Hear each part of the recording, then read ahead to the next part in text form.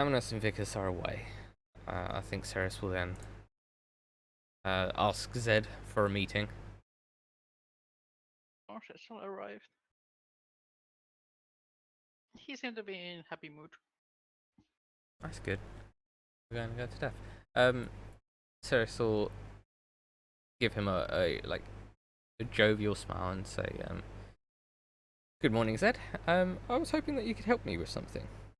The Scold community. I've been out to speak with Moonspeaker recently, or more specifically her apprentices. And I'm sure you can agree we need to harbour some good relations in that community. I learnt through them and Sir Gillian that there are 10 inquisitorial knights trying to plunder a ancient temple of the Scold people. I believe that the temple was like searching through my notes suddenly. It was called Half Moon Temple. Half Moon Temple. Yeah, I got it written down somewhere. I don't know where it's disappeared to. In my notes there. Yeah, Half Moon Temple. It's initially when I heard of it, it sounded like a potential place for magical items or magic in general. But I heard that it is rather important to the Scold people, and it is being ravaged by the knights. And when I was talking to the apprentices to see if they could help us with a few things, they suggested that one way we could gain favor with their people, especially the Moonspeaker, is to actually remove them from the scenario entirely. Clear the temple of the knights and their retainers.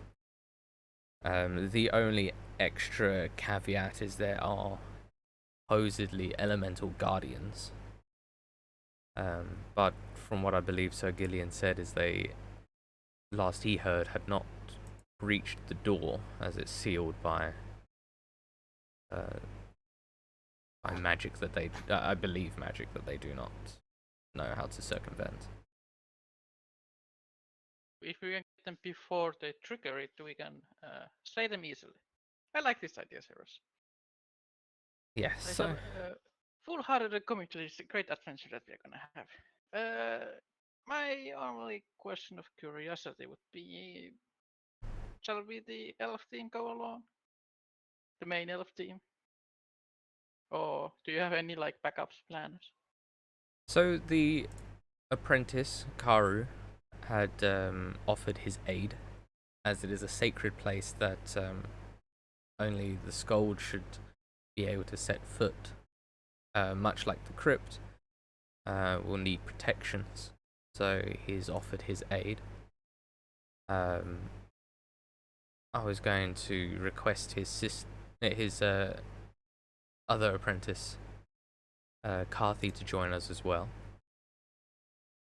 as my apprentice to help in matters. Big Charlotte. Yes, I remember her. She's a lovely lady. Sounds like a plan to me. Oh, she's going to be so miserable in the cold. Wrap up warm, Charlotte. All of you are going to want to wrap up warm for this. You know, I think I've got cold weather clothes actually in my inventory. Yeah, cold weather You clothing. should have. Yeah. You should have. Everyone automatically was allowed to start with it, so... Okay. I don't know if you lost them somewhere partying all the night. You know what you do always. And then Ceres will say, one last thing. Preemptively, I bought her something. She pulls out a small potion bottle, like slides it over the table to Zed. There's a potion of fire resistance. I remember the knights or their retainers having magic of fire. I was thinking of radiant resistance as well, but that was rather horrifically out of pocket for me. I mean, it's wonderful to have this. I never expected to have this kind of potions. To be honest with you, serious, I might just study it and not drink it. I have been getting into alchemy by my apothecary friend in Wanderheim, and I have to say, I'm liking what I see. You are aware that both the Skald, both the apothecary, and actually, for that matter, the Skald apprentices both know how to make resistance potions. Yeah, because I was, like Ceres will say, I procured these from old man Jolan himself. Carthy had a potion of radiant resistance, but it was 300 gold pieces. Yeah, I don't have that kind of money. No, neither do I. So, honestly speaking, with the Inquisition here, you can understand why the price might be up. yeah. I shall putter the old man later on. Well, old man as I related for the recipe. Another discussion for me to have with him. Oh, I'm hoping to get the recipe for at least sending stones from the Moon Speaker. They have the ability to create them, and as we are in contact with a kingdom or a duchy quite far away, I think a sending stone is a good starting point for long distance communications. So I'm hoping they will share this secret with us once we procure some good faith with them doing this. Interesting thing. Since you are here, I have a curious question to you. Mm-hmm. How in the fucking hell in this civilization you establish an organization? How am I going to establish it? Yes. I have an idea for my own, but I don't know how to do it. Simply enough, you just start recruiting people. Although I suppose I'm more used to recruiting people than you are. I guess I could put a flyer or somewhere. If you need help, Zed, in procuring someone with talents that you desire to have as an apprentice, I will be glad to help you. I'm more the charismatic kind than yourself or Vicus. I think Theo just stumbled into Vicus's employ more than anything. Yes, certainly. I am very open for my own good sometimes. So she'll smile and say, "Well, if you have anyone in mind, I will be glad to help you procure I do, this." Actually, but I have an idea already for her. Okay. I am interested in aiding the lady Mizara later on when the blood wish thing is done. Okay. Because I simply think it should be a great adventure, and I like adventures. Reminds me, the younger days.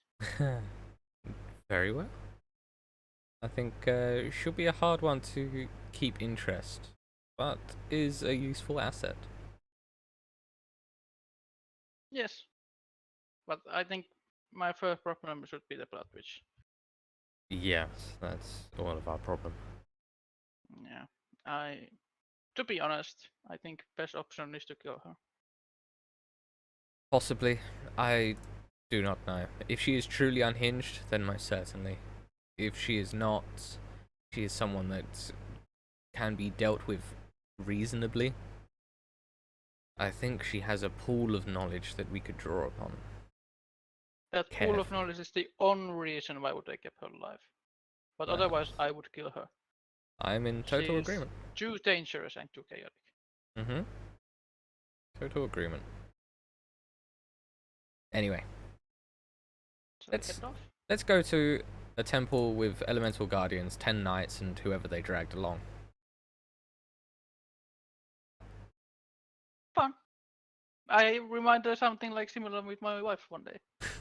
So they weren't any knights, but they were like guardians and what else? Oh yeah, there was like a demon in there. It was like a cult thing. It was, bizarre. I'm sure there will be a campfire night where you can tell us one day. I can try, but I think you will be annoyed and go to sleep before the story is even halfway.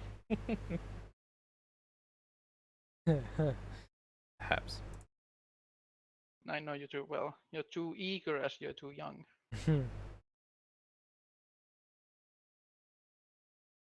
Alright, let's go to Half Moon Temple. Right.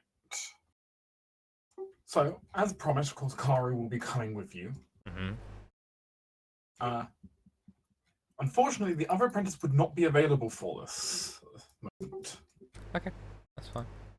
She has to deal with business around the city still. She still has people that need serving. Yeah, that's pretty much to be expected, I think. Is there anyone else you want to bring along, or are you happy with just the three of you? Well, four of you, I suppose. You've got Charlotte, but Yeah. I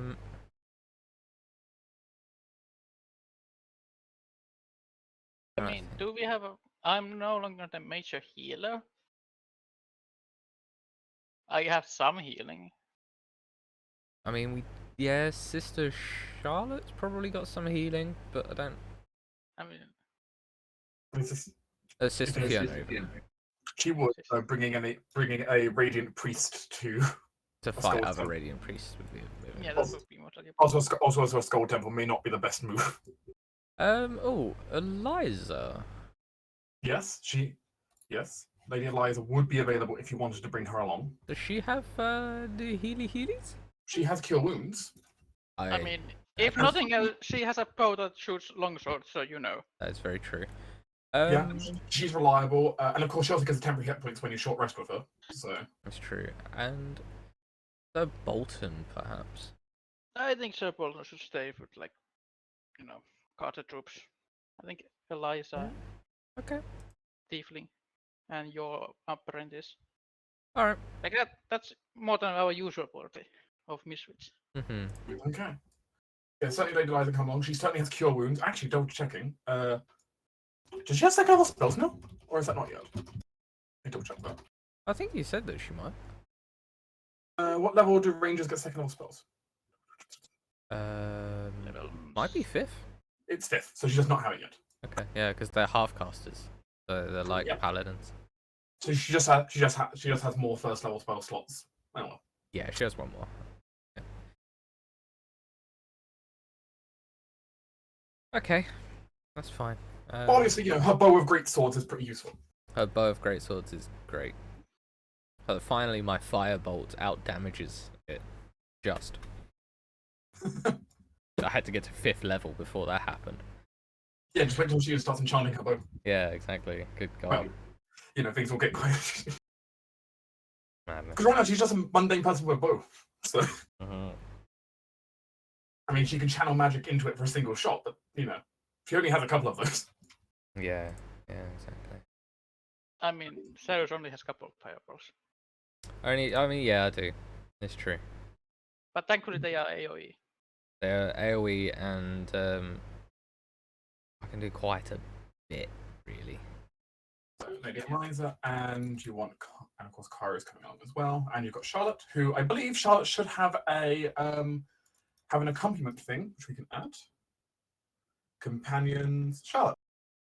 There we go. What? All of your companion characters, if they're following your character person instead of joining as like a separate unit, okay, they've added on your token as a in the top corner. Oh.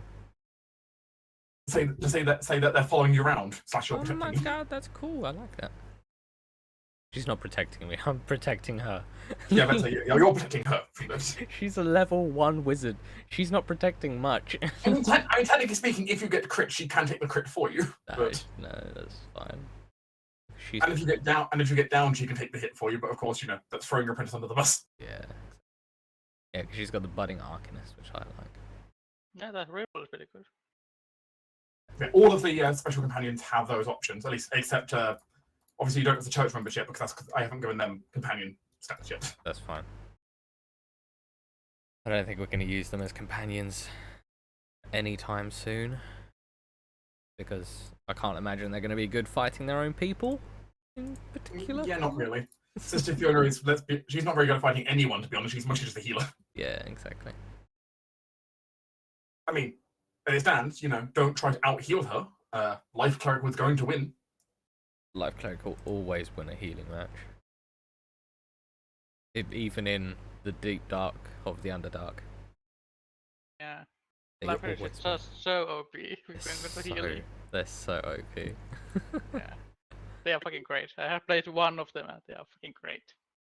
Yes. Zed has met Karu before, though he's never been the most talkative to really, anyone. Usually it's the rest of the Skaldi who are speaking. But I'll give you a full description of him since it's the first time formally you're meeting him as a player. Karu is well, you're not entirely sure how old. This tiefling heritage makes discerning age difficult. Almost elven levels are difficult to degrees. Though not quite. But he stands at a fairly short height, dressed in what appears to be like a very imperial, like a jacket that looks like it's just been kind of like haphazardly bought from a local like imperial shop, and then had a little bit of metal strapped to it for protection. He's got a pair of goat-style horns that kind of curl back, and very dark hair. At his side sits a dagger made of what almost looks like it's black obsidian that's etched with runes. He also appears to have a few little small trinkets and knickknacks around him. Small little necklaces with the Skaldi symbols on it and such. He's relatively quiet, and though that may partly be because of his difficulty in speaking your common tongue. Not used to dealing with outsiders as much. Yeah, his sister's better at speaking common, but I Do you don't know any other language better? Well, except like something that we would know, maybe. Yeah. What other languages do you know? Dragon, Druidic, Elvish, and Orc. Dwarvish, Celestial, Elvish.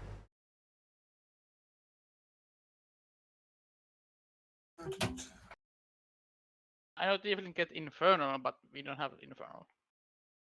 I mean, technically, he's a tiefling. Infernal would probably be a racial language for him. I guess, yeah. I guess it would be Infernal or Abyssal, depending on the different. But do any of you speak that? No. No. There you go. I got like the literal opposite of Celestial. The old languages. Unfortunately, his languages are Skaldi, Primordial, and Infernal. Primordial. Alright, I mean, that makes sense for a shaman, I guess. Yes, it Makes perfect sense. It's the language of the shaman, like shaman magic, I suppose. Yeah, no, that makes sense. Though, admittedly, it's not true primordial because, to be frank, pronouncing true primordial is almost impossible for mortals. But yeah, it's close enough. It's mortal primordial. Yes. You write primordial in Dwarven script technically, but you couldn't understand it still. I was just saying it's written in the Latin alphabet. Yeah, I mean it's like saying like like French is written in the same letters. It's not. I'm not going to be able to read it still. Yes. Yeah. Yeah. He has that weird innate knowing of the infernal language, but that doesn't really help you here. No, it doesn't. I think Persuasion knows. It's not important which one. And he probably doesn't really trust us. I'm gonna be swinging this as not that the king and Vickers aren't like here to help because they're doing other things. I'm swinging it diplomatically as we saw this as such a high priority. We took upon the challenge as quickly as we could, and the king and Vickers could not be reorganized in time. That's how we're swinging it. That almost sounds like he was drunk for some reason. He You couldn't know, be reorganized he for the event. he was just too busy at the time, and we wanted to do this quickly. So off we go. Anyway, Karu will begin to take you north. He hasn't told you exactly where the temple is. Perhaps Well, the secrecy of the temple. Gillian pointed out whereabouts on the map to me. He roughly knew the area, yes, which was roughly the Skaldi temple in question was the Skaldi temple is. One second, I'm just getting the marker up. Let's see if I can get the marker up here. What layer did I put the marker on? So many layers. Oh man, the layers always got me. Is it on a dynamic light layer? Somehow. I always put everything on either, like, everything on object. And, like, when I was go on to, like, the token. Yeah, and it's just broken. And you get confused and... Oh, I had so many hidden, like, objects on maps to help me remember things. Script is wrong. Pretty far. That's pretty far. The temple's here. What was in the red circle again? I don't remember what it was. There's That- the Wizard's Tower. It's Oh, the tower. Oh, okay. The Ruined Tower is somewhere in that region, but you don't know where. That's fine. Question: would I know any history of this temple? You do not actually know any history of the temple. You know this much.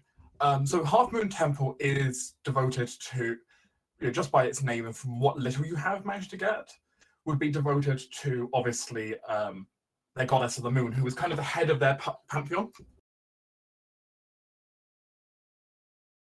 But you don't really know much more other than the fact of it's devoted to the head of their pantheon. You've not really heard any of the Skaldi mention the temple. Right.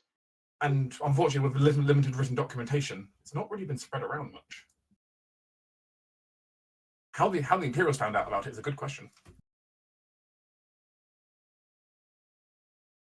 So the Inquisition found out somehow, but you're not sure how. I mean, they just might have records of this kind of stuff somewhere laying about.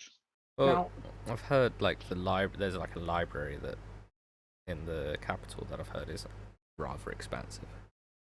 Yeah. As you move through you start moving, you expect like this is going to be a difficult trek from where you have heard it's probably at. I mean, that area is really mountainous and it gets, extremely cold. But things end up being easier than you expect. As after a while, Karu asks though it's a bit of a broken tongue, but he does end up asking you to please wait a bit while he performs a small ritual here. Mm-hmm.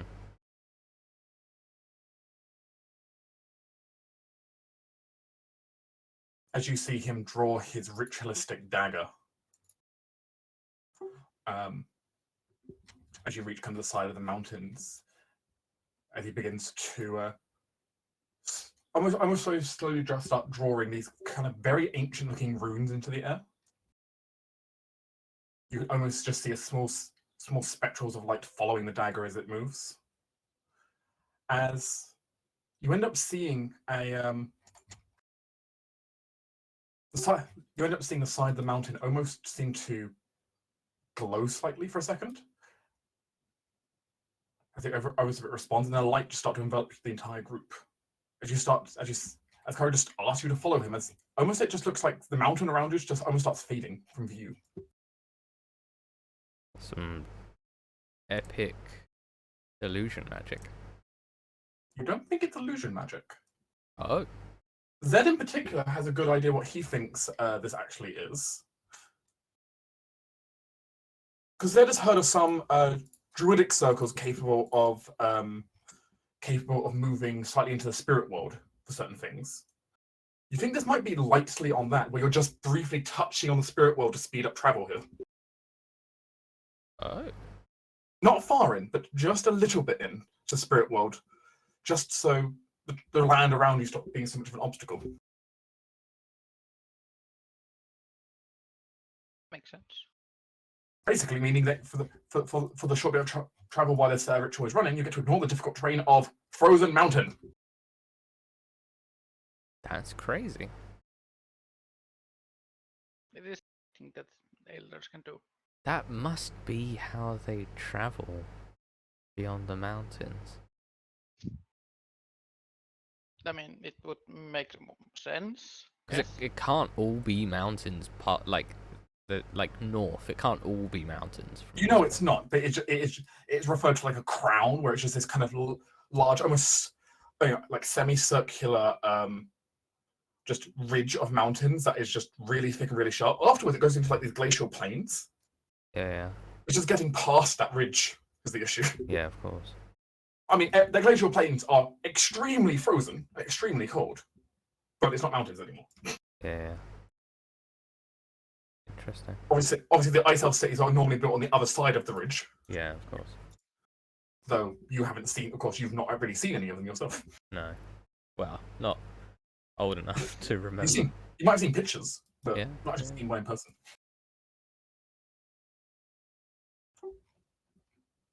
But yes, the journey's a bit odd one, and Karu doesn't really talk to you much as you're moving. The most you kind of get from him is close, you stay.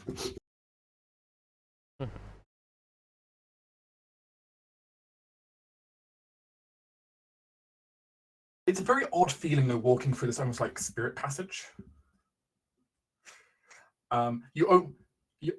Since both of you are kind of very magically attuned, actually even Lady Charlotte is for that matter.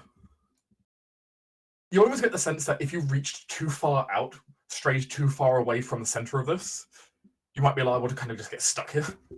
Yeah. Even now, as you're walking, you almost feel like as if your soul's being slightly tugged off, like it's trying to tug your soul away. Obviously, it's not succeeding, but it's trying. The spirit world wants to claim spirits, and obviously, what are most living creatures filled with? Mm-hmm.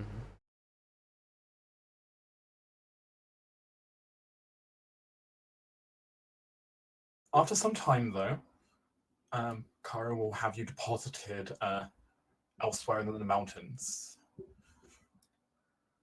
as you all kind of just exit out, and the world seems to come back. As Kara seems to take a deep breath, looking rather exhausted. I wonder how the Inquisition got here. Well, They might just go all the way. Well, as you say that, as you see kind of Kara just kind of collapse down on this by some rocks for a moment, just take a breather. Obviously, the ritual must have taken a lot out of him. Mm. You actually look around, and on the kind of mountain kind of road you're on, I say road, trail, the snow is all kicked up here. It's an absolute mess, as it looks like just everything has been torn through. A large group moved through this area not that long ago. Hmm.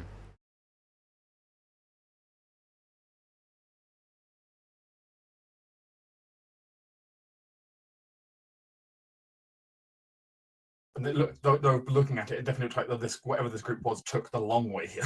Yeah, okay. It looks weird though. As you look around, you see like hacks in a couple of the rocks nearby, almost like if someone had just attacked rocks at random.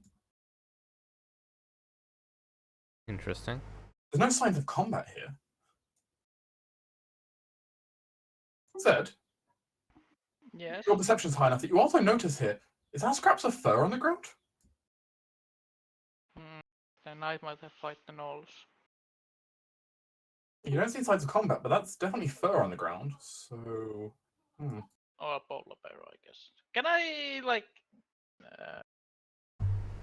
nature check or animal handler check what kind of animal it would be? I can allow a nature. Let's see.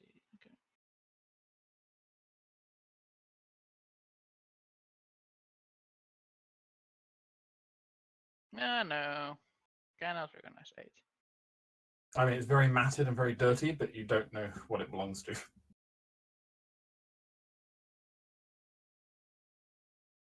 Just rocks. Oh well.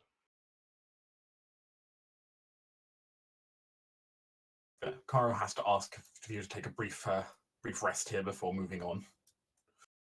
But he certainly cut you down a large amount of the journey still. Mm-hmm. Lady Charlotte is already looking pretty miserable at this point as she looks to Ceres. How cold is this place? 20 below freezing. I wouldn't be surprised if it is. Wouldn't surprise if it's even 30. She obviously misses the wonderfully warm and heated mansion. Yeah.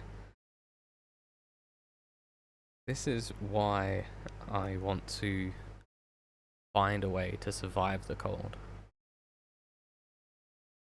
I mean, I have a survival way for one person for a short time, but not for a long time. No, we're gonna need more, especially as we're going further north than this. You can certainly feel at these temperatures,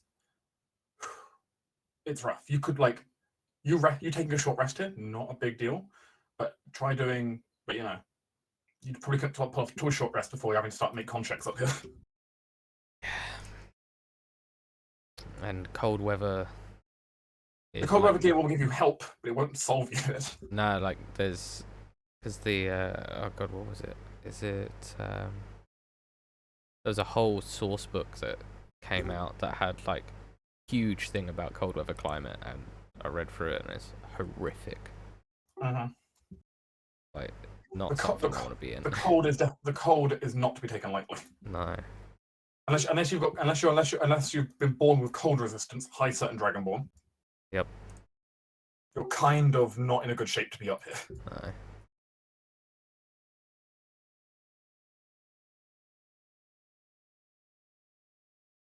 But with that said, after some time, a good question is: as this short rest is going on, is anyone going to do anything or keeping watch in particular? I mean, yeah. Said would, yes. Yeah, we're not gonna just sit down and chill. I think we're gonna be somewhat like conscious of our surroundings. Okay, so you're all gonna just keep watch. None of you are doing anything else. Okay. Let's see then.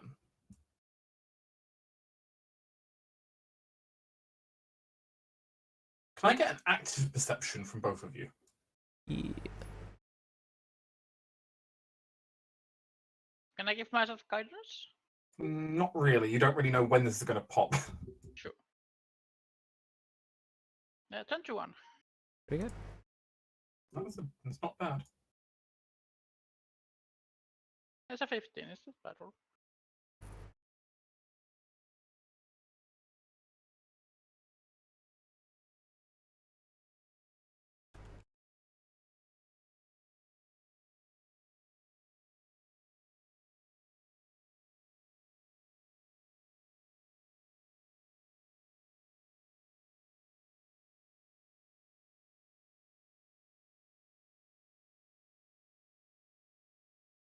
It's almost a little bit comical for Zed, actually. As Zed sees, just leaning around a tree, really, really badly hiding, appears to be a gnoll who appears to be like around just a dead trunk of a tree. Just kind of watching you. You realize about 20 minutes into your rest.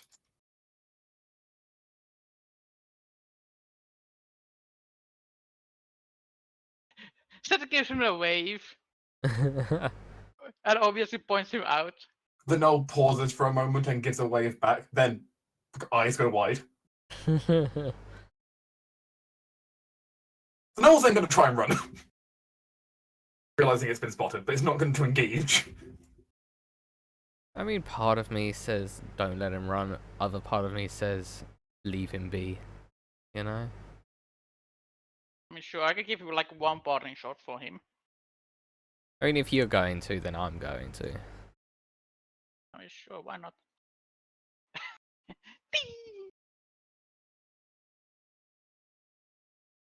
That's actually enough between the two of you that firstly the arrow strikes in the back, and then suddenly the firebolt hits him in the back of the head, and he just collapses face first into the snow. Sirius looks to Zed and says, "Nice shot." You know, something you learn when you get old. Take So I note, have to Charlotte. say, my talents are really rusted. I would say that's a very lucky shot. Let's go see if the gnoll has anything interesting. I said, like, you know, go to the gnoll and see if it has anything interesting. You go over to the gnoll. They look like a scout to you for the most part, going over them the best you can. Though there is something weird about them. They have these really strange, almost like a talisman around its neck. That looks like it looks like it's a really, like, botched attempt at trying to recreate certain Skaldi talismans. Oh. Like, it's obviously not an authentic piece, but they've tried copying them for whatever reason. Interesting. Perhaps wanting to try and create some kind of protection. Who knows? Arcana to know more? What's that? Arcana to know more?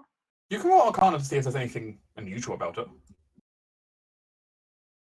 I think Kara will probably have a good idea as well on what it could be. Oh wait, I think If you present it to Kara, you'll both have advantage on this. I mean, it's So both 18 if we.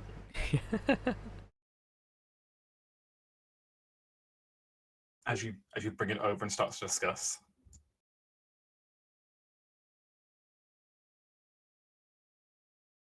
I mean, Karu can immediately, though it's a bit of a, it takes a bit of time for him to fully translate the ideas across. He'll explain though that this is a special warding talisman that is sometimes given to people during certain ceremonies where they have to go to places like this in the far cold. They can be used to give people limited protection against the frozen elements if they're not used to it. Though, as you all assess, this is a really botched attempt. This thing is not magical in the slightest. So did we just kill a teenager gnoll?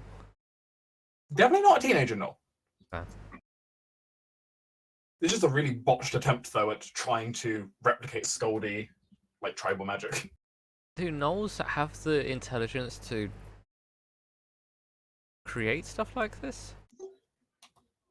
Gnolls are usually pretty stupid. Yeah, that's what I thought. Like, they're not animal stupid. They are intelligent. They have a language. On par with the king's level of intelligence at best, usually. What a bird.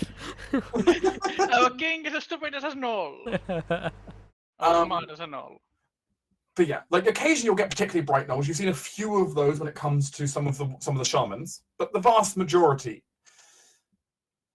are dumb as bricks. Yeah, okay. So it's probably done by that's what they call. They can craft like weapons and armor and such, and crafting like jewelry out of bone and such, and like tribal kind of stuff. That isn't impossible for them. The fact they botched it probably says a lot. Probably matches with the whole gnolls being bad at this stuff. Yeah.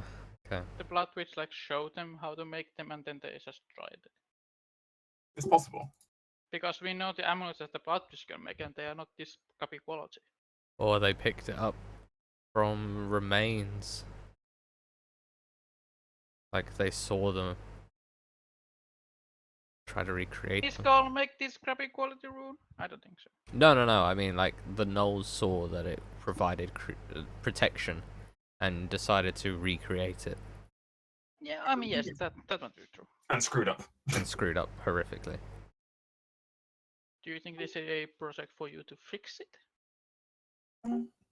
There's a brief moment as Kari's gonna look. Kari looks at it. Give me a moment. Sure. As he takes it and begins to kind of deconstruct, reconstruct it, kind of changing some bits around. As he also pulls out his runic dagger and starts making small little like chips into some of the bones and sticks that were used.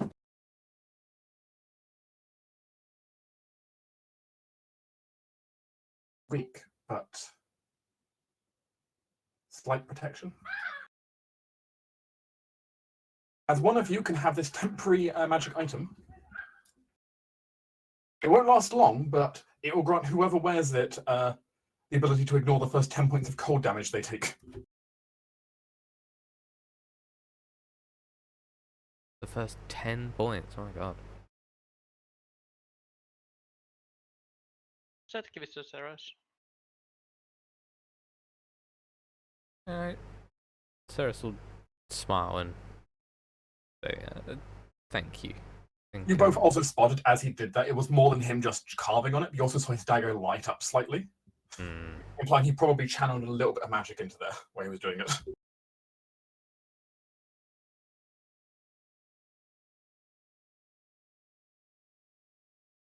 It is a very curious thing, though.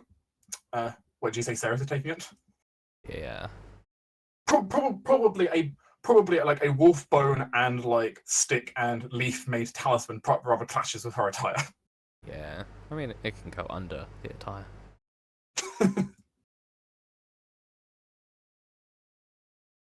You know, point is obviously not usually Ceres's kind of thing. No. Tribal magic. It's interesting. It is. I might be able to study it a little bit. I'll be right a sec. Just need to let the dogs down.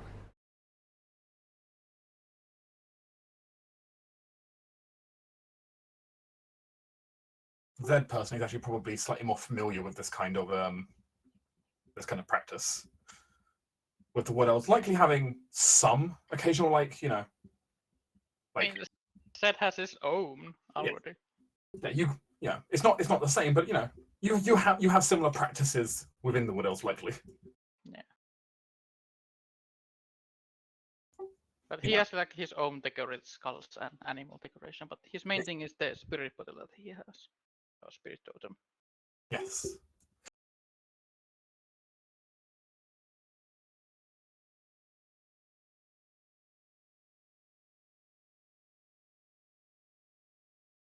I don't think you've described much to the group before.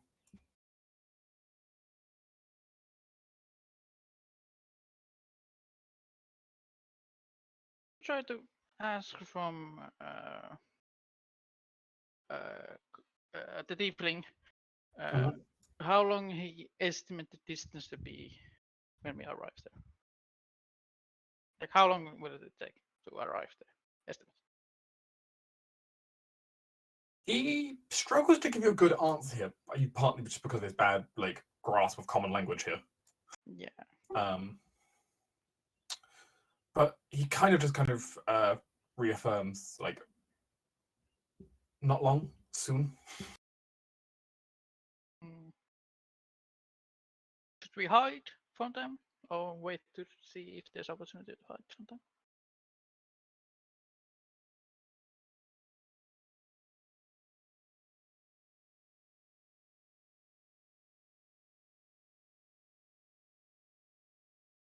Well, if the group wants to try and set ambush for something or wants to try and move ahead, it's up to them. I mean, I was more thinking of pass without trace. I'm back. Do you want if there's like a short travel time to there, go like stealthy pass without trace style as a party, so we don't like get spotted anymore. Yeah, I think that's not a bad idea. Okay. I think through this whole venture, we need to be quite cautious, I think. When it's like estimate like a 40-minute to there. something like that. He will set will cast the Pass Without Trace and ask the Age of the Spirits to hide their presence. Karu watches you intently as you practice your magic. Perhaps taking an assessment. Once we get close to the temple, I think we should take our potions as well. Sure. Give us an hour's protection. It gives us like a protection for. It gives us fire resistance. I see.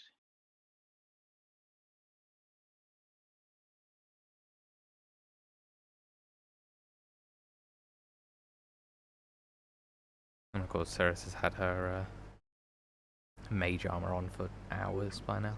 So you have Pass Without Trace running. Mm-hmm.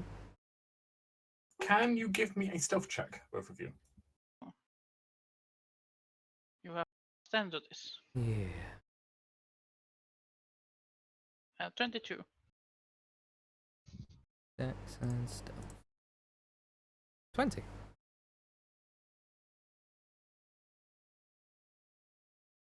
Okay. I assume the NPCs would be also in the aura effect. They are in the aura effect. Karu is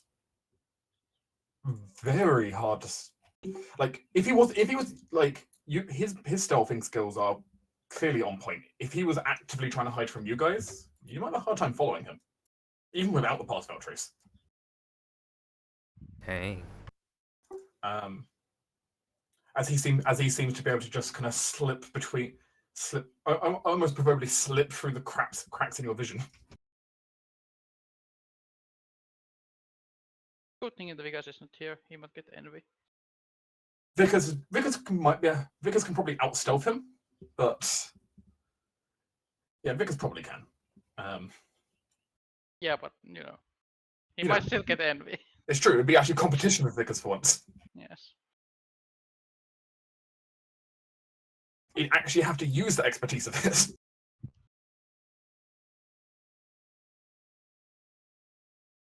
Lady Eliza, meanwhile, I mean, you've seen she's not necessarily the best at stealthing, but Pass Without Trace covers the rest of that. Yeah, I mean, I'm in that same boat. I mean, I think Charlotte is admitted the worst himself in here.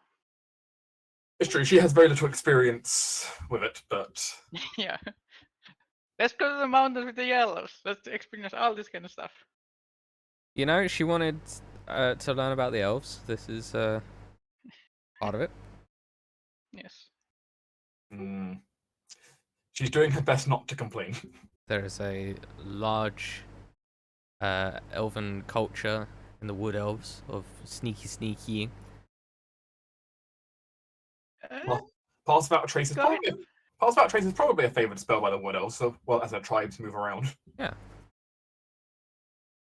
And like the centuries around the camps.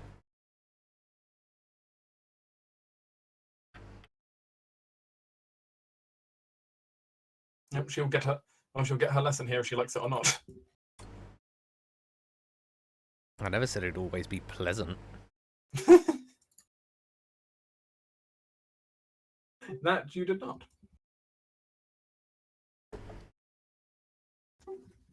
As you start getting close, you definitely notice a change in Karu's kind of body language as you see him kind of draw his ruined dagger and almost start looking a bit more cautious. Not right. Spirits angry. I don't blame them. They've got a bunch of babbling buffoons walking around. No. Hurry, temple breached.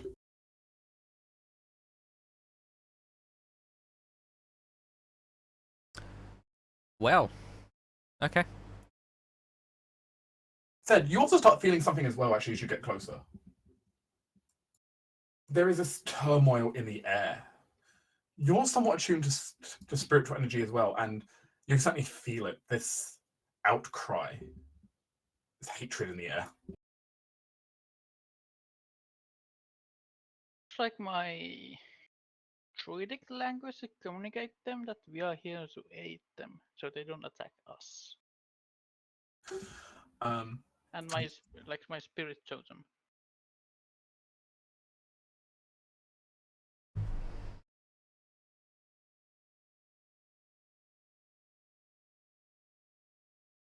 as I will go ahead and put your tokens down, reveal the first scene you see.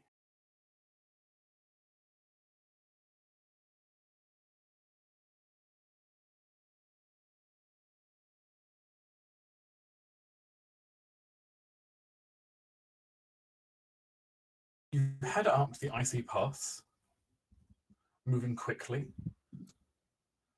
At least as quickly as you can, while also being under pass route trace. Oh boy. What you see is a large kind of, almost it looks like a glacial barrier of ice. That looks like it was covering what was once a cave entrance. The entire area in front of it is just covered in scorch marks, as if someone had just brute force with fire spells. Very glad I brought fire resist. There is a lot of magical energy in the air that's, you can almost feel, almost taste it in the air. It's like tangible, where the magic has been brute force dispelled. Dang. And what you find more interesting around, though, is the corpses. You see corpses of gnolls and of some knights and priests dead, half covered in frost, and a lot of them just covered in like all kinds of these just puncture wounds and slash marks. Though most of them, like, there's clear signs they've been fighting each other, but even at a distance, you can see some wounds that immediately to your attention don't look right. Like, there's wounds, but you don't know the cause. Right.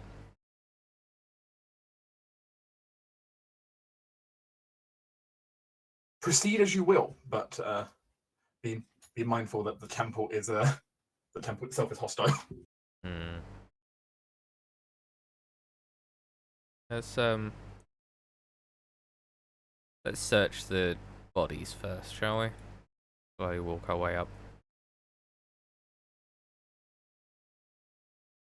Are you approaching the body that's kind of thrown up against the rock there? Yeah, this what is it? I can't tell what it is. As you go up to approach it and kind of push away some of the snow, you see the body of what was clearly one of the priestesses. She lays there broken in a heap, with a large axe mark, clearly one of the gnolls, kind of cutting her from shoulder to hip. Okay. Much of the blood is soaked into the soil and onto the rock. She's, without a question, just dead. Hmm. Oh, I should also say that summary. No. This is definitely not summer location. No. No. Zed picks up his shield and sword. He's ready for melee combat. She had a mace in her case. A mace and a shield, but yes. If you're interested in that. Hmm. Anything? It looks like the priestess here in question didn't get to draw her weapon before she was just struck down. Oh, okay. So an ambush. Could I try to convince the spirit that we are here to aid them with the druidic language? Not here, you can't. Maybe inside. Shall we head on? Yeah. I'll just give some cursory glances to like the knoll against the wall and just to see if there's anything strange before moving on. Roll me a medicine check. Because I am so good at medicine. What the fuck's medicine? Intelligence? Wisdom. Alright. Just a flat flat D20 then. I thought it's not bad. It's not great. Not bad.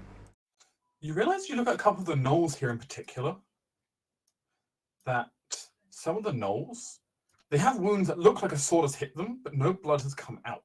It almost looks like the blood froze immediately on contact. Can I? I'm guessing it's some form of ice attack, cold attack. I'm guessing probably like an ice elemental. Can I do like a? Can Ceres maybe think upon what could have done this damage? An arcana or nature could be used here. Arcana seems appropriate for me. 20, dirty 20.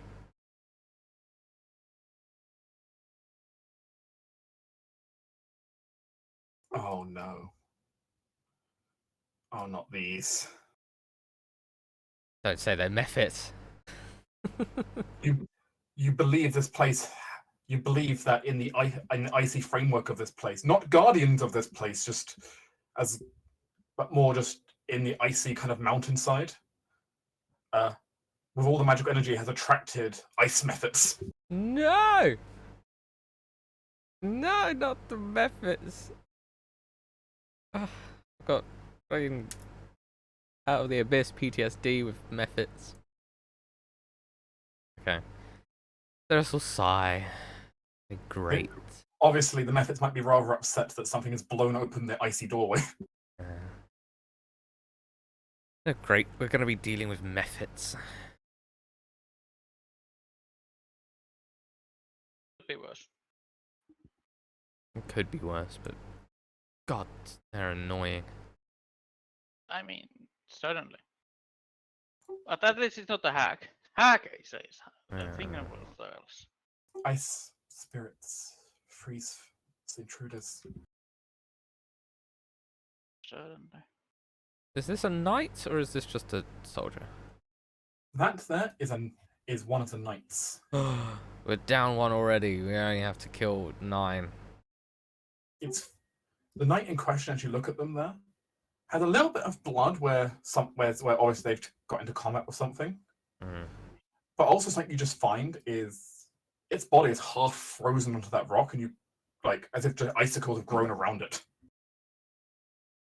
Seems excessive for a mephit. There might be something worse with them of it. Could be. Can I check the knights? I mean, these are some like expensive boys. You got anything cool on him? Well, I mean, his armor and equipment all looks very shiny and expensive, heavy. Whatever. Other than that, if you're interested in like military rations Nah. or a potion of resistance against cold, these are things. No, you know, that's not cold resistance to cold. Not a bad idea. That's useful. That's very useful. Only one? Is Sarah's taking that from the bag? Yeah. As soon as Sarah touches the corpse, you hear whispers and noises all around you. You hear cracks and shapes, and you see around you. Almost Zed just sees out of the icy wall, what was just a perfectly flat icy wall. Suddenly, there's a face in the icy wall. Well. The ice methods are not happy that you're disturbing the things they killed. All right. This will be interesting.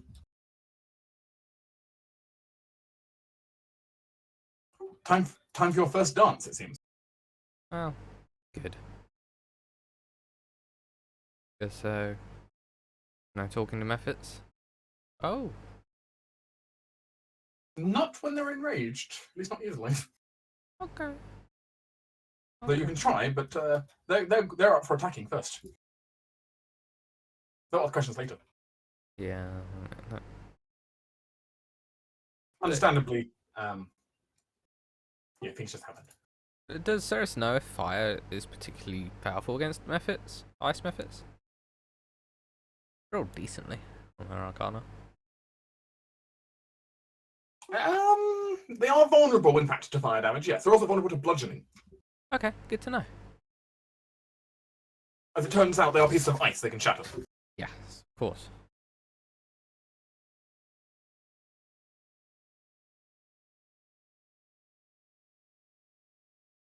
Okay, we got this. Vulnerable to fire, and I deal a lot of fire.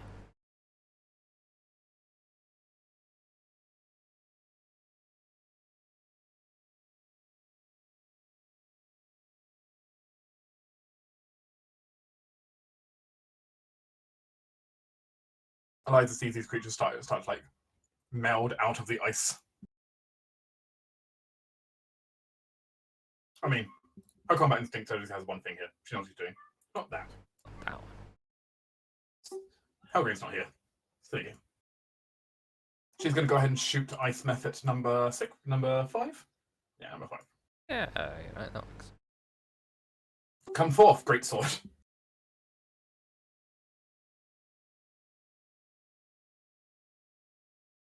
Jesus Christ. There it is. There it is. Oh, our attack bonus is missing some. That's our girl.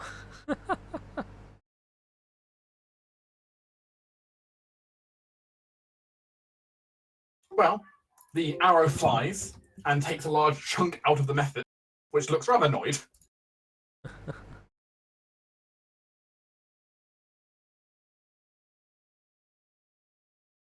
My device is going to back up slightly.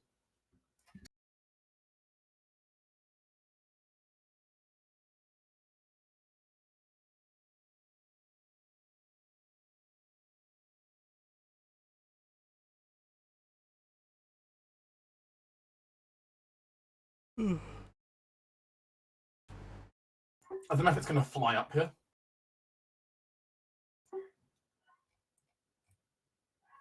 And it's going to claw at Ceres. Go for it. Miss. That's disappointing. Like Mr. Sorcerer. How do they feel? Pathetic. Now they're gonna crit me and kill me instantly.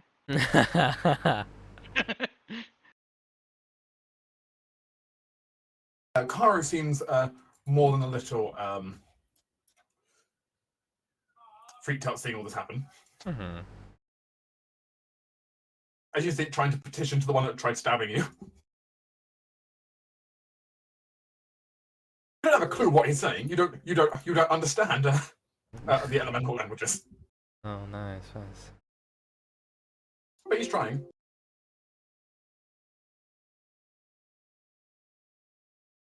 Oh, damn. That's not 20. That 20 persuasion. Good for him. The method looks at him. He looks at the method. There's a brief few words, but it's mostly just looks back and forth as the method just suddenly just dissolves into the ice in the ground.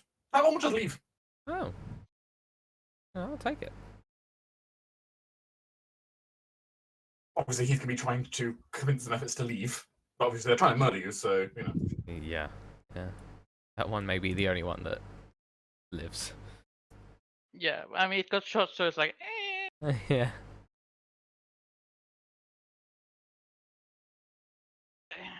Zed? I don't know if I can do the same. Yeah, technically Zed could try to persuade them. I could. I'm so bad at it. I mean, you could always crit. is it an action or what is it? Yes, it would be an action to try and persuade or intimidate. And only possible by you or Karu, because you're both able to commune with the spirits better. I'll give it a one shot. That is the only thing I will do. Pick a method to try and persuade. I shall pick. I guess number 1 is closest to me, so let's go with that.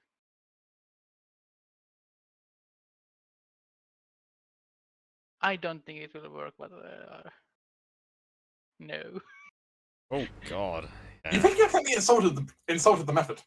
Yeah, He gets that. I mean, if it's Zed, what Zed would try and do, then it's what Zed would try and do. It's, you know, it makes sense for a druid to try and speak to a spirit first. Cirrus, on the other hand, has no such fucking qualms and shoots Ice Mephit 3. Fumbles, apparently. You think the Mephet's laughing at you? You know? That's perfectly valid. Perfectly valid. This Ice Method, feeling rather insulted, is going to go ahead and shoot something at Zed. And crits. That's hilarious. You called it.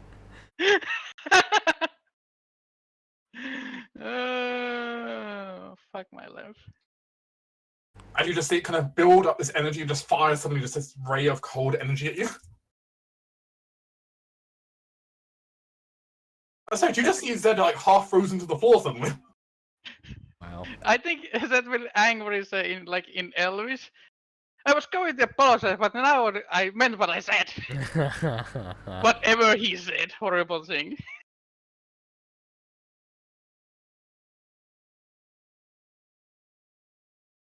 God damn it, this might be. Yeah, the wrong methods. Yeah, methods you deserve that. Ah, you saved. Nice.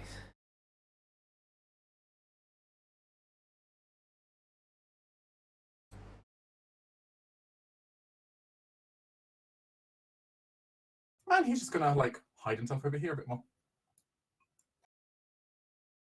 Like, there you go. He'll just fly up to here.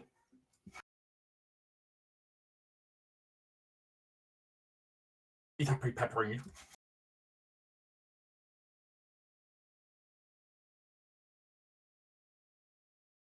This one will play ball with Ceres. Sure. Miss. Cirrus laughs at it. Looks annoyed.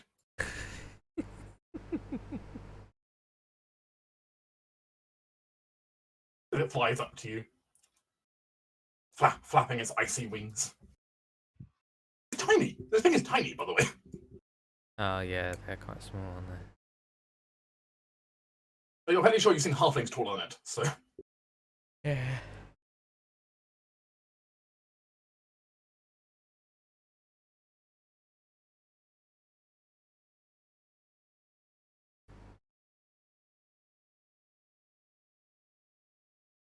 No.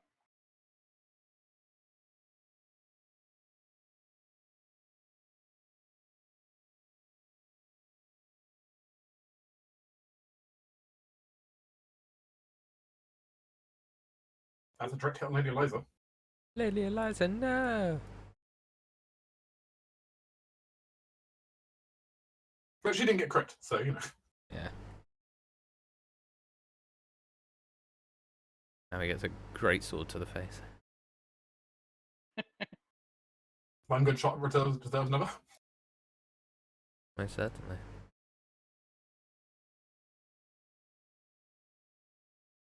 So the methods kind of lack on armor entirely. Mm-hmm. So, ow.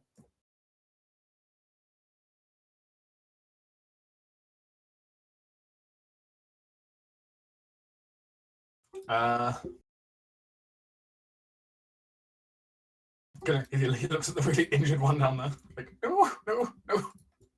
Kill it.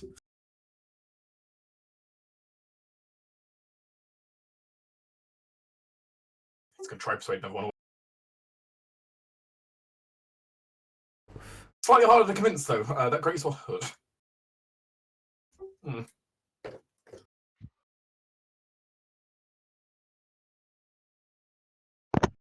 He tried.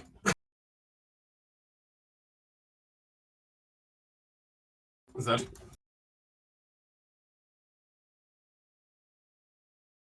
I don't know what the rolls for. Fuck it. Such a fucking angry fucking method. Fuck this method. I shall provoke from this maybe 4. What's that? I shall provoke from this method 4 as I walk there. So we can resolve that now. before I walk forward. Miss! I walk there, and I guess my bonus actually gets Flaming Blade, and I will attack this fucking method. No! Fuck you! You could have just ducks under your flaming blade. That's my turn. Ceres? So, casting ranged attacks in melee is a disadvantage. And I'm okay with it. I'm okay with that. Not when I roll another one. What is this? You and Method 3 are not having good days. We're not. You know what?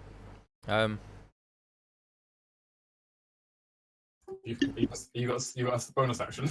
I do have a bonus action. Ceres is going to no, I'm not gonna waste. I'm not gonna waste the spell. What? Or a misty step. Nah, it's all good. Okay. This method up here is going to claw at Zed.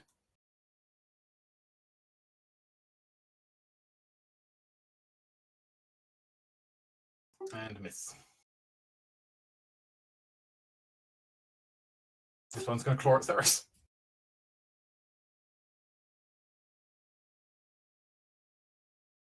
Yeah, even with a shield, that's gonna hit. As Ceres takes like a small icy claw to the chest that suddenly just freezes over. Like, ow. That's rude. That's very rude.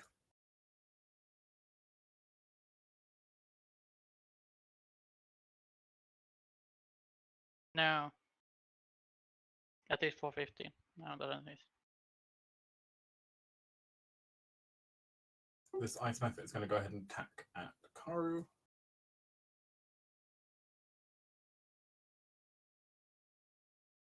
Getting in the way.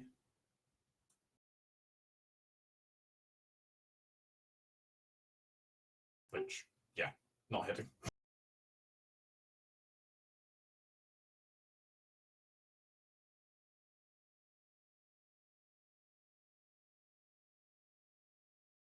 Oh, my Karu's dealing with that one then.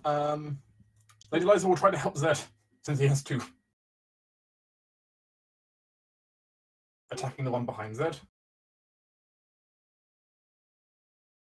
Wow. That method is fucked. It's a great sword that flies at it.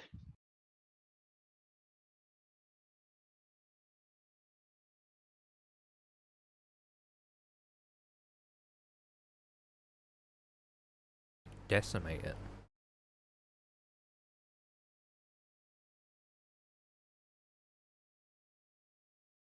I mean, just the arrow just kind of flies and it just literally shatters into pieces. So, it's a method. It may not technically be killed, but, you know, elementals are weird sometimes. It's not here anymore, is the point.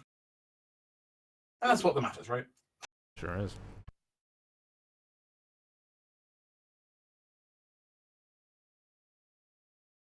Karu's going to try persuading this one more time. Oops, that was perception.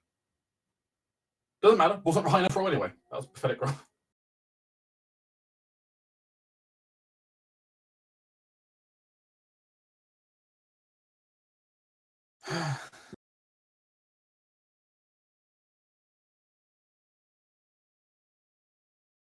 Oh, he doesn't want to kill with methods. I'll attack this method one. There you go, motherfucker. Burn!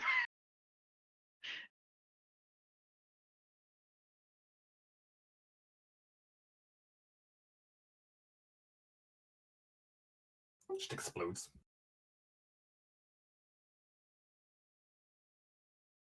Rapid vaporization. Let me move here. Maybe I can get method attacks with my Flaming Blade.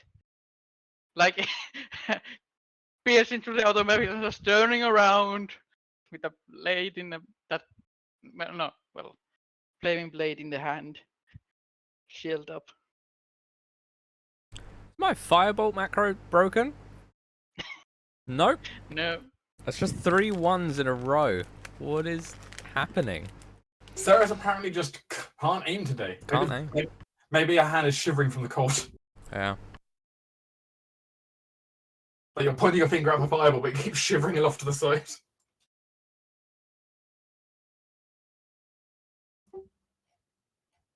Yeah, no. Stay away from the fire. Stay away from the fire.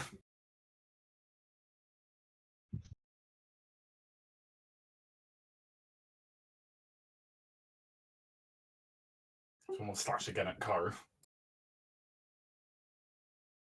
Hitting the tiefling.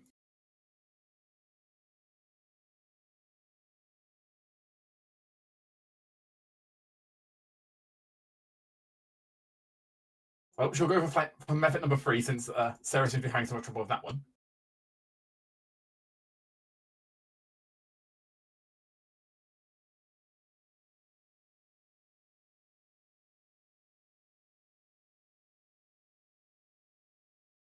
Still alive.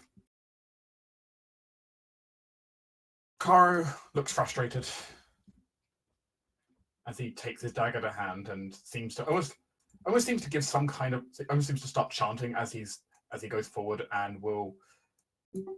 This method won't listen to reason, so.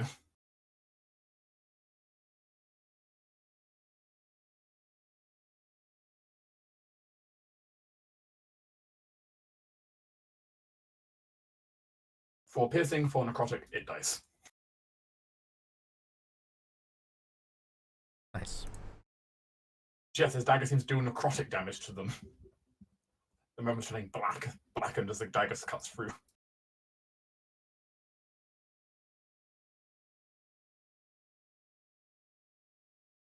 Zed? Move there and attack the method.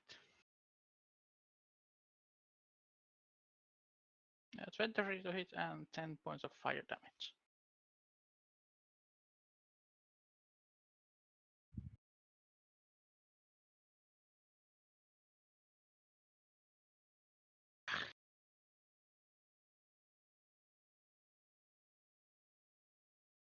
Ugh, methods.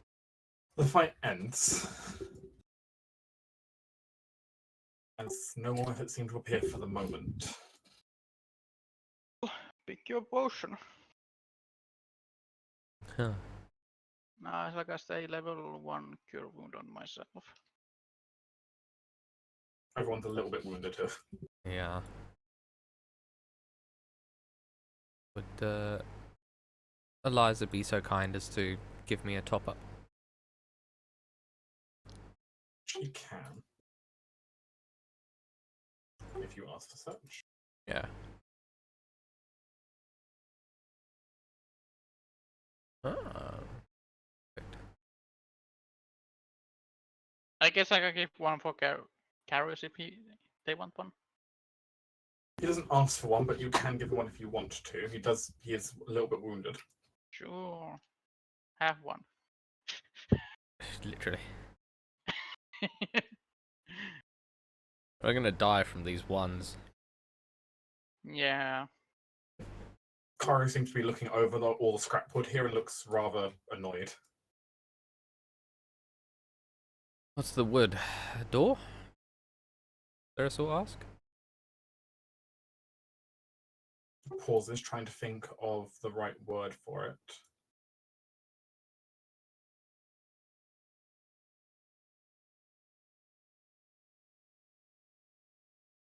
Statue? No.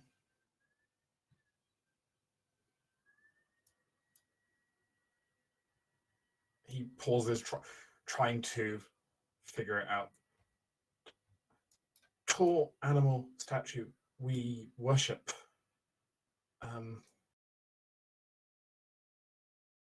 Like a totem. You look over the scrap. Maybe that's what he's kind of talking about.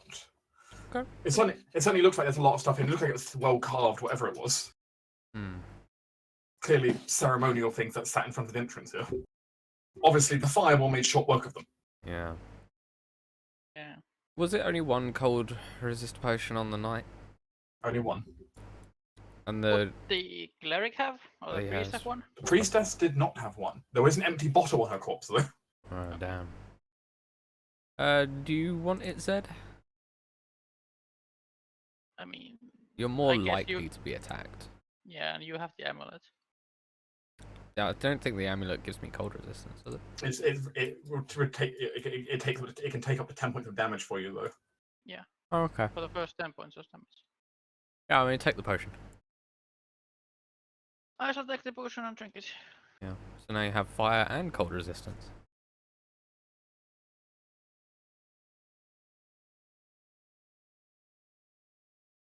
Spirits of ice, angry, upset. No one to enter their home. Then let We are us gonna enter now, and let us appease them by removing the people inside the temple, and then leave ourselves. I give prayer, ritual. Make them know we're not hostile. He looks back at like the scorch marks of you missing all his firebolts. Might take a minute. Okay. time. I shall keep entrance protected. Yeah, I think. But with his dagger drawn as a sacred implement, he just seems to do prayers. Not so much a spell in this case, though you do definitely seem doing like prayers and with communion with the spirits. Some kind of rite as he stands in front of each of you and almost. You're not sure? Yeah, he sounds apologetic in his tone, but you don't have a clue what he's saying. Yeah. One of these days I'll learn Skaldi. At some point. Some point. Go for primordial. You go for primordial, I'll go for Skald. We'll have it. Have it down.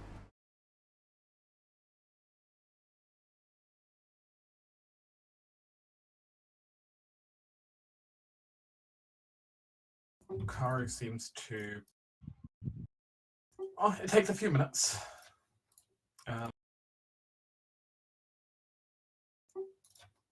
Do you still have pass without trace, or is that gone now? It's gone. Okay. The duration would be starting to tick out at this point, otherwise. Yeah, I have other concentration spell. The Flaming Blade. And this is why I didn't bother casting mirror image on myself. It's only a 1 minute spell. Well, Flaming Blade is 10 minutes, so I'm fine. Yeah.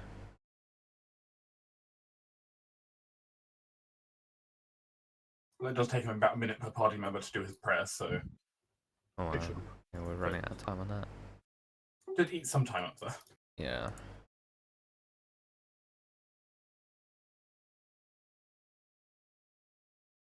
Kari looks to you. People not enter temple since. He pauses. Last communion was before I born. He pauses for a moment. And he starts making like gestures with his hands, trying to tell you like how many years that is. Because he doesn't know, he can't really count high enough in common. Oh, okay. That seems to gesture to you. It's somewhere around. You think he's trying to gesture something like the high 20s area? High 20s? I'm thinking maybe like 25 years, maybe? My Not god, sure. he's young. I mean, compared to you. Compared to everyone. All of our party. Maybe not for Lady Eliza. No, Or it's Charlotte. our I mean, PCs. Charlotte's young. Yeah. Out of the PCs, my god, he's young. Kara is definitely older than both the NPCs here. Yeah. You're not sure exactly, but it sounds like at least over a quarter of a century since the last time any of the Skaldi have come in here. That's crazy. Why? Why so long? He pauses. Temple only used for Initiation. Oh, Place for new shamans to gain full right. Ah, No new shamans in long time. because of the imperial like crackdown on the religion. Guardians protect place, stop beasts and intruders.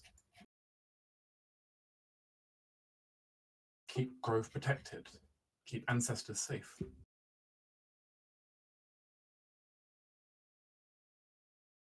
Robed men are already at grove, already damaging balance.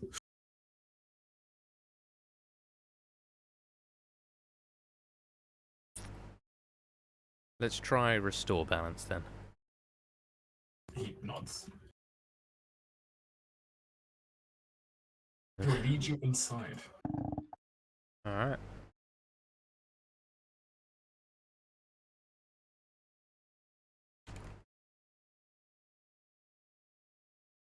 The snow clip quickly passes to just deep cave walls as you start entering past the icy barrier. You immediately see up ahead another, it looks like a silver knight, who is completely dead against the rocks. He looks like he's been bludgeoned by a giant piece of ice, though. Oh. This place is freezing as you come in, even colder than the outside.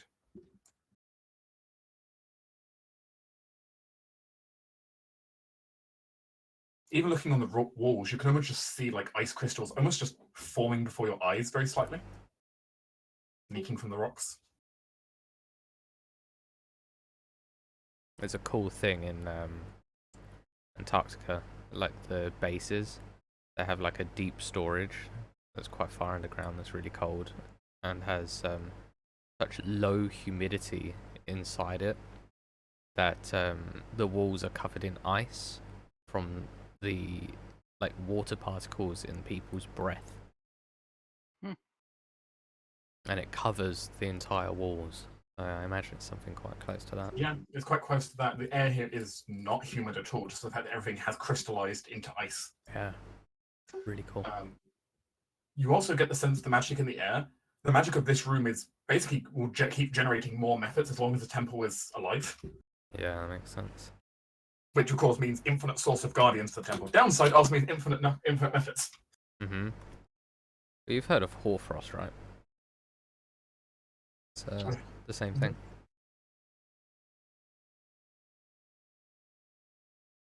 Yeah. As a note, as long as you're in this room, your movement is half because this ground is very, very icy. Jesus. Alright. You can go full speed, but then I would need to ask you for acrobatics, so take a pick. Yeah, this character's not great at acrobatics. So slow and steady it is. no. My other campaign's character, oh, she, ooh, but not this one. But, you know, as far as Caro informed you, the method shouldn't attack now as long as you stay close and don't, like, disturb too much. Though, of course, they're still on edge at the moment, given there are people ravaging the temple. Yeah, they're looking for anyone who they think might be an intruder. Anyone who acts like an intruder will be, you know, in trouble. But you can explore. Okay, let's check this this night Go ahead. for loots. Hopefully more cold resistance because, my god.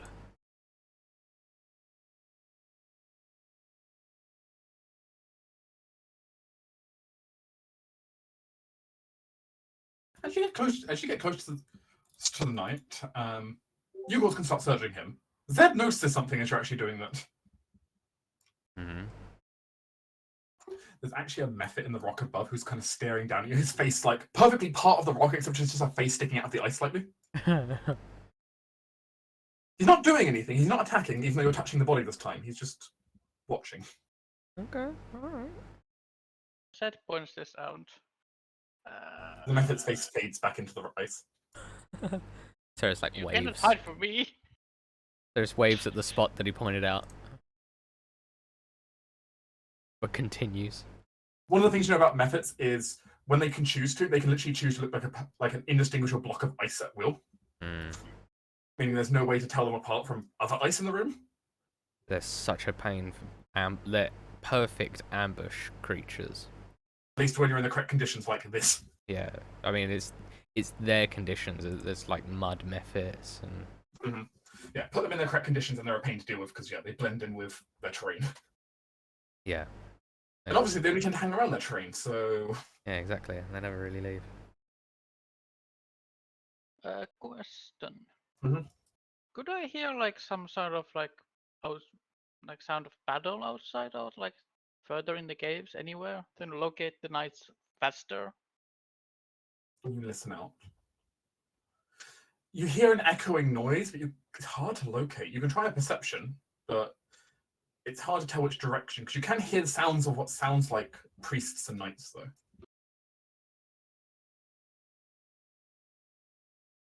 18. Pretty good. You think it's coming from generally a northern direction? Oh, I'll give it a go just because. And you can hear the sound of what sounds like clerical chanting. You would agree with that assessment, Ceres? You know. I know what this calls then. I shall ask the aid of my trusty companion, my spider. And he shall go explore. Yeah. Northerly direction. Yes. I mean, is it that north or is it the other north?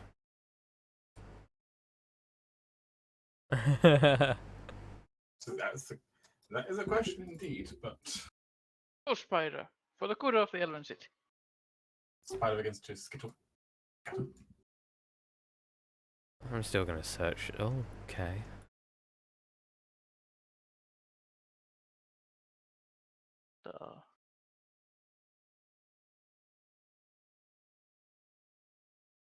I guess I'm gonna put my senses into the spider and see through its eyes as it goes through the corner.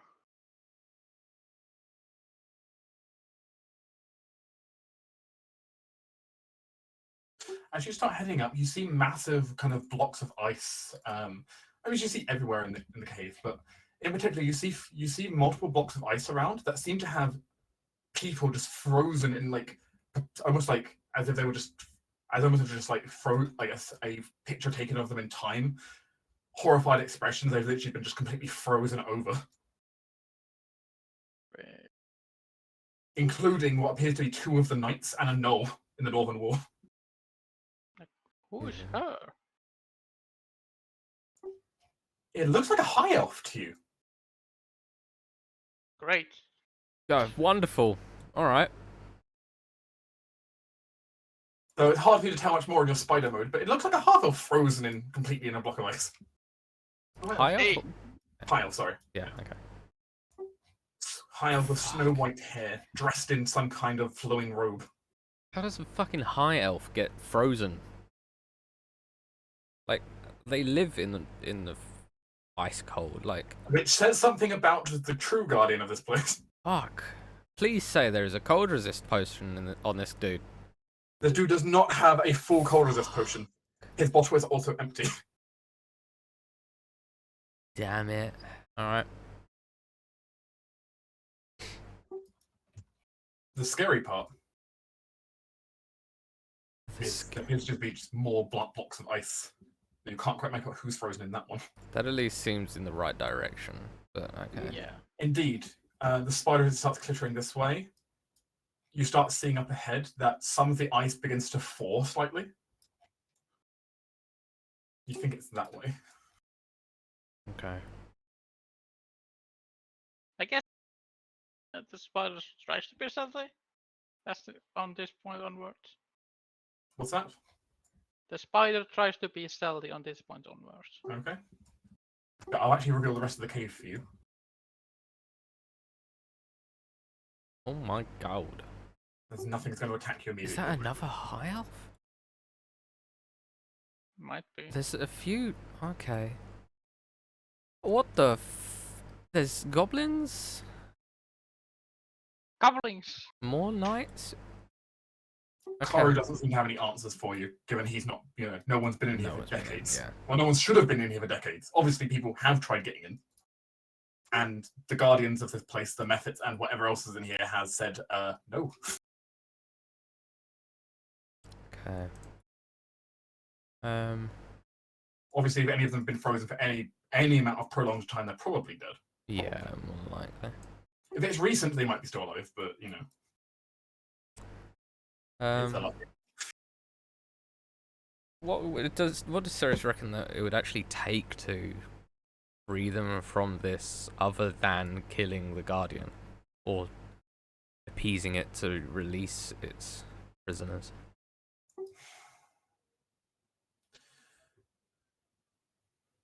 In theory, something like this might be able to be countered with careful use of there are certain spells that are designed specifically for breaking people from magical ensnarement.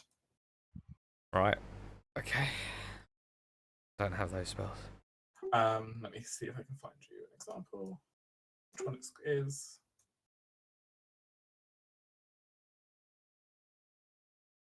But yeah, outside of appeasing the Guardian and having them voluntarily free would be the easiest method. Yeah. Yeah.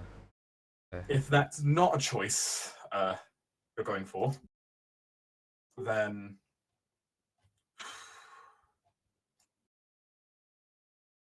you're not sure. Obviously, fire magic, you could try to just brute force it, but who knows what happens to people inside doing that. Yeah, of course. All right. A high enough level to spell magic might be able to just punch your way through.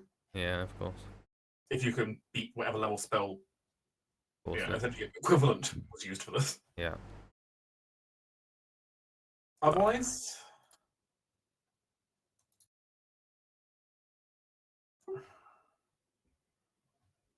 you might be looking down restoration style magics potentially.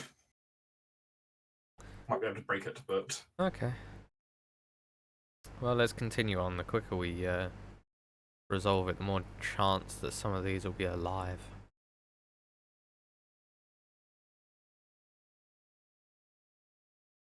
very well. As you keep heading northwards, then Yash. the sound of clerical chanting gets louder as you keep heading north.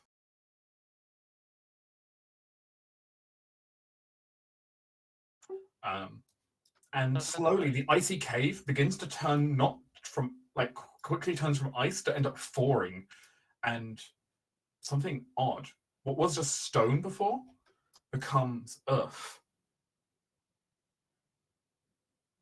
And almost light starts being generated ahead, not from it's just almost as this soft blue glow coming from up ahead. You can see the soft blue glow in here, but it feels different to you. Not like bioluminescent mushrooms. Okay. Are the group wanting to proceed to the heart of the temple?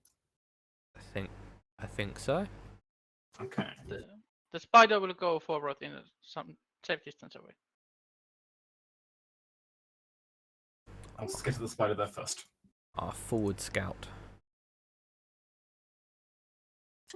What the spider bears witness to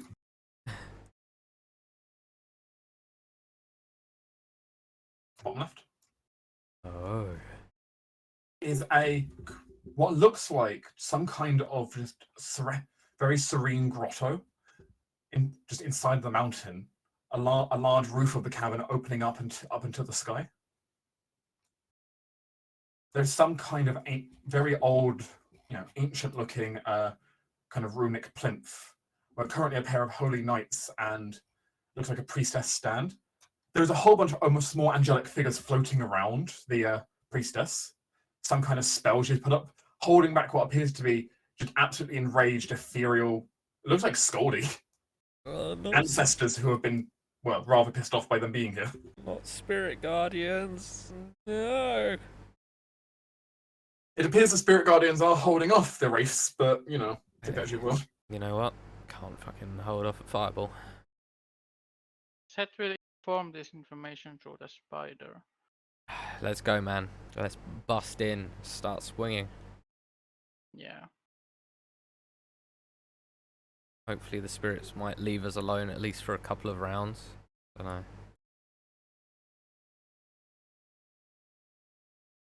Zed is immediately going to. Zed is, as soon as he sees them in person, though, is definitely going to understand. They're enraged right now. They're not listening to reason. Yeah. These spirits are angry. This is a place which their imperial magic should not have touched.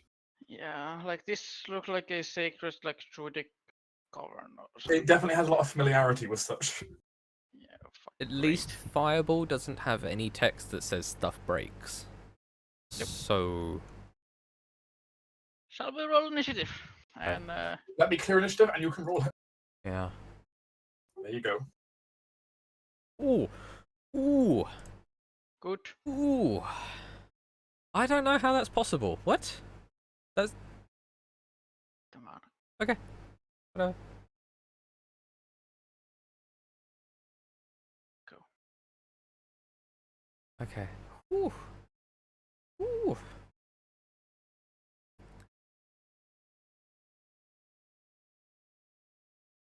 I am gonna fuck these guys up.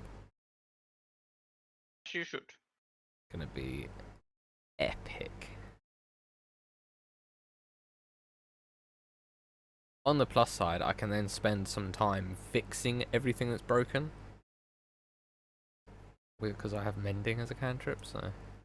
I mean, I have that too. We can both do it. It'll be wonderful.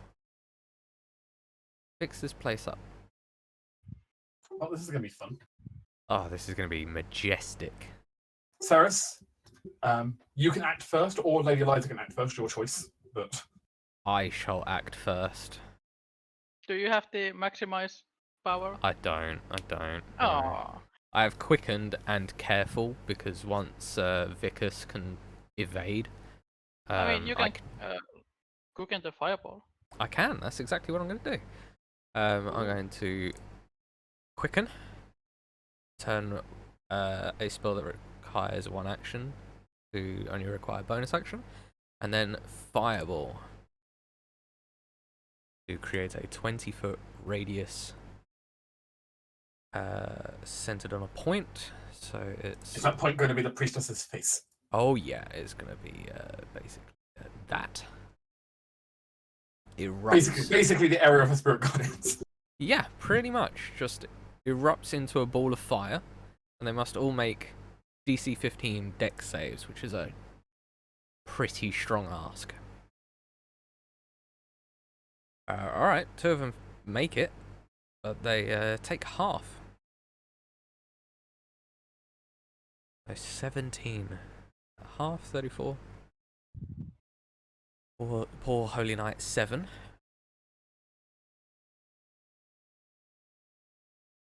Holy Knight number 7 takes 34. Ow. And then the others take 17. 17. And they have to make a con save to keep their spells if they're concentration. Yeah, I believe. Spirit Guardians, I believe, is concentration, isn't it? Yes, it is. Sure it is. is. Indeed. Here we go again. And because it's because it's concentration, it's half the damage. Is it half the damage? It's 10 or half the damage. Which one is higher? So it's DC 17. No. No? It's half the damage they took, which was only Yeah, took half damage that they took. No, So I it's- mean for the concentration save. Isn't it? Yeah, it does... it's no, it's 10 or the half the damage they took. Oh, Which they one is took it. higher? Yeah, no, they Well, made there's it. one Yeah, less you're than right. You're right. She has advantage on this. Warcasters. Ooh. I mean, you have your cantrip. I have my cantrip, which is going to go into her face. I believe I've got distance for it. Yeah, it's 120 feet. Plenty of room. Only at 12. Your firewall flies towards her, but she just lowers her shield. Yeah. And as she ends up calling out. Who are you? Uh, It doesn't matter. A druid, and you are convincing our sacred ground. Get the fuck out of there! We're a little busy at the moment. Then you shall die there.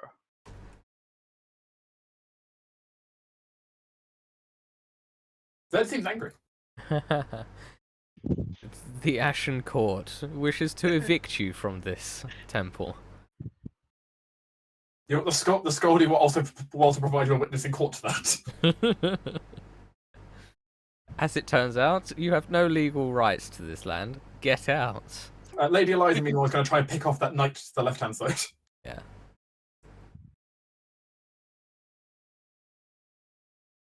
Ooh, barely a hit. And I have another fireball still in the chamber.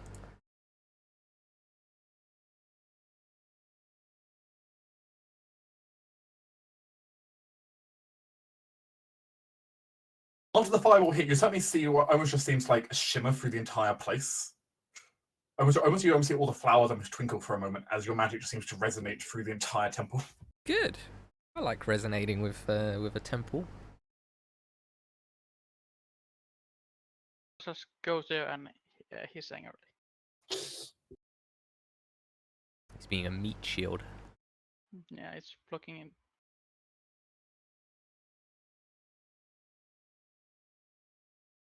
Right, this Holy Knight's not happy. Not with what you just did.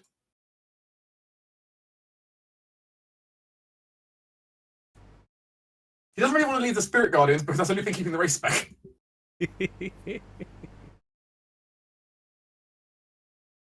Because obviously they don't want to touch the radiant damage. But you know what he can do?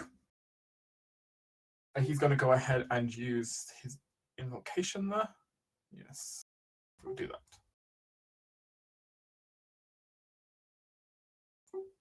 He has a gift for you. As he will go ahead and strike his sword into the ground.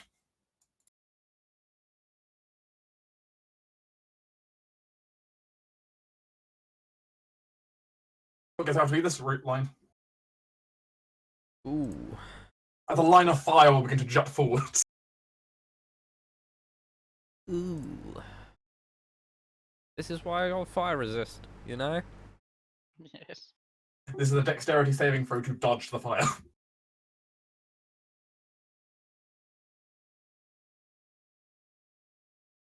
Spider 2. Everybody gets to take half damage. That takes quarter. Yes, because it gets to take a quarter. So half is 9, quarter is 4. Yeah.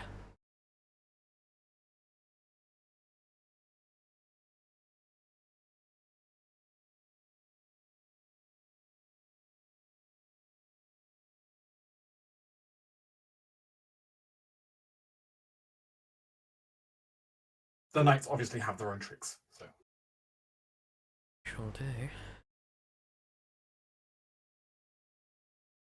Karu might be the most poignant at trying to at least keep the spirits away from us.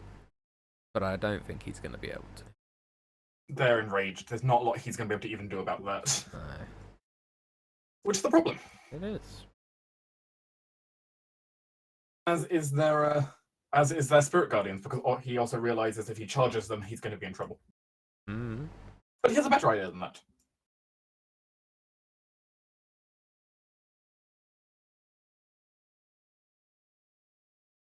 He's going to move forward, potentially revealing himself to the wraiths. What's the range?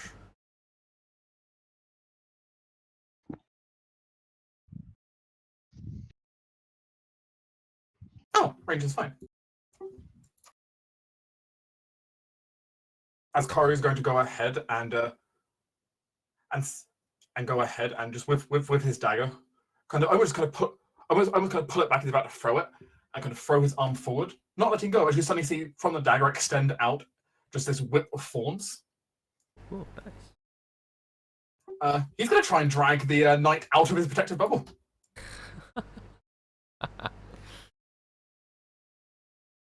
Such a baller move. Yes. I mean, that's a hit.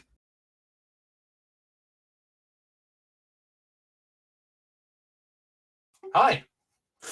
Ooh, he's in a bad spot.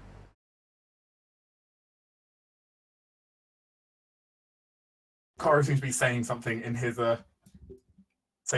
tongue. You're not sure what it is, but it sounds venomous. Holy Knight number 7. Ow, ow, ow. You're gonna chug a potion.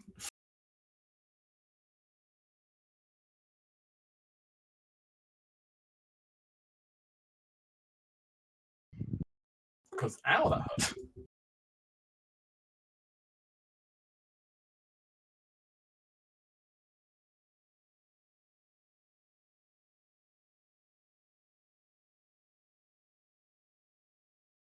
The Arranged Spirit. Well, it has a target that's not you guys at the moment, so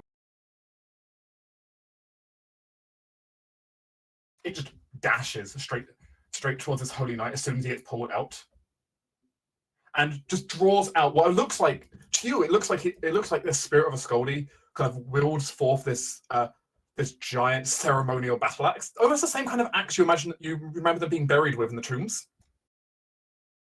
They're kind of all the same kind of stylings. As it will bring it down upon this knight.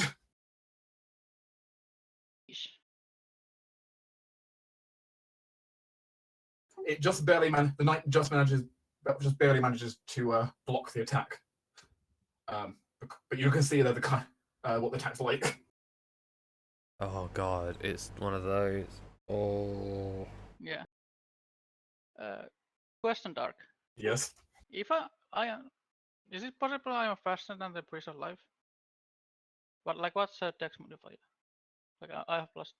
Oh, it's normally PCs go first and It is usually PCs go first. It's true. Yeah. yeah. Then it does matter in this case. As Seth will cast a spell centered on the our darling Priest of Life, as Seth speaks up and his booming voice. The maidens of Frost heed my call and froze this land with your touch, as I will cast Sleet Storm in that area. Oh no. It is a 40 feet radius, 20 feet tall cylinder of ice and cold that is difficult terrain, and when they start turning there or enter for a first time, they have to make a dex save or fall prone. DC 14. Also, if they have any concentration spells off, they have to maintain it at the start of their turn. Okay. Against my spell DC. Okay. Which obviously And is about to be her turn. yeah, I shall also move out of the line. You don't want the knight to just keep AoEing. No. Well, first things first, I suppose. Dex save, then con save for her? Yep. Saves. Has advantage. No. Ooh, Spirit Guardians is down. It's down. Ah. Question is, does she just use another spell slot? Put it back I up. mean, she also has to make it every turn that she's in there. Yep. This is an issue. And it's a difficult terrain. Try to move out there. Right, this is troubling. She's got many things she wants to do and not that many actions.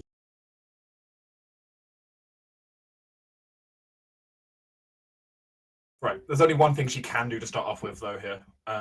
Yeah. She is going to go ahead and pull close the radiant across to her chest, and whisper out a prayer of all life and devotion. She is going to go ahead and channel divinity to heal. spending them, so it's pretty useful. It is a limited pool, that's true. Yeah, it is in the pool. And you have a fireball coming. I do, yeah.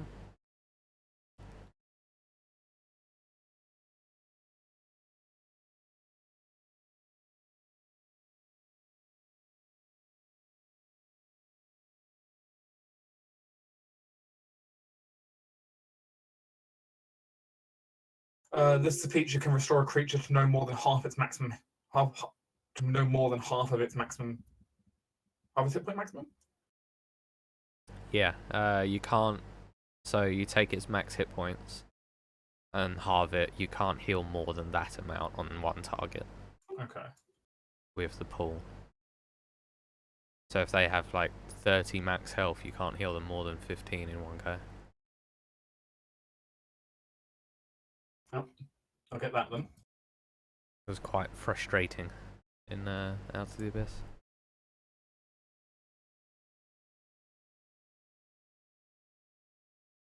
But wait, that's not all she can do this turn.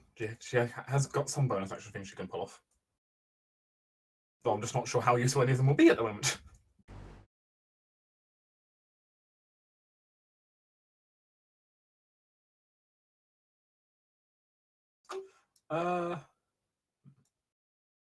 Well, she's going to try and move, though. Yeah, even that is a difficult subject. And no, none of the bonus action stuff will help right now. Okay. Very well then. High spirit. No priestess.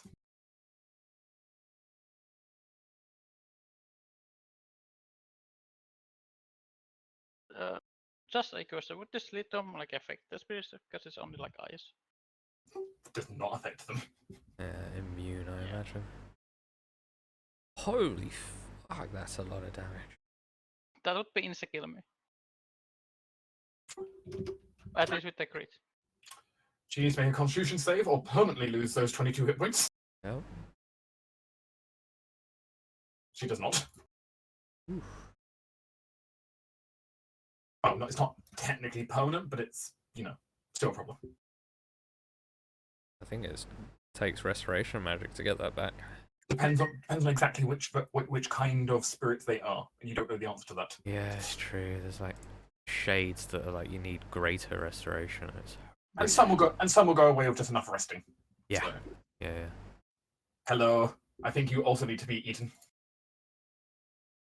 He dodges as well.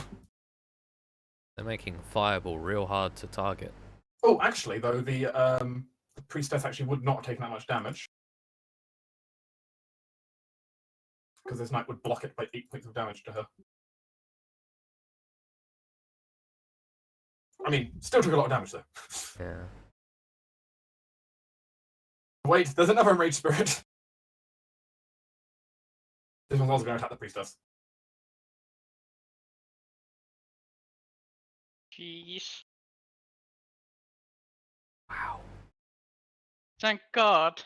We are not maybe fighting them. Maybe. I don't know, man. I hope so not. They do seem pretty frenzied at the moment, so you're in a bit of an awkward situation with that. You're not sure. Yeah. Ooh. Lowering your hit point maximum there, I see.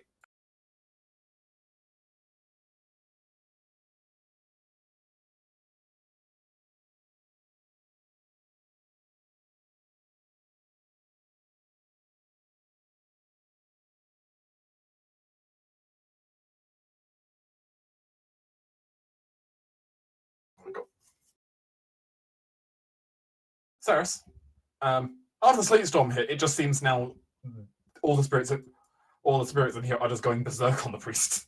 Yeah. I mean, talking in combat is pretty free to an Roughly. extent. Ceres will ask Karu if he thinks they will calm down once the Inquisition are gone. Or if they pose an actual threat to us. Kin.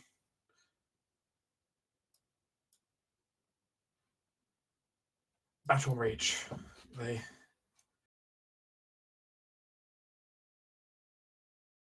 not sure, may not be able to tell who we are.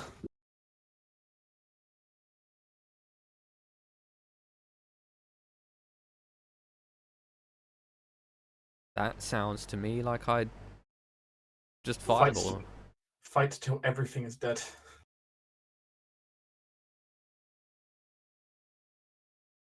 Kara looks distressed saying this, but understandably, Yeah. not a lot we can do about that. No. The problem of having a whole bunch of berserkers who've now turned into ghosts. Yep. Okay. That's fine. I will. I'm not going to quicken this one, but I will cast a fireball. Here we go again. DC 15 Dex. I see 3 successes. Or 15 if they save. Right, I'm going to start with the Imperial side first. So how much damage?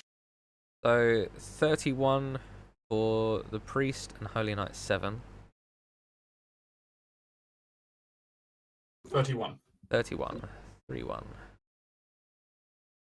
And then 15 for Holy Knight 8.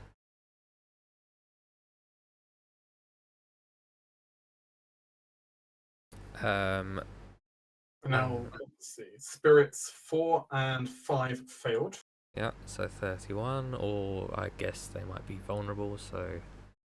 Nope, they're resistant. Resistant to fire? Welcome to the problem of incorporeal creatures are resistant to most things. Oh, yeah, I suppose. And then the others take quarter damage, I guess.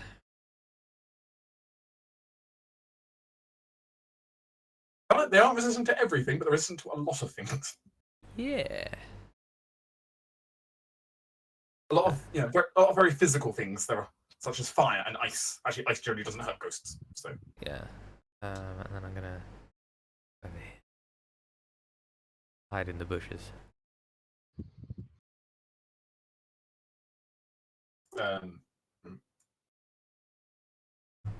Lady Eliza could shoot the knight. On the other hand, there's a bunch of angry ghosts now.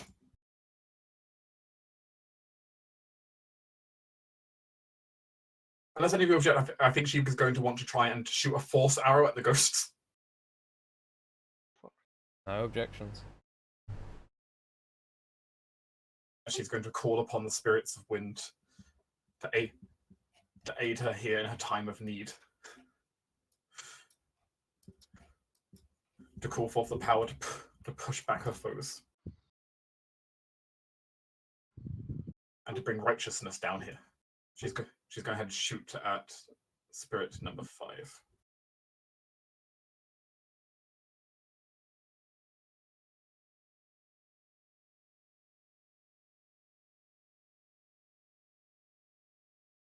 It counts the magical weapon when she's doing this, which is good.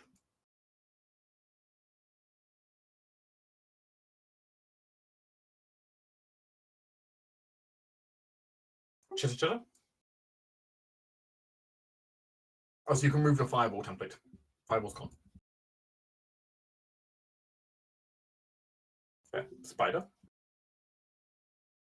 I don't know if the spider can actually go in there. I mean, it can, but it won't. The spider will ready action to try to block somebody if somebody approaches Karu. Like, go just step in the front. Okay. Just be annoyance. The Holy Knight is now panicking a little bit. He's going to swing his longsword at the rage spirit in front of him.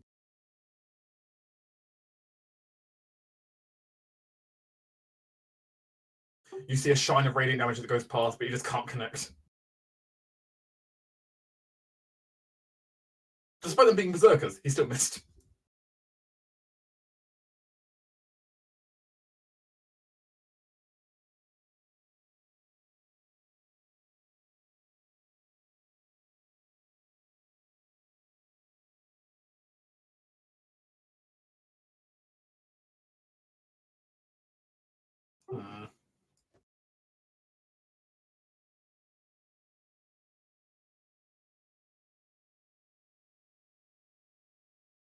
Well, he's going to go ahead and just shoot at the Holy Knight. He's not going to shoot his own spirits yet.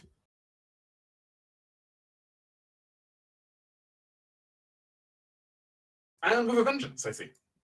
Oof.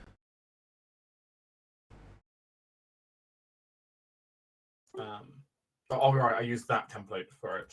So I need... oh, that's fine. That's pretty low damage. Nonetheless. Oh, not Karu. There we go. I take 7. Also slowed down, because just what he wants when he's fighting a ghost.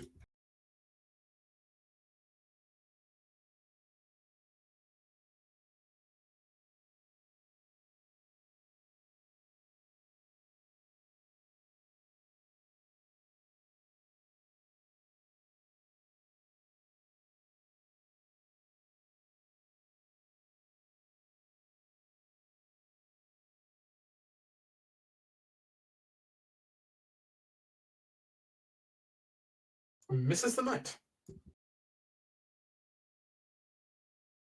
Zed? Okay, player question. Yes. Is there any possible way, as me as a druid, to piece these spirits, not to fight us after the knight is dead? Because like this is a druidic circle, I can speak with them. Like I'm not. Yeah. It's possible. It is technically possible. It's just very difficult. You're trying to persuade creatures that are essentially in rage at the moment. Yeah. Can be attempted. Oh, yeah. The knight has to make a dex as well. So. And I will. also, we forgot that the last part of Sleet Storm is. We just copy and paste it. Any attack roll against an affected creature or object has advantage. Ooh. So That actually means the Holy Knight just got hit. it just got obliterated. So now there's nothing left.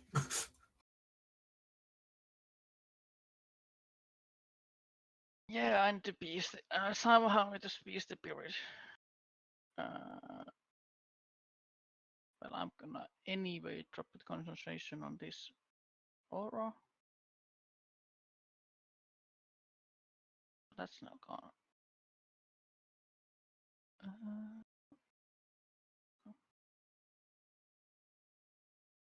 I guess I'm gonna use my action. Let me see. What is guidance? What are you?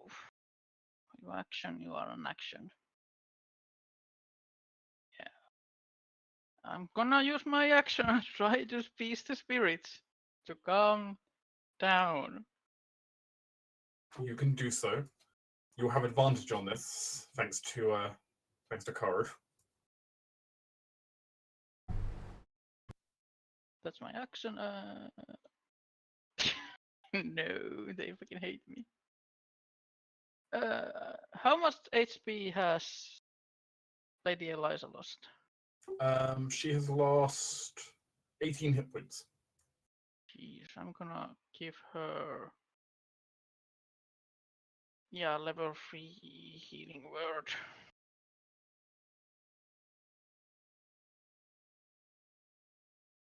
So she regains 15. That is my turn. Be bad. Oh god, it's gonna be bad.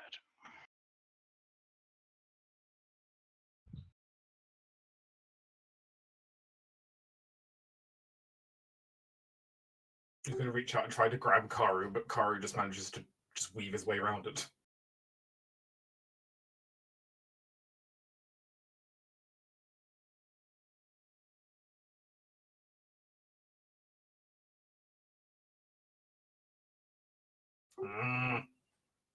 Why is everyone out of single move range?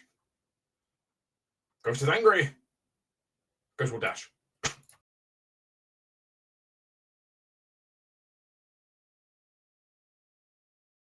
Aha, the spider's in single move range.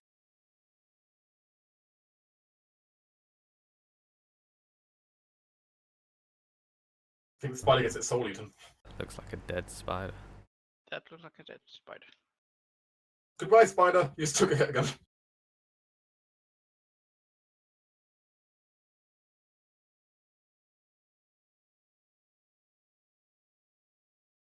Okay. Let's use a different kind of spell. I wonder if they'll be affected by this instead. So Spirit 5, can it make an intelligence save? Did you say intelligence? Intelligence.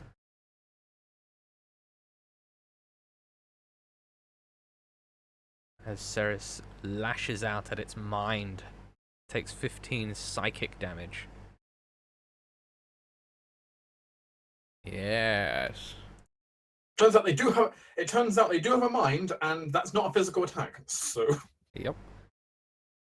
Also, does Ceres think that these were the culprits for all the freezing of people? Do not think that's the case. Yeah, I was worried that you'd say that. Alright. Yeah, that's me. Hiding yourself in a corner there. Yup.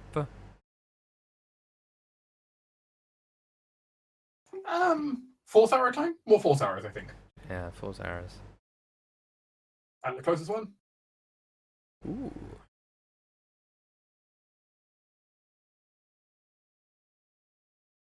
Nice. Downside, Lady Eliza's now out of force arrows. Unfortunate, but that'll be fine. Look, she only has so many prayers in one day. Yeah.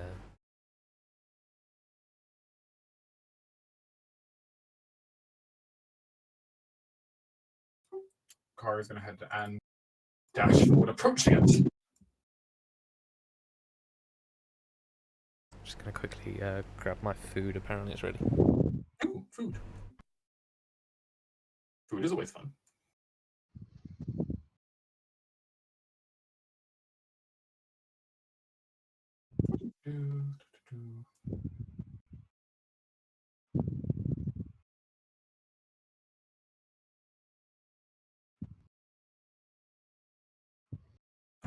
Kari's in a bit of an awkward situation here. Most of his stuff is not very effective against ghosts, which is somewhat annoying for him.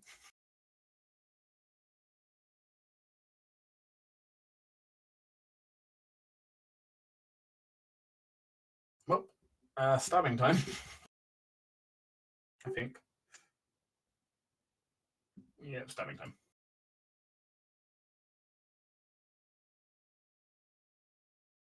Oh, that's not crit. The good news is the weapon is magical, so at least the initial 6 damage isn't halved.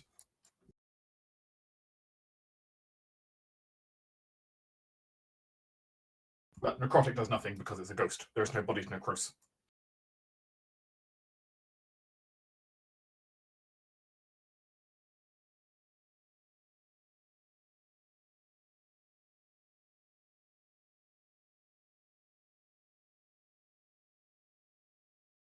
Hi, Zed.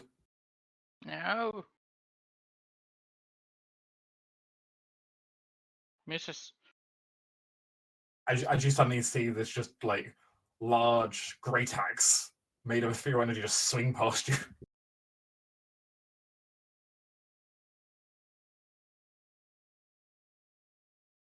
Axe made out of pure death. Pure concentrated death. This spirit is gonna get a thunder slap in the face. DC 14 con save.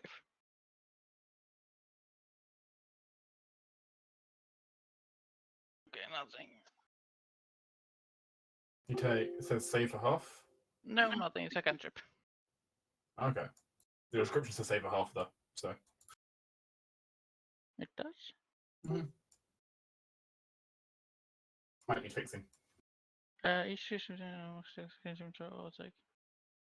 no, it doesn't say anything for save for half. Yeah. Fifth line from the top. But right above the damage. Oh, yeah, okay, there. Okay.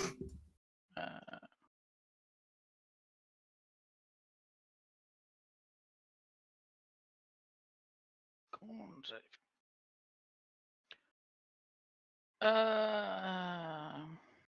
Does anyone need healing?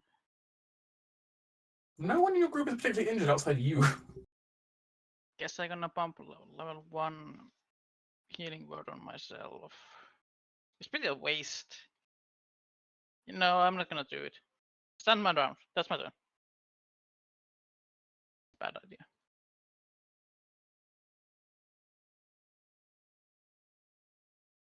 This one's going to go ahead and actually go after Lady Eliza after that rather serious arrow. Which, fun enough, will actually trigger something from Karu.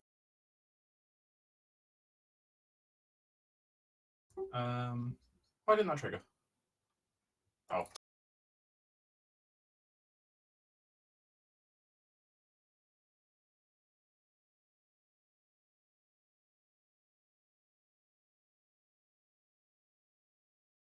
Ah, the spirit triggered that.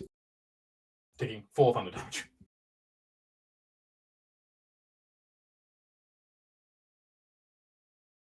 As the spirit will now attack Lady Eliza.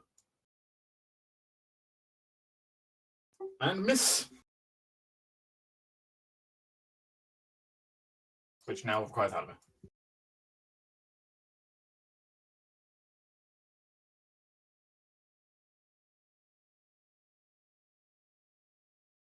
Halldamir.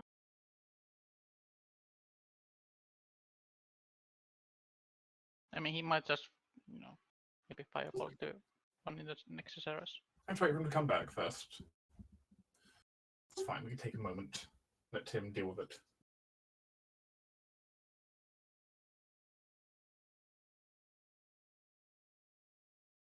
Well, the sleep tone was a success. Certainly, great success. Yeah. These things are scary, but they're not unbeatable. So. Yeah, they are very scary. Yeah, they hit like a truck. They're resistant to damage, but Yeah. they're not unbeatable for you. So it does help that they were targeting the religious people first. Yeah. Yeah, you just run out of those. I mean, to a degree, yes, but we're here for that goal. I just hope they don't hit me and drain all my HP and kill me instantly.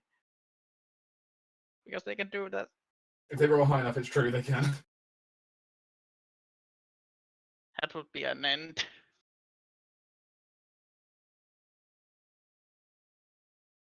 And congratulations, you come back as a ghost. I shall haunt these hollows. More like you'd be forced to come back and be its eternal protectors for eternity. Be its protectors for eternity. That's not fun. No.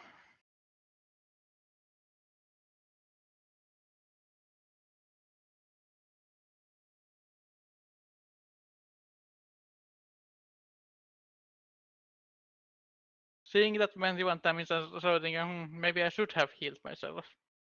I don't know.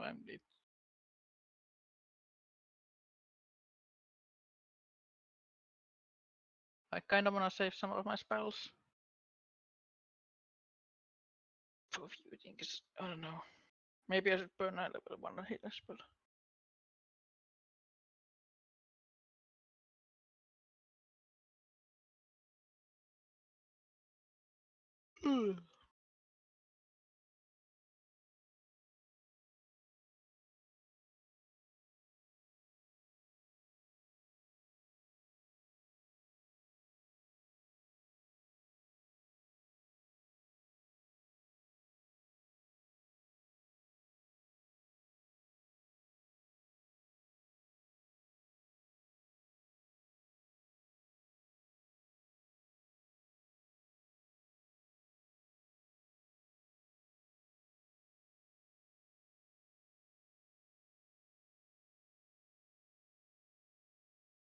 Oh, sorry about that, chaps. Oh, welcome back. Back. This rather beautiful place is currently covered in ghosts. Yeah. Still covered in ghosts. Cool. Man. I don't want to cast another second level spell. Just try to kill the one that is next to Lady Alert. Yeah, that's what I was aiming for. It has been injured somewhat. We'll try to do that. We'll firebolt it. 17 for 9 fire.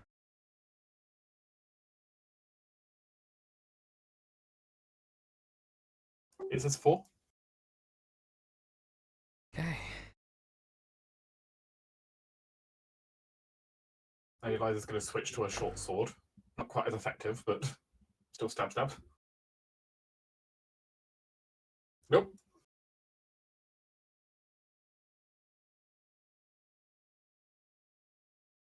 Salikari, you're not the best equipped for this, but nevertheless.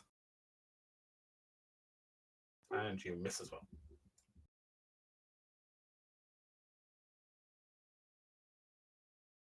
Hello, Zed.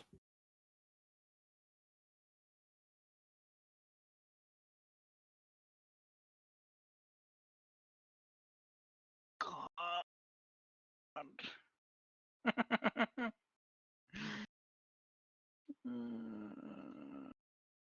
Fucking hell. What's wrong with your constitution saving throw? Yes! Barely! Oof.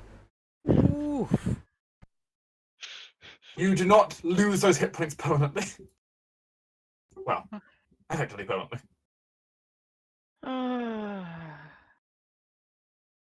Horrible. Why? You can always run away.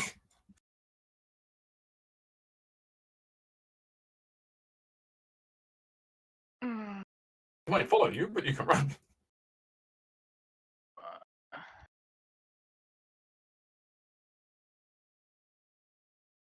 I shall move there, not to provoke.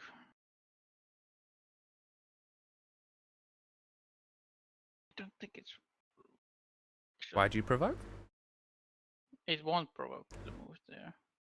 Oh, okay, I was going to say. If I move further away, but it can catch me wherever I fucking go. It's like it's a ghost that can move through walls. That's good. I'm gonna use my bonus action to cast second level healing word on myself. And to heal 8, and then I'm gonna use my action, that is the dodge action. Oh shit, don't touch me. Yes. That is my turn.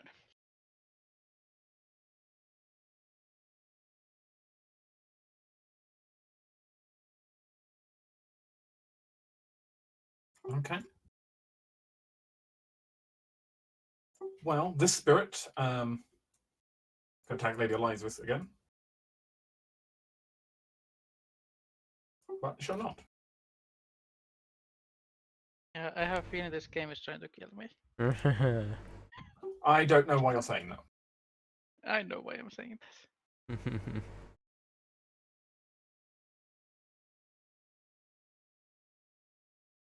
I think that you are. I think you're overreacting. He's overreacting, right? Yeah. We shall see. Nah, this is a dark campaign. Death is always on the horizon. That's true, but But surprisingly, I actually pretty rarely kill people. It's always an option. For some reason. I disagree with that sentence. For some reason, Enraged Spirit 7 dropped off of initiative. Yeah, for whatever reason. It was there, but yeah. Hopefully, I'll knock him off initiative anyway. You know what? I've never used it, but Charlotte has this, so it'll be the first of these rolls 17. For 15 damage. Or I guess 7. Nope, it's improvement. Damn. Lady Eliza's going to try stabbing it again.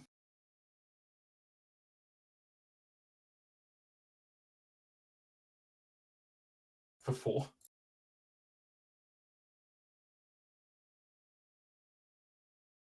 Yay. That's enough to dissipate it. That's good. Karu's going to bounce over here. Stab at the Rage Spirit. Actually enough to hit, funny enough. They're berserkers, they don't have a lot of AC. Magic weapons, so no half damage, but immune to necrotic.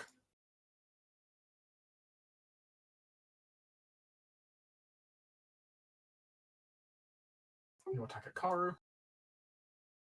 And you'll miss. Zed is distracted.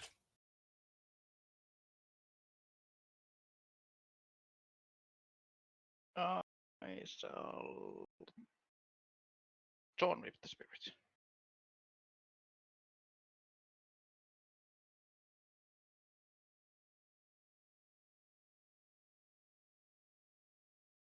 Technically, that is magic. That is technically magical piercing weapon damage. Technically speaking, yes.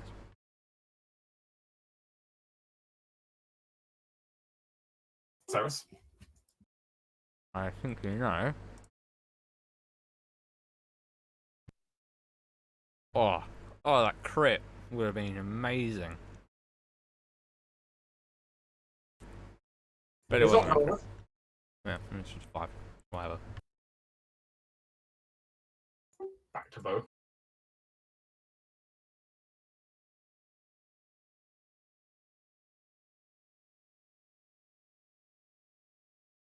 I leave.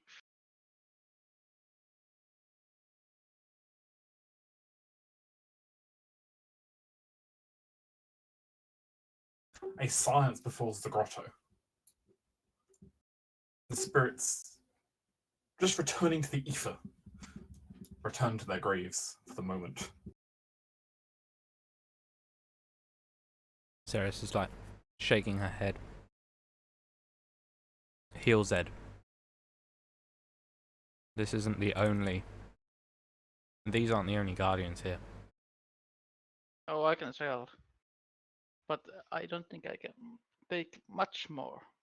Eliza, can you heal Zed as well? I've got nothing. I have a little bit, but Currents over. I could give some healing of my own, but it's more meant for group healing. set science and guess. I mean, Eliza's hurt, right? Not by much. She's only got a few hit points missing because they're healed. I shall cast Cure Wounds on myself. See where we go. Oh, that could be good. Pretty good. For the moment, however, there is a quiet calmness. Immediately starts trying to get the Holy Knight's bodies off the altar. Yeah. Well, you see him, like, even as he gets up, he's almost like tiptoeing as he goes around up there, even while trying to carry the bodies. Well, I suppose he's not. If it's a coming of age of shamans, like a coming of ability, he's not really meant to be there either, right? He's not, no. Set will aid him. Like a really awkward position. But of course, you know, he's just kind of briefly popping up, grabbing the bodies and stepping back down again. Yeah.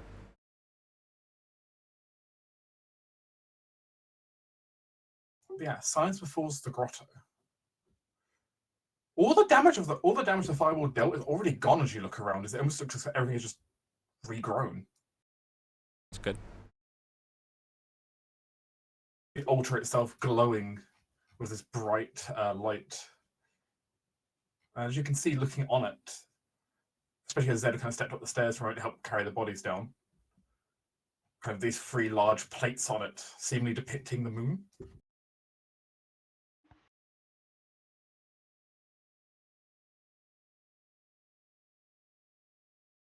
It's a very tranquil place now that there's no longer ghosts and fighting here. And it's also not cold, despite the fact that the room you were literally in before this felt like it was like 40 degrees minus. This room feels like just comfortable. You can't really describe a temperature, it's just comfortable.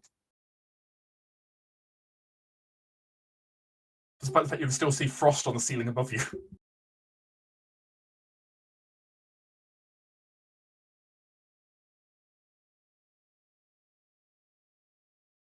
And faint shimmers of sunlight beaming down.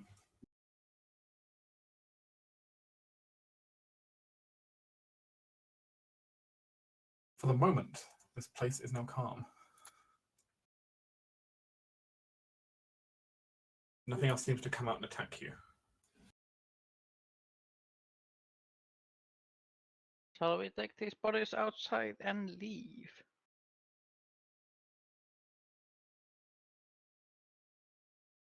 There are people trapped in the ice. Although I do not particularly care about the Inquisition, I feel as if their bodies are still in the temple itself, regardless of if they're entombed or not.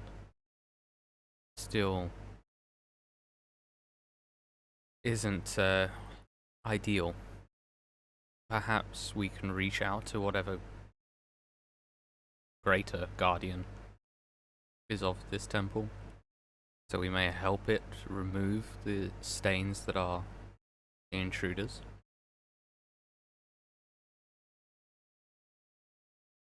You mean the dead Inquisition inside the ice? Or you mean the elves? And the gnolls and goblins, whatever. All of them.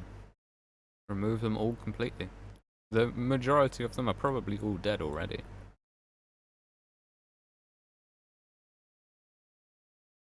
I mean, if you want to, you can try. I don't really.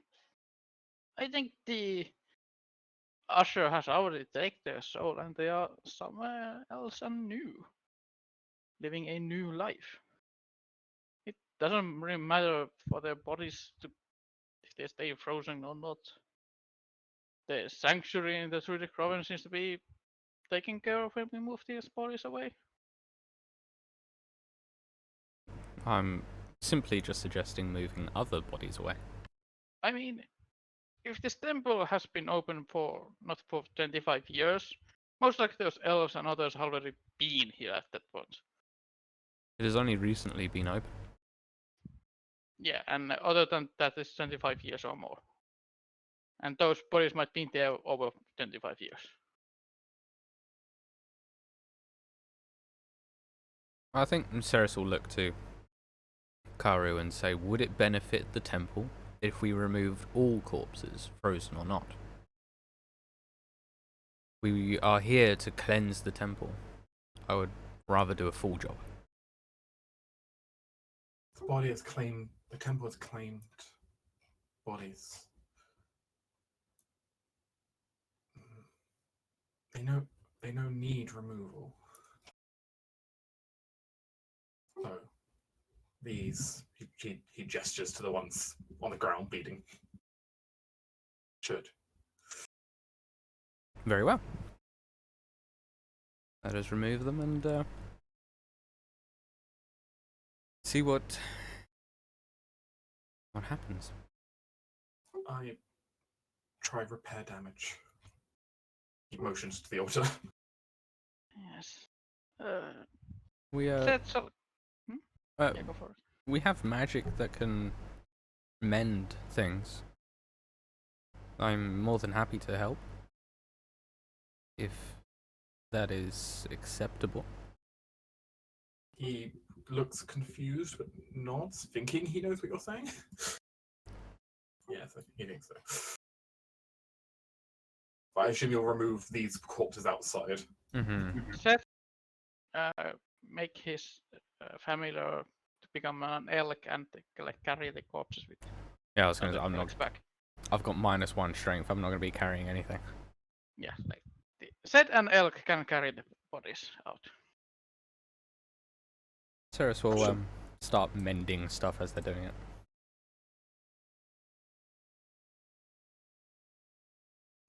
The Inquisition have definitely been. We're definitely poking and prodding around in here. Seemingly, they were trying to find. They were seemingly investigating the old kind of the ritual area here, and well, you know, they may have accidentally dealt a little bit of damage, not a lot, but a little bit of damage to it. And of course, time has dealt the rest of the damage to the place. Yeah. You don't think the Inquisition were purposely trying to ruin this place? Looking at it, like you don't see anything that looks like obvious, like they just hit it with a hammer. Mm-hmm. You think it may have just been more carelessness that they accidentally damaged something. Yeah. But nonetheless, that managed to piss off all the spirits here. I mean, their very presence probably pissed them off enough, but you know, straw that broke the camel's back. Well, hopefully physically mending. Like, it doesn't regenerate the magic, but it physically mends anything. Yes, which will help. That will certainly help.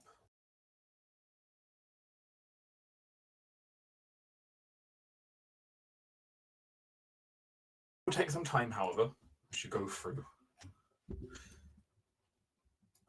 Charlotte can also help with you if you wish with this. Yeah. Though her magic may not be potent, she can still perform a basic cantrip. Yes. She's not entirely incompetent. I wouldn't have hired her if she was. See, there we go.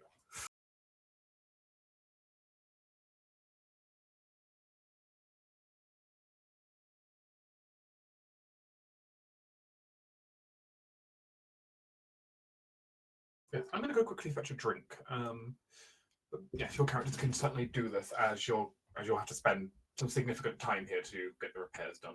Mm-hmm.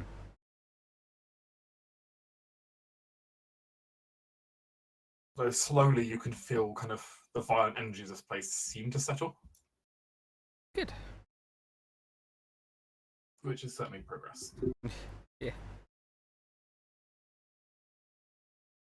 I mean, we can hope, Zed, that if we appease them enough, if we make the temple happy enough, maybe one of those corpses, like one of the high elf corpses, has magic items on it, and they give it to us as a reward.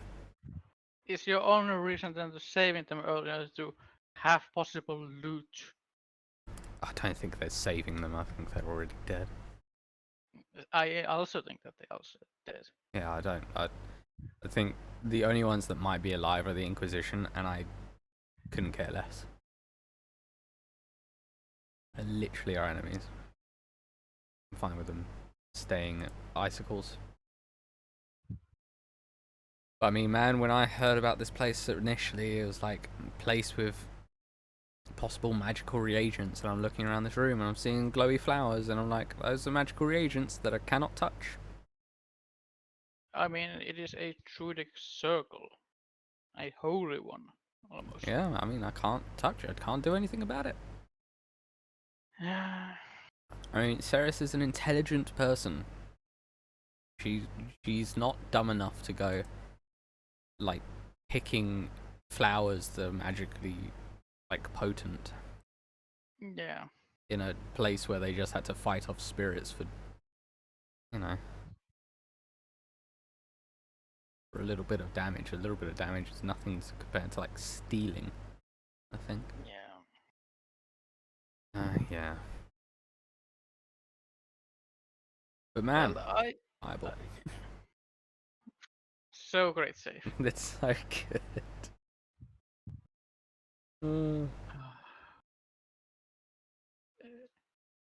Really save a lot of damage. That's a lot of damage. Yeah, for sure. And I'm glad that I picked up. I didn't go for a feat last level. I went for charisma. Yeah, I went with feet, but I need, I need Warcaster. Yeah, definitely. You do. It's like a must-have for like life clerics as well. Yeah, it's pretty much half when you are a caster with a shield. Yeah, if your class or subclass can like have a shield, then Warcaster is like your first pick, typically. Yeah. But I'm glad my Slitstorm work as it should work. It worked Really really nasty well. spell. Like, It's really nasty. brutal, yeah. I mean, I can chop that against an army and they can just, like, fall prone. Yep. Uh, Well, the I only also... downside is like that gives disadvantage to ranged attacks when they're prone. Yeah, but they have advantage on because it's on the effect of the Slitstorm. That's true, yeah. So it's a normal. They just don't move. Yeah. Yes, the group can slowly repair the altar and of the grounds as best they can. Have 3 casters casting mending repeatedly. It is a very magical place, so you could certainly feel. And Zed can see it. The pool in the middle there has definitely previously been used for scrying magic Mm. in a time long ago. Well, not long for the elf standard, but again, for the human standards it is. I love how messed up elf like years just really screw with everything. It's just like it was a long time ago. It was like nothing compared to okay, never mind. Yeah, that was probably a scrying done that like I don't know 3 decades ago. That's nothing. That's nothing. It's whatever. But it is interesting to, of course, count that count as a appropriate focus. It's cool. Yeah. I wonder what they scried back in the day. Alignment of the stars. Or something. Maybe something like that. Hey, scrying focuses are expensive. At least you have to be minimum 1,000 gold. Yeah. Scrying is no joke. I considered like specializing Charlotte into divination magic. But abjuration's the way I'm going. Yeah, it's expensive. Yeah. Anyways, as a side note, Seth doesn't really care of looting these bodies. He just like dumps them to the methods outside and like lets them like drop to the valley or something. You do notice actually some of the bodies outside, like a couple of the null ones, actually disappeared. Yeah. Okay. Okay. The methods can take care of the cleaning up when they're outside. What the hell the methods do with the bodies, you don't know. They can eat it. They can As do far what as they they want. care, eat it. Yeah. Yeah. As it stands, though, you don't feel like you can definitely feel the presence of whatever greater protectors of this place, but he's not come out to attack you. He doesn't seem to be angry at your group. So I would like to ask them though, like about the elves, but I don't think Sirius would have any idea of how to actually try and speak to a guardian spirit. I mean, I can translate it in Druidic, but you know. I'm just something. It's worrying that the elves are here. Either they were here way before, Most or likely, they were here yes. recently, and in which case, like if it's recently, as an Inquisitor recently, we got an issue because that could have been the way that the Inquisition found this temple is the High Elves. I mean, do they look like they have been there recently? Is I guess the big question. I mean, you can go back down there and investigate, Sure. have a look around. Why not? Let's do it. Try not to touch them still. Just, you know. Look, don't touch. Investigation. I mean, let's see where you're going and what you're looking at, and we'll go case by case. I can describe things to you and so on. I guess I care about these. Oh, there's a child in the ice. No, Oh there isn't. no! It's Oh, just a small elf. Don't care about it. it's a baby, man. It's a No, child. it's not. No, That's a child. it's a small elf. Does it look like a child? I don't know which one you're referring to. Yeah. You're not down there. You can't see that. Oh man. Actually, that is pretty Inquisition. That's surprising. Okay. All right. Well, all right. What's up with this high elf next to me? As you approach over, what you see there is a tall, high elven woman with snow white hair, just gauded in silver jewelry. Or is that mithril jewelry? Okay. With this long, kind of silken robe in blue, white, and gold.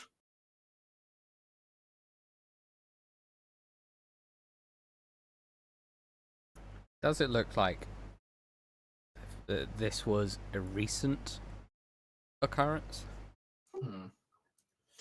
Basically, one problem of being frozen in ice is nothing really changes. Yeah. Which is not great.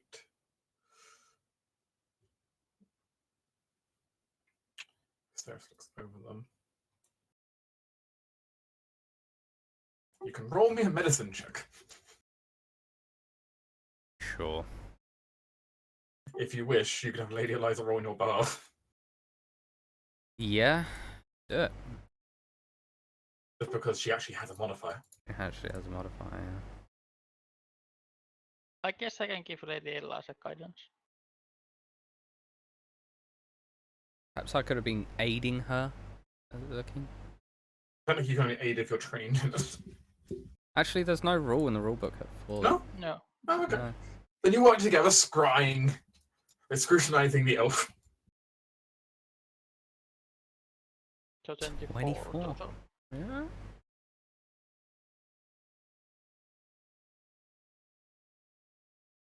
She looks like she's been here for quite a long time, as far as you can tell. Looking over her. You don't know exactly, but you do feel like she's been here longer than the day since the Inquisition sealed the place. Okay. All right. That's some of my worry gone. You also, as you're examining her, see burn marks going up her wrists on both sides. A certain black burn mark you are very familiar with seeing. So it's a mage that was casting spells beforehand. Yes. An arcane mage who's obviously suffered the spell blade. Yeah.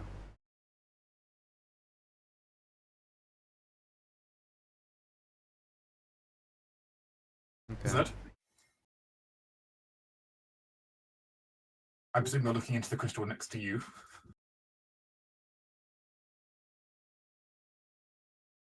You bear witness to what appears to be a white-haired elf who is stuck perpetually in a kind of mouth wide open, shocked expression. He's got some scars over here. Man is dressed. Well, he's dressed in kind of this almost slightly silverish chainmail. Some kind of warrior, it looks like. Are you one who just says how long he's been in here?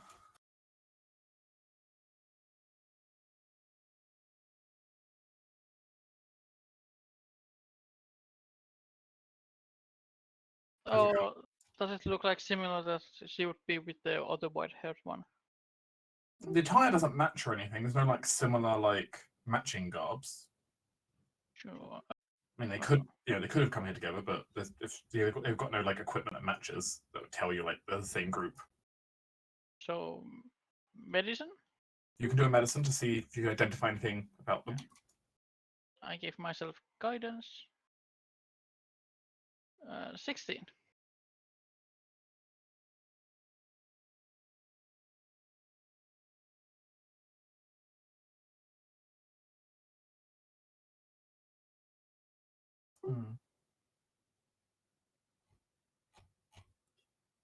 The body looks relatively fresh to you. Not super fresh, but it doesn't look like it's been lying around for a long time. Though you're having trouble dating it exactly. Again, the ice makes this a difficult task to do. Be later with the Inquisition still. You still think it's later than the Inquisition? Oh no, sorry, you still think it's like before the Inquisition, but you're not sure by much.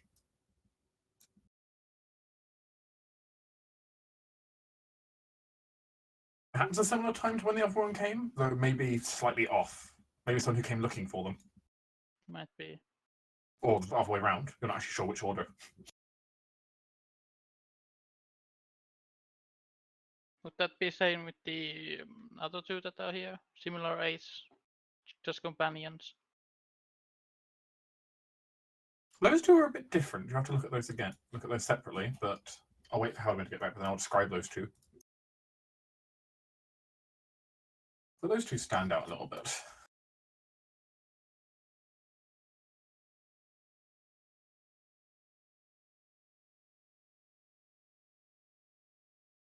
How does that feel, seeing just all these people just encased in ice and time?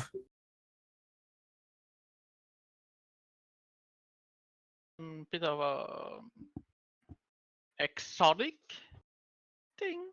It's a little creepy. It's not directly creepy. It's a bit of like, you know, something frozen in time yet already dead. Most likely. Probably dead. Maybe dead. Yes. Like he knows like a dragon might be like just come here and like frozen them. He knows something about like that. So no, it might be just like dragon food. Approaching up to these two, you see two bodies. The one on the left appears to be a. Let's see. Details that one. Draw Explorer. I'm having so much stuff layered up. This is a pain.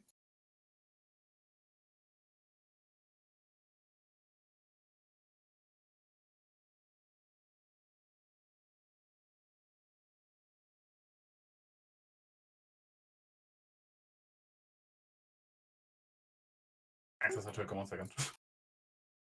Buried under all the ice. That's obviously the point, but okay, I know it's up then. You see a red-haired human woman trapped within the ice. She's dressed. Well, she's kind of dressed in like this kind of long leather apron. And it's seemingly got a large number of like glass bottles all over her.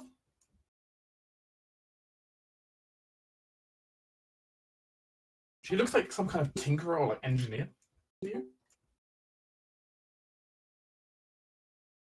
Besides her is a rather small figure with bright pink, purple, blue, green, pretty much every color of hair you can imagine, as almost just like bouquet on her head. A small gnome with bright eyes and little tattoos on her face, as well as a bright flamboyant outfit that much matches her hair.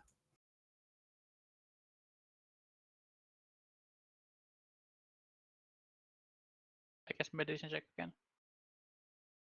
You can do it. You can in fact do one. Yes. Guidance. 20.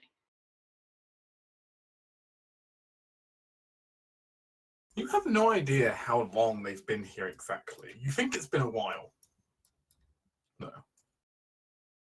You definitely think it's quite a while. If nothing else, as you look over them, you can see on the one on the left that even though they're frozen, you can see slight signs of like frostbite, having eased into even the perpetual frozenness. Which with permafrost doesn't usually happen, but it can eventually. There's something weird about the gnome on the right, though, as you examine it. The gnome's skin still looks surprisingly vibrant under there. Surprisingly peachy in hue.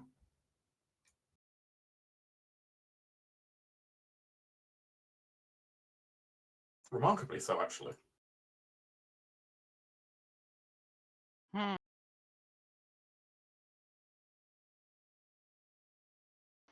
Would that be some kind of magical protection or just like a magical skincare? Or still alive.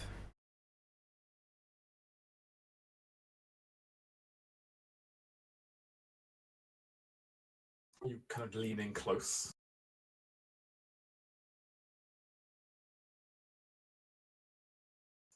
Trying to figure it out. Blink.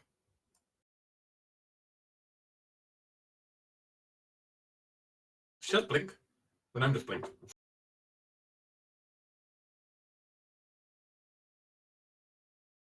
She did. And blinks at you from inside the ice. Great. Still alive. I don't know how I feel about leaving someone alive in here.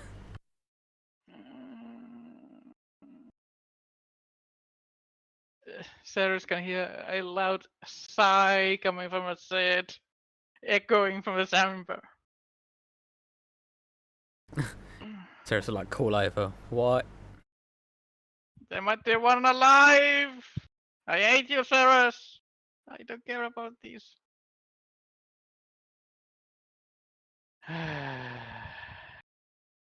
I will look closer if it's blinking again, if it's just an illusion.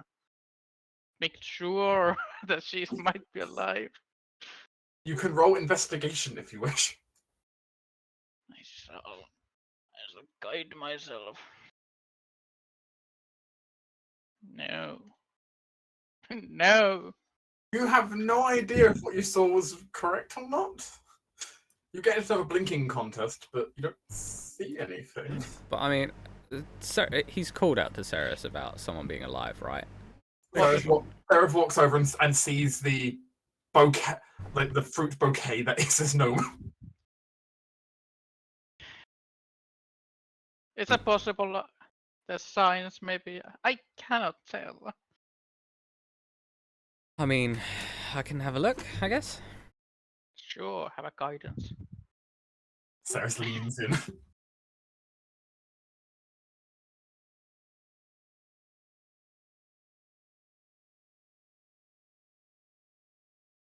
And let's see. I assume you're now assisting each other. I would assume as much. Plus a D4, but Yeah, don't actually have Charlotte assisting you for this. yeah, I do have Charlotte. 22. You keep watching, and there's not another blink, but you do see a slight twitch in one of the eyes, and you realise something.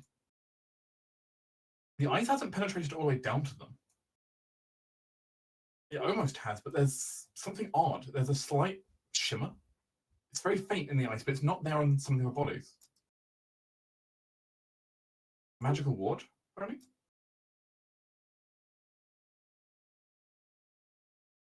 Protective spell?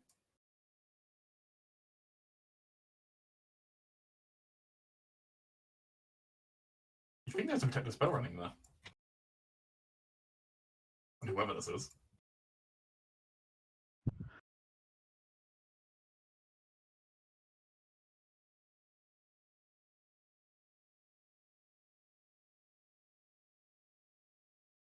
So you don't act, the eyes aren't really following you at all, so you're not seeing any signs of them actually being conscious. Just. Yeah, Ceres will. But they do appear, but you agree, they appear alive and seemingly magically not dead. Keep in mind that she is an ancient in here. Like, even I would call it ancient. Ceres shrugs. Depends on what magic's being used. Yeah, this certainly smells like your thing. Well, it's a great adventure. I shall aid you all what I can do. Even if I am not most enthusiastic about the matter.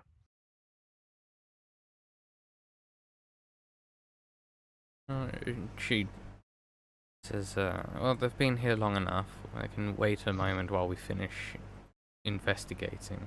There seemed to be an individual of concern down here. Like, wave him to follow. As you head down to the token that worried you before. You do see several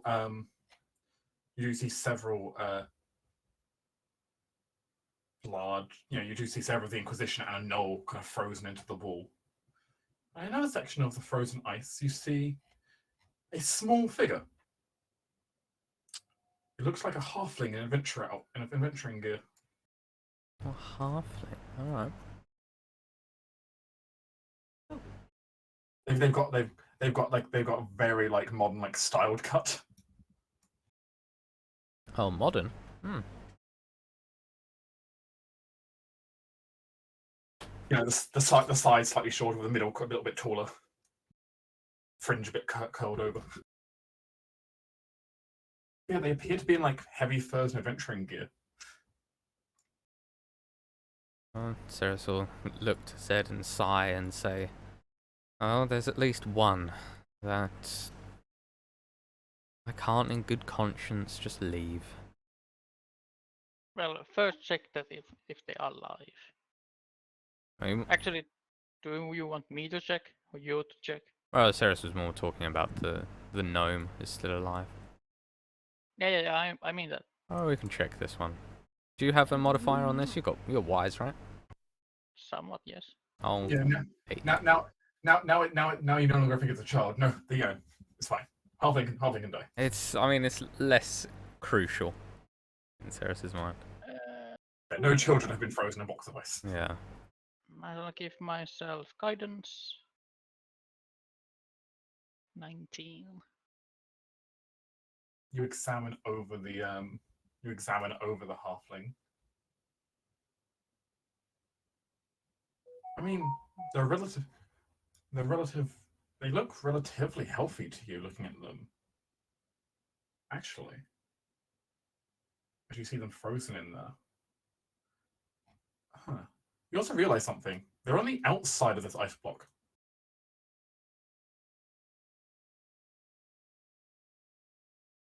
Which implies the Inquisition was frozen before them.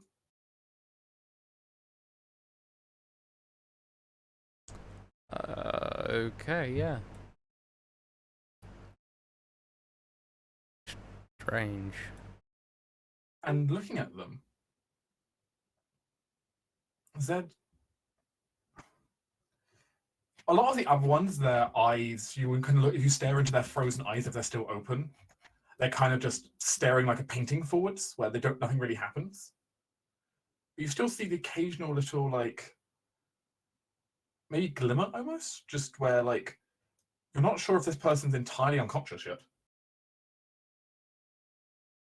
It looks like this is very fresh. Ceres looks to Zed with like a resigned look. Says, we're gonna have to. We're gonna have to. Yes. Just morally, we're gonna have to. Though Ceres does not see any, like, wards on this one. Yeah. This is just someone who is somehow tough enough that they've managed to survive being frozen and not die instantly. Yeah. Of course, though you don't think they'll last, they're not going to last forever in there. No. How shall we commune with the spirits in here? You tell me, oh druid. Perhaps we speak to Karu. You may have an idea. At beginning, usually, I mean, it's a long ritual to commune with spirits, specifically this high level. At least what I know. Ceres will shrug. I don't know. Let's ask Karu. Perhaps he has an idea.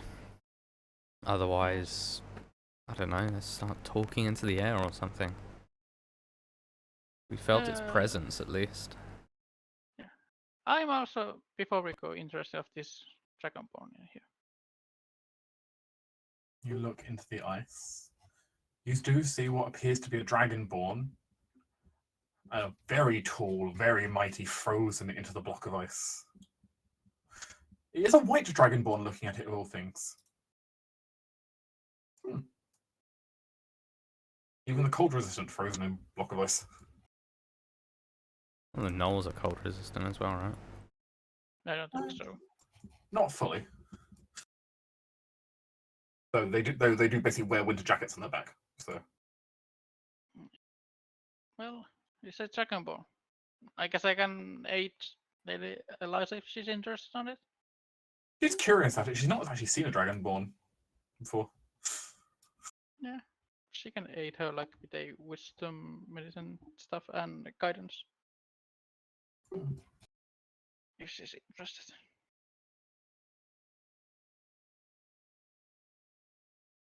You come up here to Karu, who's currently seemingly doing prayers in front of the altar.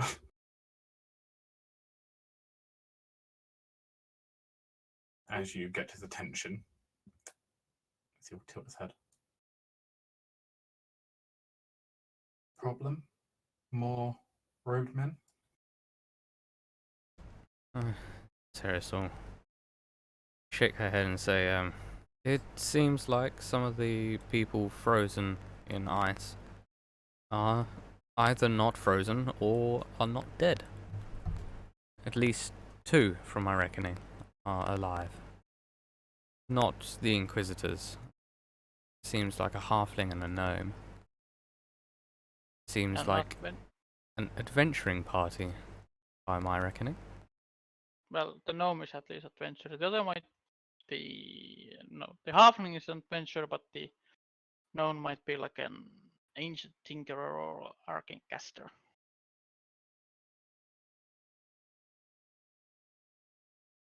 I can't. So, a lot of those words seem to go over his head. Ceres will basically just say, I can't leave them.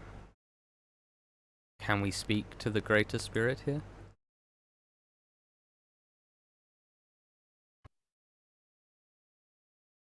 Karu pauses.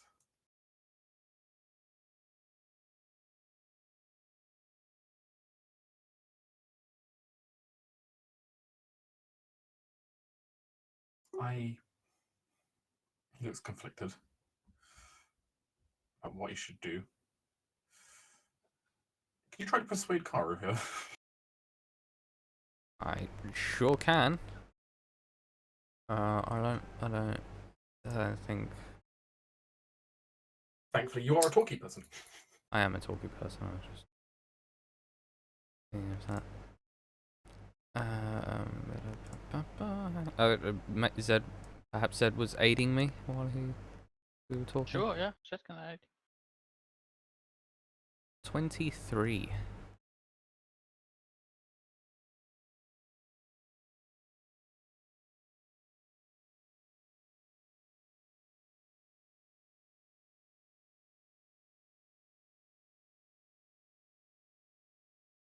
Karu pauses.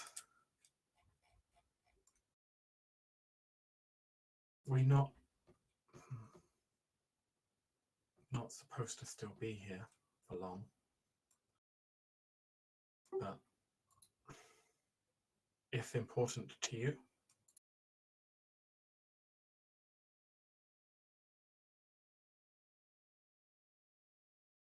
Ceres nods. Says it is. Spirit would want.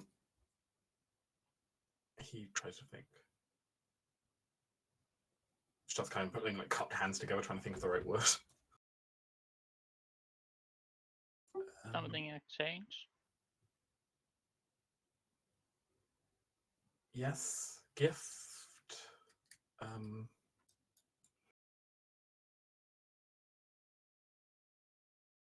Shall Charles speak up?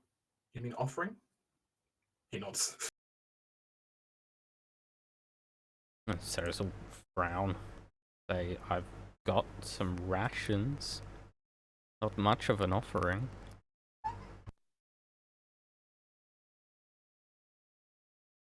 I mean, it depends only on the spirit what kind of offering it wants.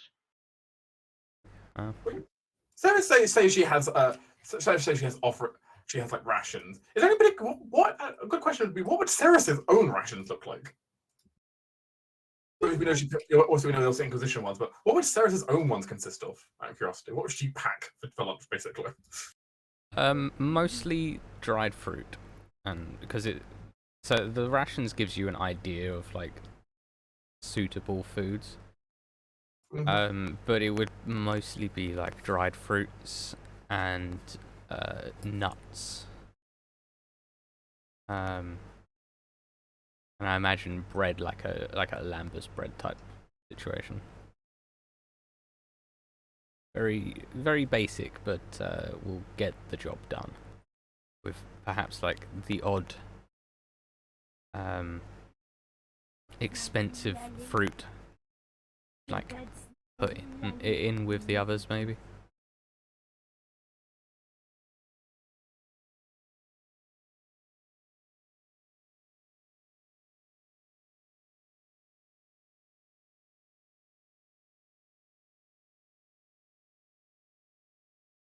There is a brief moment after you say that, as you suddenly hear a voice from. You suddenly hear like maybe not a voice. You hear like a humming noise. Oh, it's just fill the grove.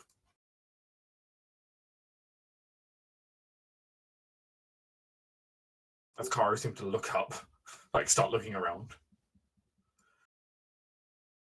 As he immediately like seems to just kneel himself before the altar.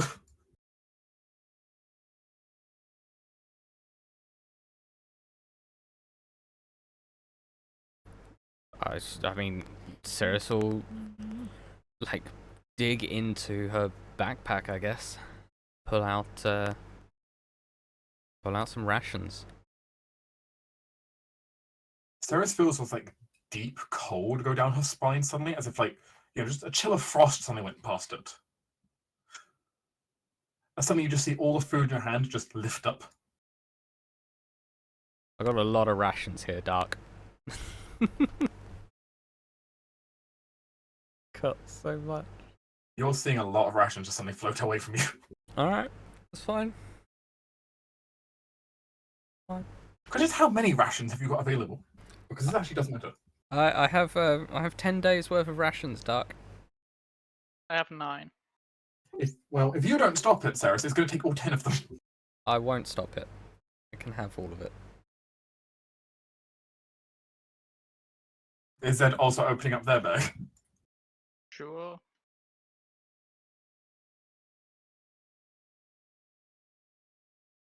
Suddenly you just see 19 days of rations, I suppose, all start floating over to the altar. Ceres will look to Zed and say, hope we don't need to eat before we get back. I mean, we can always hunt like a polar bear.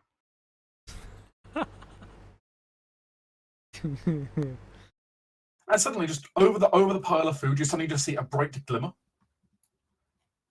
And then suddenly something appears. Sitting on the edge of the pool of the water, looking at all of you, surrounded by just piles of food that are bigger than it is.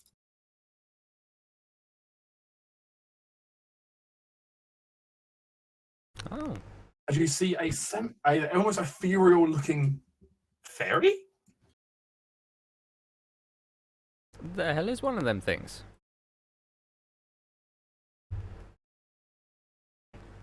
As you hear a voice speak, it's soft, yet it echoes, and you almost feel like it's speaking inside of your head. Like you understand it, like you don't understand the word, but you understand the meaning, as if it's being just translated somehow by your own head. Wow, that's a nice question to ask, isn't it?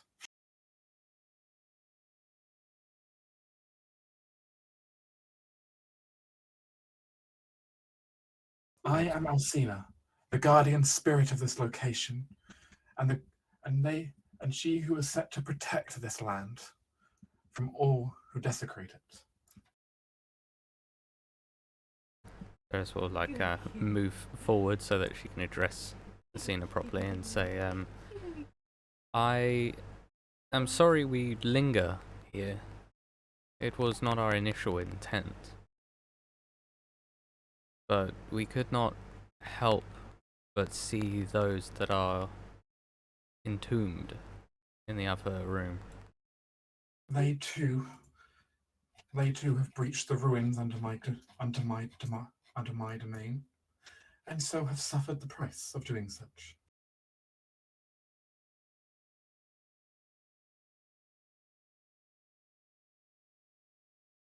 There are at least two, perhaps you know better than I, that seem to still live. There are some, yes.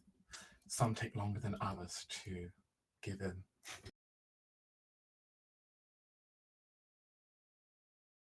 May I beseech you for questions upon them? Or perhaps I can take them from this temple entirely.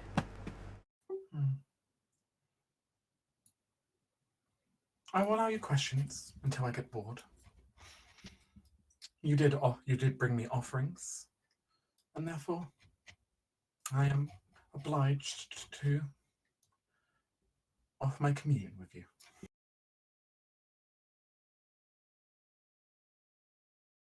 Okay, Ceres will begrudgingly accept that fact. You seem so disinterested. Yeah, I feel like that's probably the case.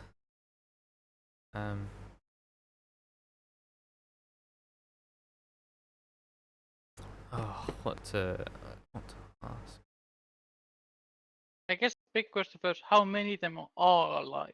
Yeah. How many we care of? Yeah. How many? Which of them are alive? Oh, that would be cheating. Well, I suppose I do owe you an answer. As of this moment, there are 3 still alive within my grasp, though one of them doesn't have long. The halfling? Yes, a small one. A recent catch. He fought well, but, well,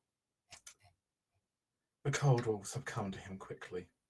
Unlike the others, there's no magical protection. The gnome is the other. Who is the third? I believe you've already seen them. Cursed white witch. Manners on her. She needed to be taught a lesson.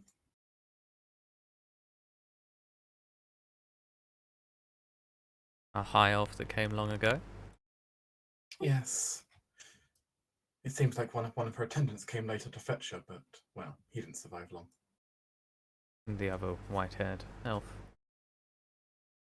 Indeed. I do not accept violence in my domain. Trying to beat down the door is an easy way to get my servants' attention. I think you've already met them outside. We did. Indeed. They were wonderful.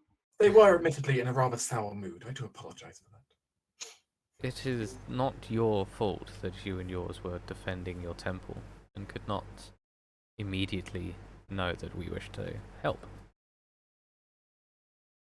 He nods. It's been a long time.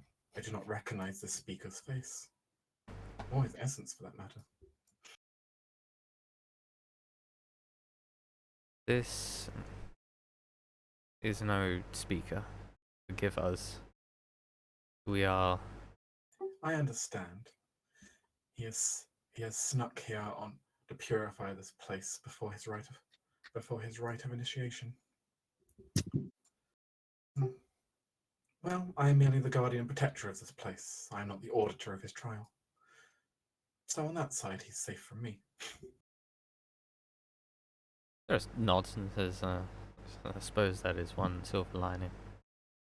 But I would still wish to aid further in clearing the infestation that you seem to have here. Would you not prefer it if we take those that still live off of your hands? If they would be so willing to do so? I will admit, I didn't expect to have quite this many. It is crowding the place, I must admit. I had a few I've been keeping here as almost trophies. Souvenirs? No, that's not quite right. More like fine pieces of art, I suppose. Yes, that might be a bit closer. But now this is far too many. This is certainly not what I wanted here. Hmm. That said, though, on the other hand, this has made a good example out of them. To their kind not to come again. Certainly. I would have no care for those that are dead, but I do have some moral grinding to desire to take the living ones away, if you are so willing to do so. Of course, in turn, it should keep things clear of your wonderfully gorgeous temple. I do work quite hard to keep this place pristine. Especially difficult when mages come in and chuck fireballs everywhere. I do apologize, and I hope you saw how I tried to repair any damage. I witnessed such, which is at least appreciated. Better than those priestly ones. They are brutes that we actively fight in the south. So I do pity them slightly. Some of them were so frightened to come here in the first place, and then they defiled it. Well, nothing I could do there then. The covenant was broken, and their life was forfeit. Understandable, for one such as you. But on to the living ones. Some of them I'm more willing to give than others.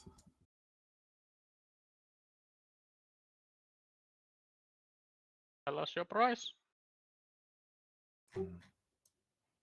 That is indeed the question, isn't it? The price.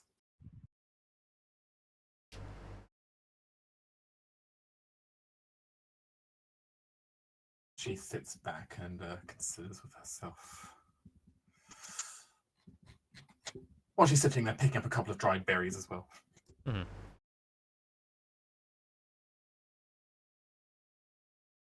But she's absolutely tiny. The part of food is definitely way bigger than her, but she doesn't care. Dark. Yes? I know like something like in Druidic history about this specific spirit or fairy. You can make a nature check to see if you know anything, or a religion check. Mm, They'll will different knowledge, but I will make a nature. I'm curious enough. I'm gonna go the opposite way. I'm gonna go religion. No, not bad.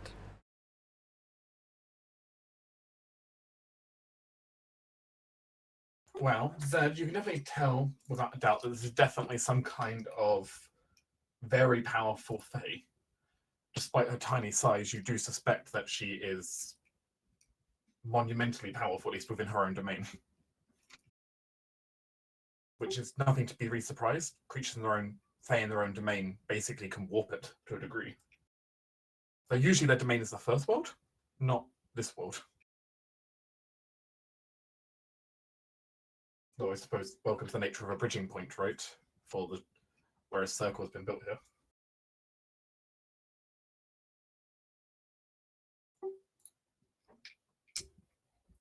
It goes without saying, of course, she has quite a strong affinity for ice magic, as is quite clear in the other room. Though in specifics for her, you don't really know more than that. Yeah, that makes sense. Guessing the religion doesn't tell me much. Well, the religion might tell you some things. Less about her powers, but more about perhaps lore you can recall now.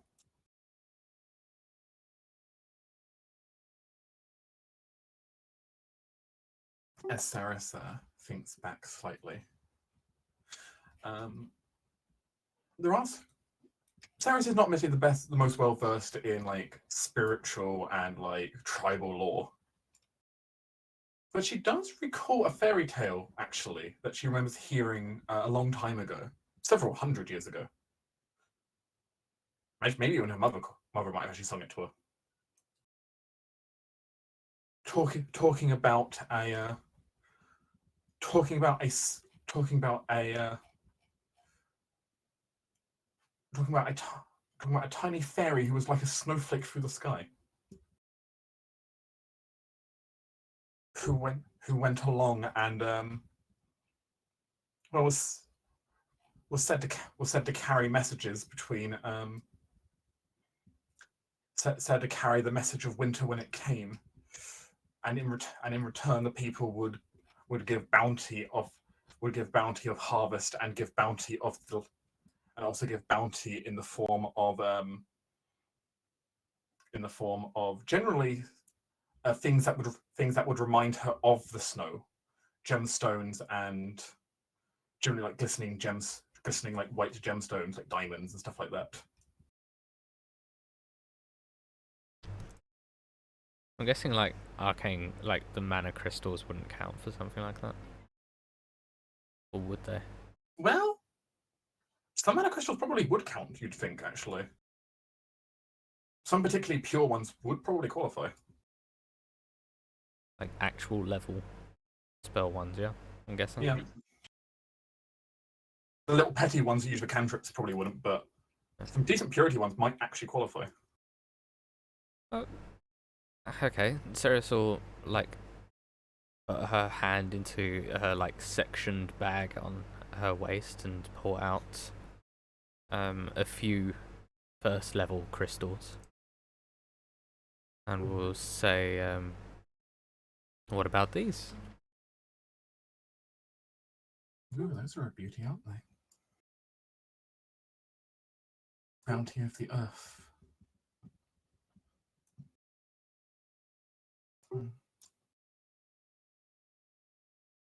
She stares at them almost entranced for a moment.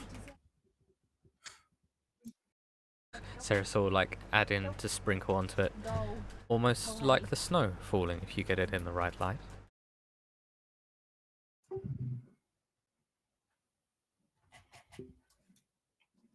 Okay, for those, I'll offer you either of the small ones. Obviously, referring to either the gnome or the halfling. Mm-hmm.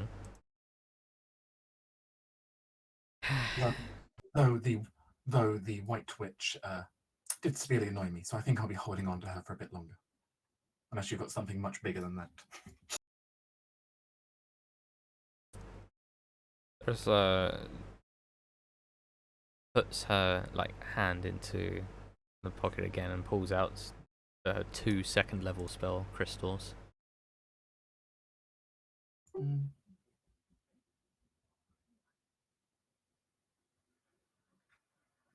No, still not enough. It wouldn't be for her. What about to talk with her, converse with her? She pauses for a moment. I suppose I could allow that. Yes, I suppose that's fine. Though if the harlot insults me again, I may refreeze her. Sarah's nods. Do you know how long it has been since she was frozen, though?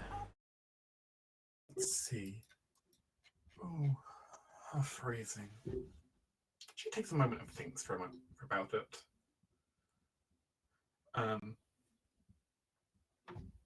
She starts looking up at she starts looking up at the sky for a moment.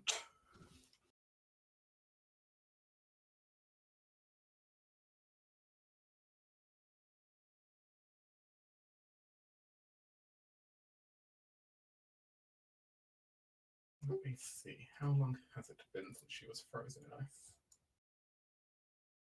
Because it very much depends on whether or not she knows Ceres is some like runaway high elf, like traitor or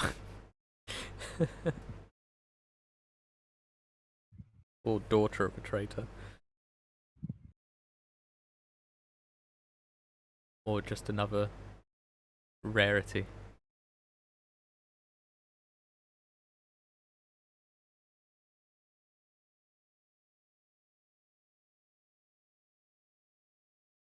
$110 years. Well, 110 winters, she'll tell you. Yeah, that's distinctly possible that she knows of Ceres, or of Ceres's mother, more specifically. I'm quite impressed she's lasted this long, to be honest. I've never had one last this long, actually. Then I gained the gnome, who's been doing a decently long time as well. But she just surprises me less. First world blood and all. Yeah. So, only one of the little ones for the level 1? Only one of them. And time's ticking, I believe.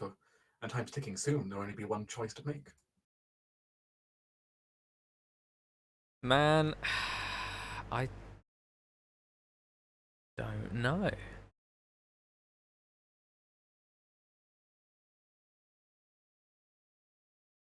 She's a fae. She is fickle, though she will make bargains. So. Well, yeah, of course. I have a bargain, but I don't know if that would ask if Ceres is here. This might be a bit insulting. I don't know which one I would pick. That's my problem. Do you want to tinker or do you want to adventure Halfling who brought Inquisition here? No, arcane caster, not a tinker. Possible tinker. Sorry, I didn't hear that. I was talking at me. What was that? What did you say? Do you want a possible arcane tinkerer or a halfling adventurer that possibly took the Inquisition here? That's the problem, isn't it? Oh. Can you also offer like some of your like level 2 gems for the other small one? Or do you need them to talk with the White Witch? Ceres will say, one of them I may only wish to talk to of the little ones, the halfling. Could we bargain to speak with the elf and the halfling? And take the other one?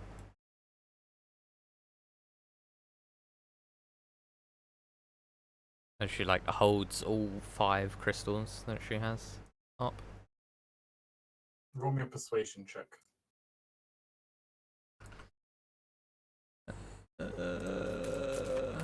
As a senior, you actually try to bargain with a very old fae. Oh, nat 20. No, not no, nat 18. But 25 is still very good.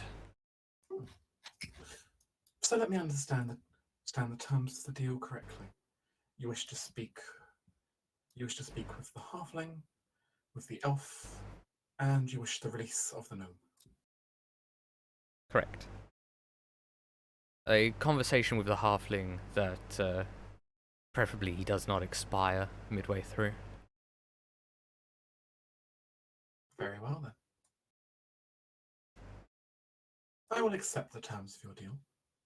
As you can feel a slight tugging force, like a mage hand trying to pull the crystals away from you. She'll begrudgingly let them go. As you see them fly over towards her large pile of food, which all then just seems to just vanish away. Yeah.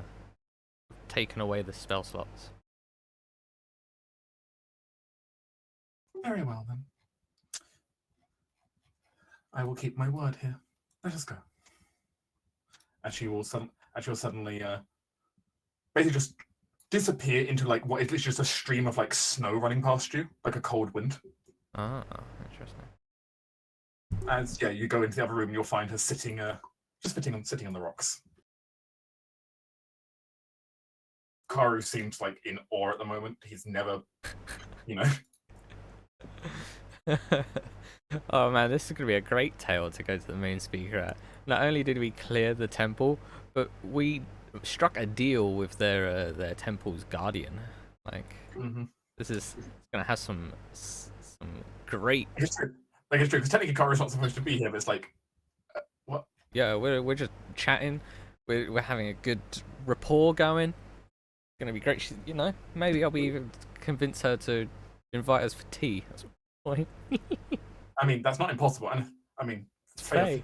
Faye are the kind of people that might do that. Exactly. Imagine going to the moon speaker after this said and saying, "Oh yeah, no, we sorted the temple. We're going back for tea in about 3 weeks. If you..." Obviously, it's again, Anacina's not technically the patron spirit here, but she is she's his guardian. So Yeah. All right. and of course she's the one who's frozen everything in blocks of ice because her domain. Yeah. Yeah.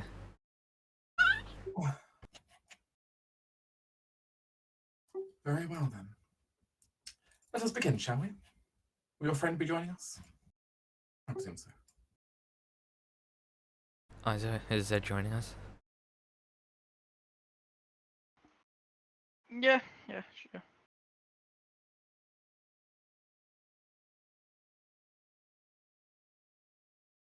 Oh god, this is like the first high elf that Ceres has spoken to since her mother as a child. As you see, Anastina there just seemingly just wave her hand, and you see like a sparkle of snowflakes as it just seems to defrost, but only like defrost around her head. The entire rest of her body's still frozen. Mm-hmm. Rise and shine, princess. You have some guests. It takes the high elf a moment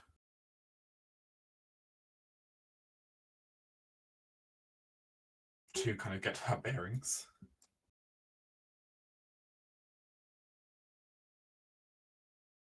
And she seemingly is about to say something, and you have a sense it's probably about to be a large curse she's about to say at the Fae. Yeah, Ceres. Then her eyes narrow.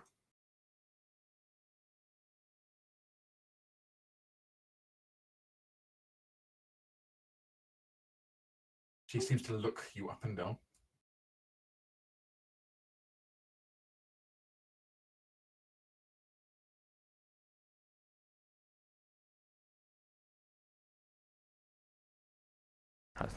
To whom do I owe the company then?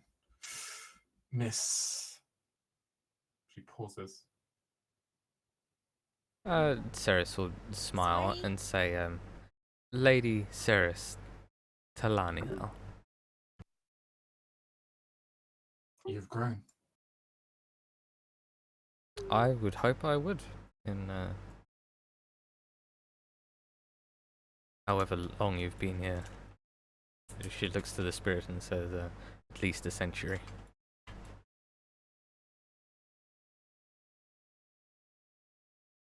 You see her look. You see her staring like daggers at the little face sitting on the rocks. I've managed to strike a bargain with the Fae, so I may converse with you. But pre-warned, if you do insult her, the bargain does not preclude her from freezing you again until you die. I've survived this long. I doubt she's going to kill me yet. Sorry. I don't know about that, sweetheart. I can put some extra juice into it next time. Ceres will interject and say, anyway, I have not known of a high elf in the 2 centuries I've been alive to be so close to the south. And of all places, somewhere sacred to the Skald.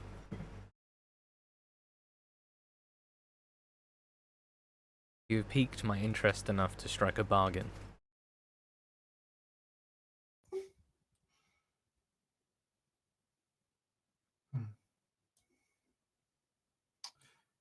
pauses for a moment. So how much did your mother tell you then? She told me a lot, but of And what? how is she doing these days? There's some frowns. It's been a while since I've spoken to her. And in what capacity did you speak to her? She pauses for a moment. I would like to put it down as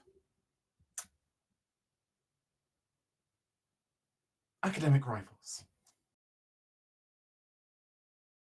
Yes, I'll put it that way. Enough rivals to have had her assassinated? You say what? She was assassinated. By our own kind. You can't be serious. Actually, no, no, you probably can be serious in this case. Thinking about... Ah, yes. The Silvery Tower. Probably weren't too happy with her running south with you, were they? Well, this is not the only elf to have struck out at me or my mother. You do have my condolences. Your mother was a good person. Teres will dip her head and say, "So, who are you?"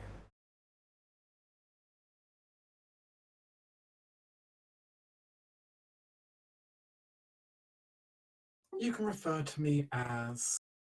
She pauses. Auntie Makara.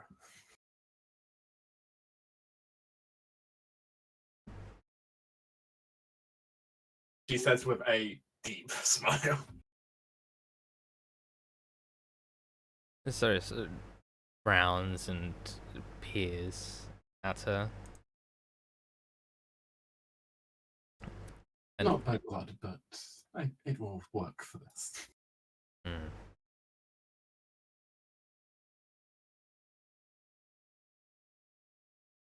I was friends with your mother, and at one point, roommates.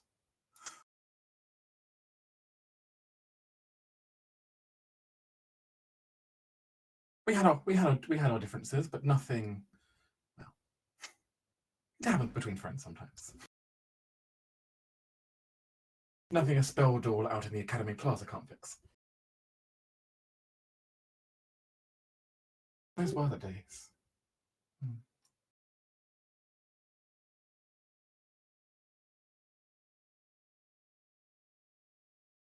Teres will frown quite deeply. It's not exactly what she expected.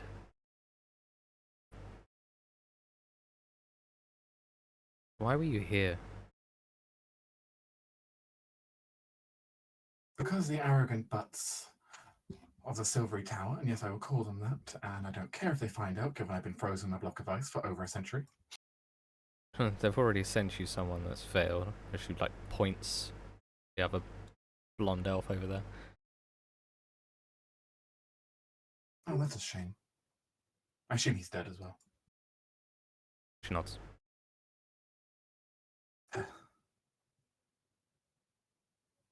Waste of talent. He was good, but he's not capable of dealing with anything like this. Not with a little pest like her.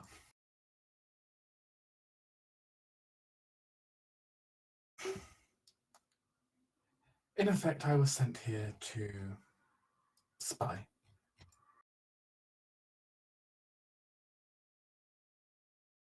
I was to keep watch and keep an eye on movements and pilfer a few magical secrets here and there. Except someone decided to stop me. Well, you were snooping through one of my sacred grounds. There's just a glare now. Teres will like frowning at Mizara, will say, "So, were you just looking for whatever secrets you stumbled upon? Or did you have an actual goal? An actual target?" The Silvery Tower were under suspicions that the Skald tribes had knowledge on the location of a rare, ancient magical object.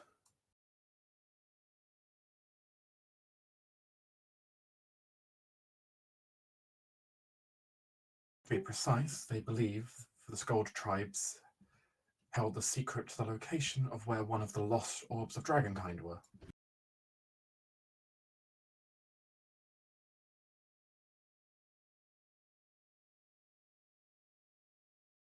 And I was sent to see if that was true or not.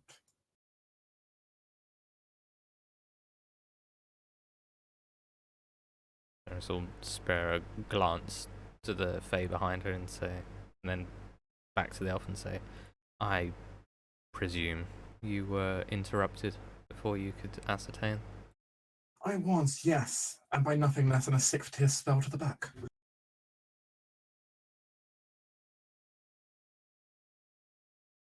Rather unpleasant sneak attack, I have to be honest. Effective, you must admit. There's a slight giggle from behind you.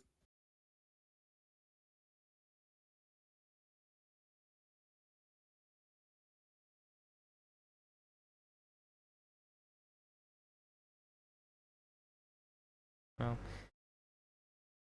there's a sigh. They, I do wish I could free you of this imprisonment. Sadly, I could not strike that deal. Seems you insulted her too greatly.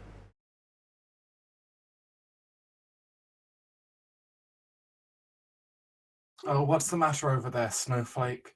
You don't like being compared to a little albino. Suddenly you just see a massive just a massive wall of wind start blowing over, start freezing half her face.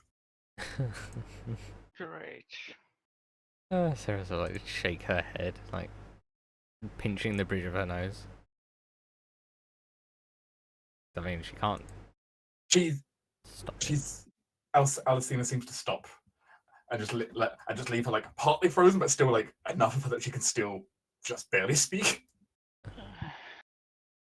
I guess that will ask, Ceres, do you really care of this auntie?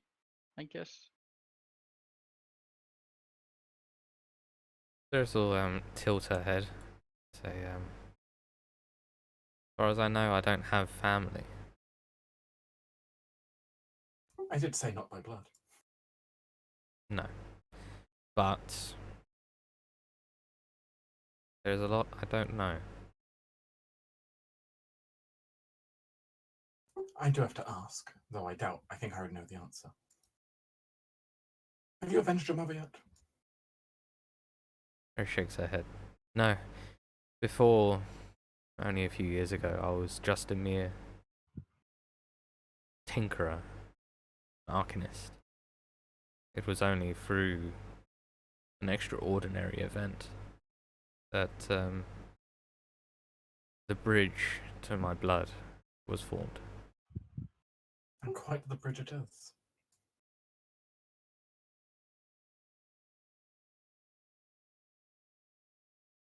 You know where your power comes from? There's not. There's only one place shadows come from.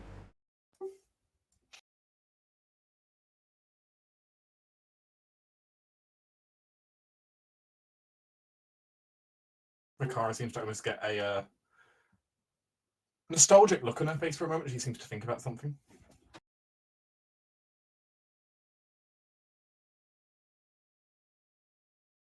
Why do I feel, Mikara, like I should know something?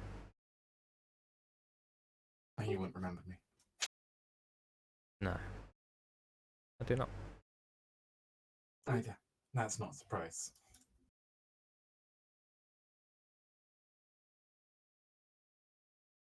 Last time I saw you, you were not much bigger than the worm back there.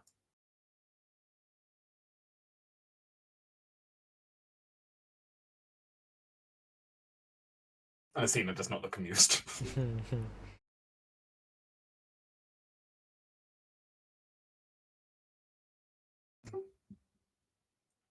Can Seth take the fairy like to a side to ask a question out of her listening ears? The fairy seems content where she is. Great. I hate you, fairy. As a player. Welcome to the Comparious Bay. Yeah. I guess Seth will then speak loudly and feeling very uncomfortably. Asenia, I am uncertain of what type of nice fairy you are. So I know some of your nature, well, some of your kind, can be cruel.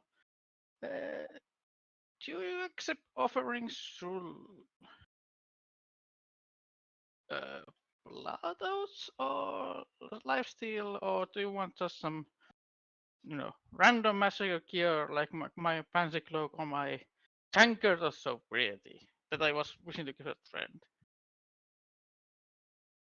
I'm not a nice formal speaker like my young colleague here, but she seems to like wanting this, and I'm old. What I can lose.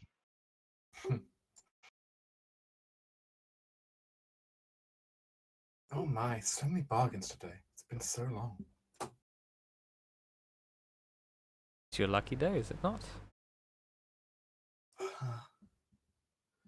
It feels like the old harvest festival's all over again. Perhaps once we've retaken the earldom to the south, you may be invited again to the harvest festivals.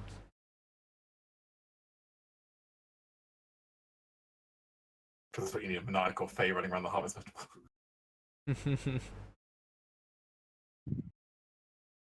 What is it you want, Elf? Me? You want something? Yes.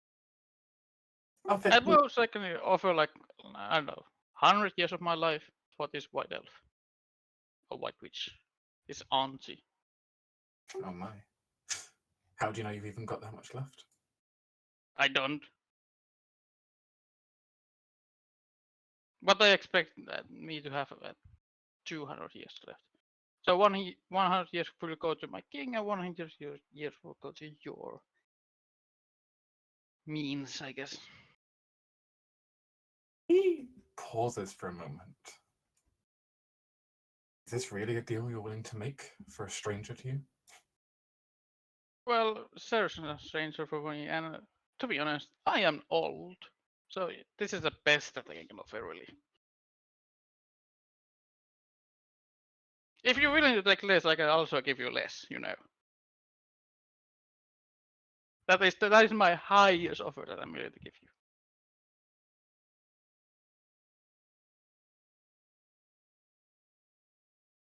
She has a curious look looking at Ceres for a moment. Yeah, Ceres is like actually gobsmacked for a moment and say, Zed, she looks to Makaira and back to Zed and says, as much as I have I have questions that I want answers for, looks back to Makaira and says, I do not believe she will stick around long enough for them to be answered. She will have to stick around, I guess. After that, I do Tara not looks care too much. gobsmacked that you're making such a deal with the fae.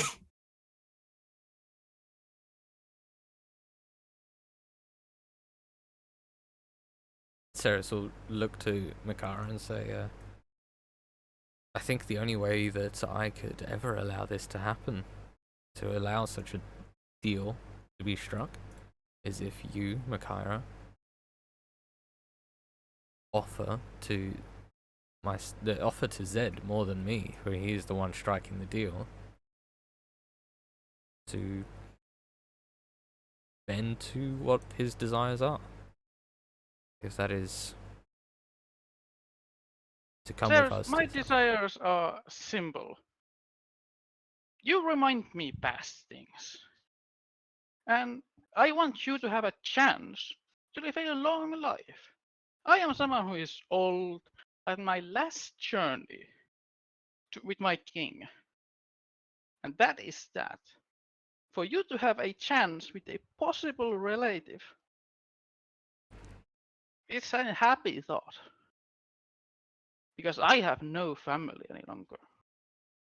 I have only my servitude to my king. And my last reputation for my wife's task.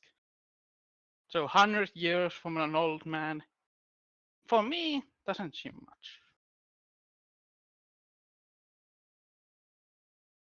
Ceres will look to Micaiah and say, would you just flee north, or would you come south with me? With such a bargain being struck, I don't think I could flee to the north. And for that matter, I feel like I have a lot to catch up with you. Ceres will look back to Zed and say, truly, if this is something that you desired, Zed, to do something like this for me, then... And the deal... For once, Zed, you old fool, you have managed to actually rid me of words. Don't tell the king. I always thought wood elves to be the wise ones, but I don't know if you're foolish or if you're genuinely a saint here. I'm not a saint, but my belief, when I die and my body will vanish, I shall be reborn by the cycle of life. Something new shall be born from my body. So for something from this old body to be taken away only means for me that something new will born. So I would say I'm wise, but I'm also a foolish old man. He gives a smile. So take your bet.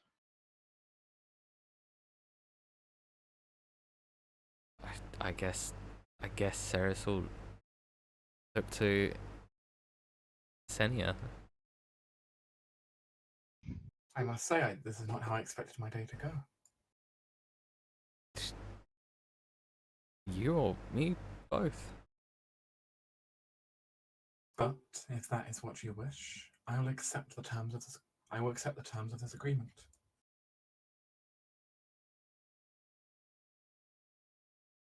She will flutter on forward and just sit on top of Karu's shoulder, looking at Zed. She offers out her tiny hand that's basically like the size of one of your fingers. I take his gloves off and gives him his hand.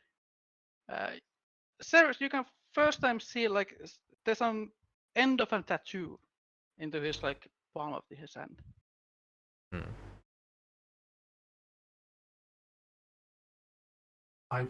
I will take forth from your life and take forth some of your remaining years. There is no undoing this once I've done it. I mean, I know that already. It's too late already. 100 years at most. No more. If you wish to take less, you can. That's your freedom. I understand, and I accept those conditions. Will you shake hands with Elisina? Yes.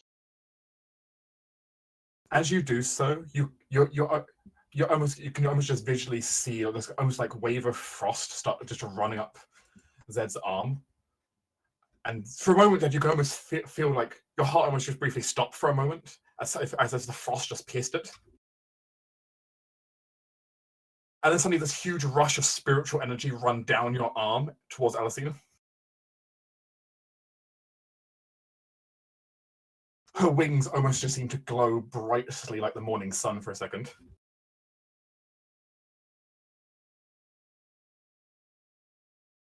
It fades. Surprisingly, Seth gives very stoic face.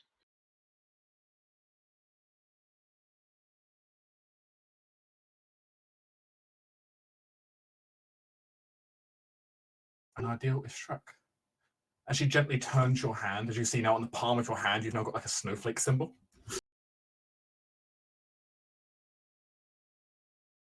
Mixes well with that too. Archon. Our deal is completed. And as per my agreement, she waves a hand towards Auntie Makara, where suddenly the entire ice just shatters into 100 pieces, into just like sparkling dust in the air.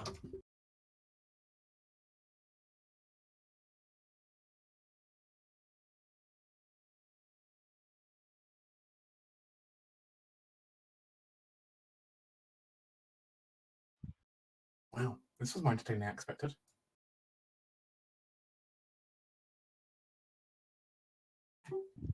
Young horned one? She suddenly looks towards Karu, who's standing on the shoulder of. Please, relay my message. Please relay the message to whoever the current moon caller is. I am getting quite lonely up here. Please send them up for tea. Please send them up for tea. I mean, I do have tea somewhere in my bags, I think. Or I can brew you something from your like flowers. I mean, this entire time, like her words are kind of echoing in your brain. You know she's not speaking your language; it's just translating. The power of tongues. Seth got brew a tea somewhere. Yeah. Pick some herbs and something in the garden. Well, we've got a couple other people to deal with as well. It is Ceres's problem now. Yeah. Well, Ceres will say to Mikara, I suppose that means welcome to the Ashen Court. She stands up shakily, her legs clearly very weak from being frozen in ice for 100 years. Yeah, I bet. Wow. Thank you for... I might need some time to collect my words now. That is understandable. She just looks at Zed so confused. Ceres is in the same boat, but like I can only say like, you know, life happens, and I'm old. Now I go brew some tea. we're gonna go talk to a halfling, I guess. Yeah, I'm not gonna save him. No, you know. no, he's doomed. I don't care. Karu looks down and sees her for a moment. Oh, why don't you help that one brew some tea? She just starts fluttering off with Ceres to complete the rest of her contract. Yeah. There's a look to Mikara, like sort of shake her head and say, I guess we have a lot to catch up on once we're out of here.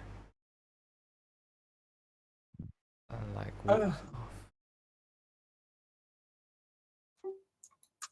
off. Let's go to the halfling.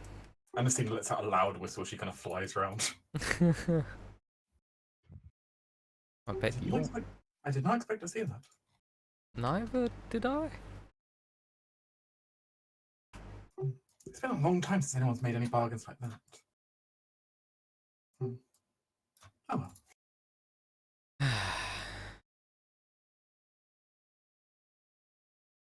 Teresa would... So, you want to speak to this one as well? Very well. Shakes herself, shaking off the shock. Oh, I could be a little bit more delicate. This one's so small. Keep in mind, she's like, she'd come up to like his knee. Yeah. Like she's absolutely diminutive. But as the ice slowly kind of melts down, and revealed to you is the halfling, frozen in a block of ice. though now with his head free, as you immediately start seeing him shiver and cough a little bit.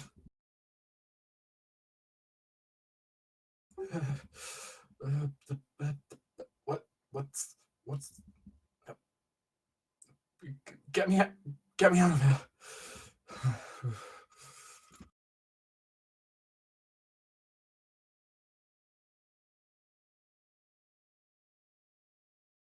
Just realised it's music. Ceres will look to Asenia and sort of give her like a wink before turning to the halfling and saying, I need to talk to you before I can even try and do that. Then hurry up, it's freezing in here. It is cold. It looks like you were frozen before the Inquisition here. Did you, or after, did you bring them here? Were you with them? What? He kind of looks at all of them. I mean, they asked for a guide up the mountains.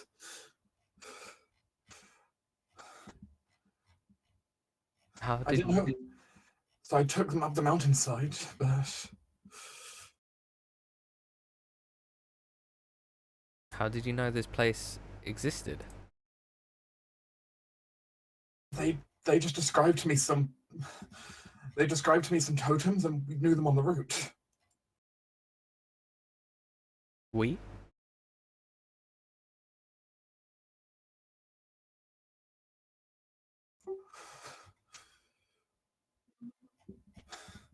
Sorry, it's really hard for me to.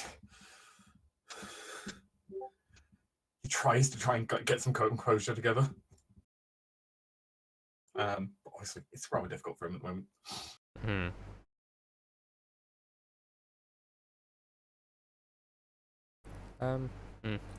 Wonder. My adventuring group. We've done this mountain a few times.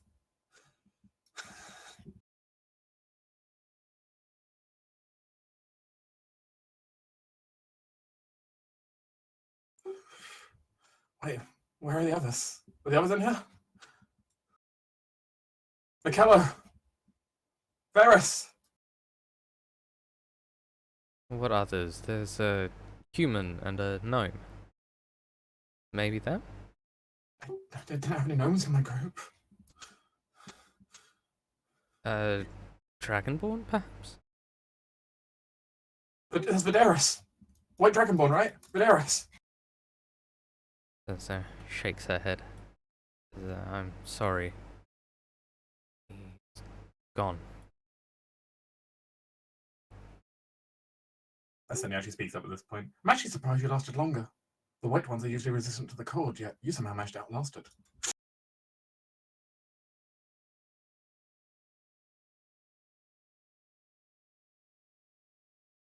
The Harley just stares at her, like, really confused. Obviously, he hadn't met Antonia before she froze him solid. Yeah.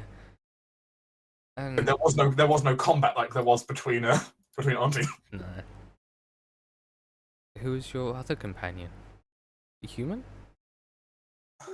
We made a few humans with us.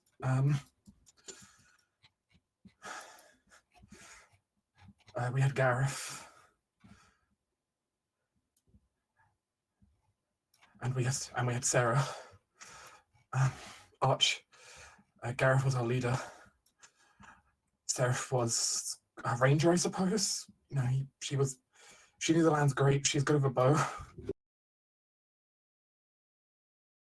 None of these seem to match that description. Nope.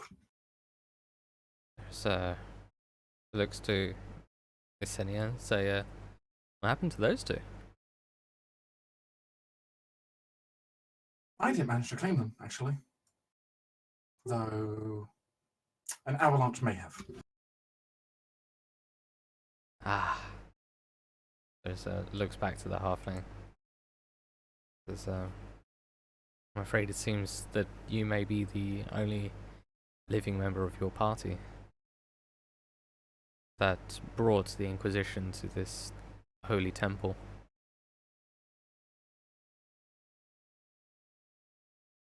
If we knew what they were doing here, we wouldn't have brought them.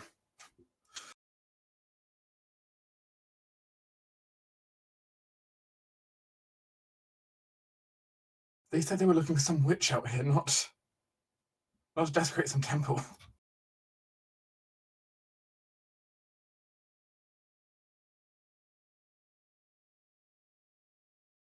Did they tell you anything else?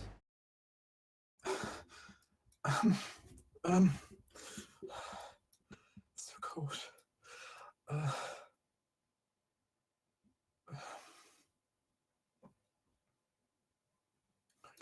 trying to think. No, Cyrus will like reach out and touch like the front of his tunic, and with prestidigitation, she can warm a piece of non-living material, like a cubic foot worth of it, so it can warm up his chest a little bit. You do that, though. You do sense the intense cold magic pushing against you. Yeah. This is magical cold after all. Cantrip does only, it does only the most temporary of relief. Yeah, I just want to take the edge off more than anything. At this point, it's kind of like taking it's kind of taking, like a paracetamol for a broken leg. Yeah. Like, yeah, it will help, but not by much. No, exactly. It's just enough to help him talk.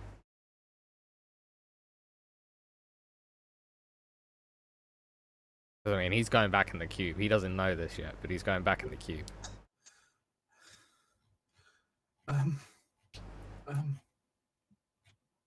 He tries to figure out, try to get his thoughts together as the slight warmth gets into him.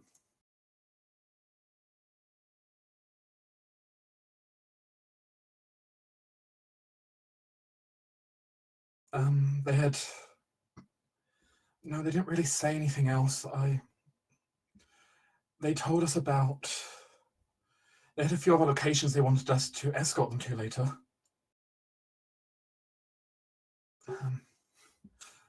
An old mine. I think the elves used to dig mana crystals out of it. Okay. And then they said they wanted us to look for some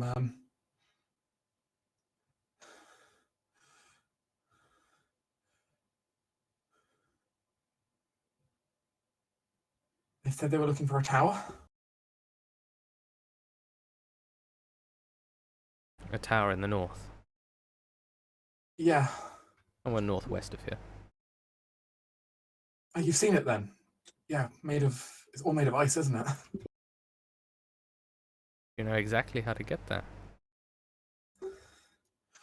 I mean, I'm not Sarah, I'm not the tracker. I know the area roughly, but I'm not as good as she was at navigating.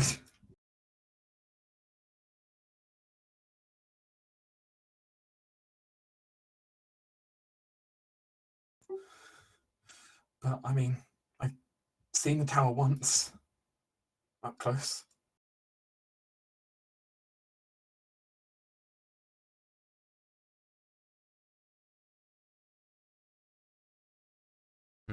We couldn't get in though, the place was still shut. At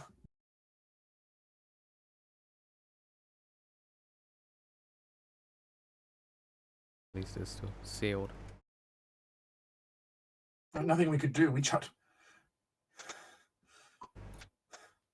Videra even chucked a spell magics at it, it didn't work. No, it was made by a wizard far more powerful than any of you. Any of us. My magic didn't even scratch it.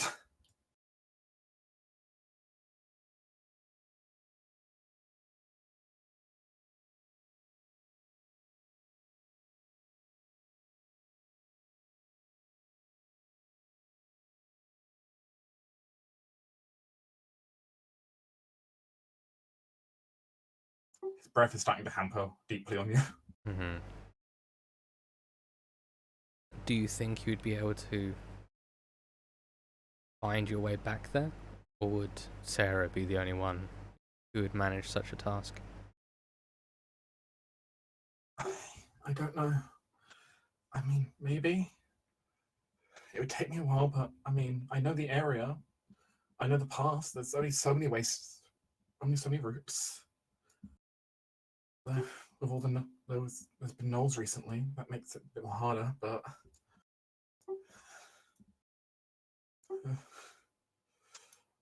sorry, I can't think straight at the moment.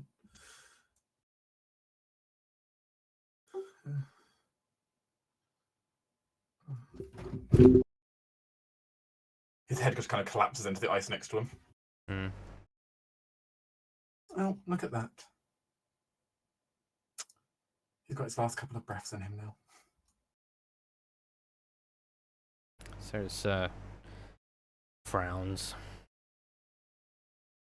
Well, let's get moving then. Alcenia says as she starts flying northwards. I think Seth would arrive with like a small ladder of like a plate and a teacup for the fairy and himself. He also has the fairy like a small paper of the recipe of the tea, what he made from the herbs in the circle out there. She looks at it. The paper bigger than her, but she just looks it over. Well, thank you. You're welcome. I'll just invite you around for tea again another time. Now that you're one of my patrons. I will try to come back. She makes the recipe seemingly disappear as well. Ceres will look to Zed and say, seems the halfling would have been a better half of the deal. He could have possibly helped us to the tower, but we already know the region. He just would have made searching for it slightly easier. I mean, he must have run to the Inquisition right away. At least we get somebody who's not tied to that organization. Hopefully. That is a hope. At least should have the healthier of the candidates. Yes. As you see the frost rebuilding up around the halfling right now. I think, you know, there was a deal struck. We could probably make another deal to swap things around, or maybe save all three of them, but Sarah, sometimes you just have to let other people die. oh yeah, I mean, Ceres is letting him die. There's no... to her, there wasn't enough gain in a small halfling that lived a little longer than others that might be able to sort of speed up searching for the tower. Yeah, if they don't betray us. If they don't betray us, yeah. And like, they're already under the employ of the Inquisition, like, it's not enough. It's not enough. No. So Ceres looks to Senia and then say, can I speak to her before you or speak to the gnome before you completely unthaw them? Well, you just request a complete unthawing. I mean, fine, but only because I've got tea. Zed does make excellent tea. It's not half bad, is it? He's had several hundred years to perfect it. She gently melts the ice around the gnome's head. Oh, be warned, she's a rather loud... It's about time! Phew, I thought no one's going to find me in here. I like, look to the gnome and... Sugar Plum, it's been 60 years. Don't you think it's long enough? I mean, it's only 60 years. Alcina does not react, she just drinks her tea. Yeah. Yeah, I mean, says I mean, it's only 60 years. Only 60 years. Yes. So, like... He drinks his tea. Yeah. Do you know how bored I was? There's only so many games of checkers I can play with myself. And who exactly are you? So, little indignant. Now you are asking the important questions. My name is Persephone, and I am the wondrous and great gnomish inventor. How do you do? Arcane inventor or mundane inventor? All of the above. Whatever is needed, really. Suitable. I see myself as a visionary capable of improving the world around me. All kinds of means. Sometimes Sometimes it's by jamming a couple of spell crystals together and see what happens. Sometimes it's by building a cannon. Do you know what cannons are? Not everyone knows what cannons are. I was once an arcanist. I know what a cannon is. Excellent. Someone of the craft, just what I needed. I Now may I remember. propose to you an important business venture? Ceres will just smile and let the gnome talk. Now, I'm offering you an exclusive contract here, an exclusive contract. You see, I am really bored of being stuck in here. If you let me out of here, I'll build you whatever wackadoodle thing you want. I don't care if it takes me a century, I'll build whatever wackadoodle thing you want, but let me out of here. Perhaps I can give you a counter offer. I mean, didn't our king want like an airship? Yeah, but just bear with me. Are you saying that in character? He whispers in Elvish. Okay. Ceres will look to Persephone and say, well, how about I complete my contract with, my terms with Senya here, have you released, and you come and join the court in which I represent, under my management, as part of... The court position, it's been a while since I've been in a court. I mean, there was a Fey court that one time, but... You know, darling, you should also really leave your... You shouldn't leave your wellspring to the first world so untapped in here. Only reason I survived, you know. Senya just continues to drink her tea, so it's not funny. I mean, I have to say this gnome is much more entertaining than the halfling. The gnome is much more entertaining. I imagine this conversation, like, they make these notes in Elvish to each other. Yes. Yes. You know, I can understand you, though. But yes, I am quite entertaining, aren't I? It is good for you then. You would be under mine and the king's management. All I request is things are entertaining, that's all. Well, we are currently trying to overthrow the Inquisition in the Eldom in the south, and then slowly retake the kingdom as a whole. Well, that's not boring. Good. You'll be part of a research and development and creation team that I'm slowly putting together. Very well, very well. Let's get the show on the road then, shall we? There's nods, looks to Asenia and say, seems a deal has been struck with everyone today. Except the halfling. Poor boy. Yeah, quite poor of him. Especially with all of his friends dying. I feel like he just would have been a lot sadder with all of them being horribly killed. Maybe it's better he can meet his friends in the afterlife. Precisely my thinking, Zed. I mean, one of them's technically not dead, but... Wait, which one is not technically dead? One of his companions did actually manage to survive, but, you know. Oh. We guess it's because after it. We can go after them. I'll make a note of that. Well, I mean, you can do that if you want to, though you might have a hard time. Why is that? Well, last time I saw them, they were being carried away by a group of gnolls. Okay. Probably dead. I thought it better to mention that they were just dead, but you know. I mean, they're probably dead. Probably dead. Possible sacrifice. Possible sacrifice. Actually, I think sacrifice might be more appropriate. Sacrifice. Excellent wording. Oh yes, I should probably release the gnome. She clicks her fingers and the whole thing shatters. The gnome just falls to the ground face first and just picks herself up. Wonderful. Tell me, Persephone, do you know how to make sending stones? Sending stones? Sending stones. Well, I'll be honest, I don't have my recipe book with me. I know I used to make them. I don't remember how, though. I can figure it out for you, though. Okay. We'll recreate that recipe book. Sadly, I survived it. My spell book less so. My recipe book less so, my spell book less so. Really, most of my stuff's not looking best for wear. We'll fix that slowly. War's damage does terrible things to pages, you know. It does.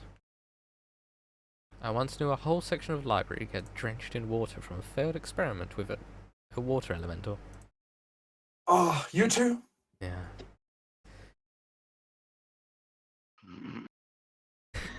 Ah, It's like the weird side of Ceres where she's actually used to be insane and like try a bunch of stupid stuff. Ooh, you've got quite the aura about you, she says as she pulls down her goggles over her eyes. Ooh. Now isn't that special kind of magic? That she starts looking you up and down. So Ceres like looks like the gnome up and down and says, "What, a person directly connected to the Feywild that's also got the blood of the Shadowfell?" Yes, that's a rare combination. Telling me? You are quite interesting. I love it. Good thing you will likely help me discover exactly what the hell is happening in this blood of mine. At some point. Great events to go. Ooh. Yes. Sorry. Sorry, neighbour. It's been a while. But I'm gonna have to go now. Would have been nice to actually talk to you, but I understand you're dead. Kind of wish you weren't staring at me though. Wish your eyes kind of closed when you died. Ceres would go to Esenia and say, unless there is anything more, Guardian Spirit, that you wish for us to attend, I feel it is poignant that we make ourselves scarce of your temple. This was quite entertaining though, I have to admit. I have had a rare and strangely exciting time here. I have to agree. At first I was wondering what to do with all of you. At first I thought, after the Memphis reported your invading, I thought I had 4 more ice statues. I didn't go with 4. I mean, you got the young one behind you, but for some reason, I didn't think she would. I didn't think she'd make a good ice statue. Lady Shot just kind of looks nervous. Thanks.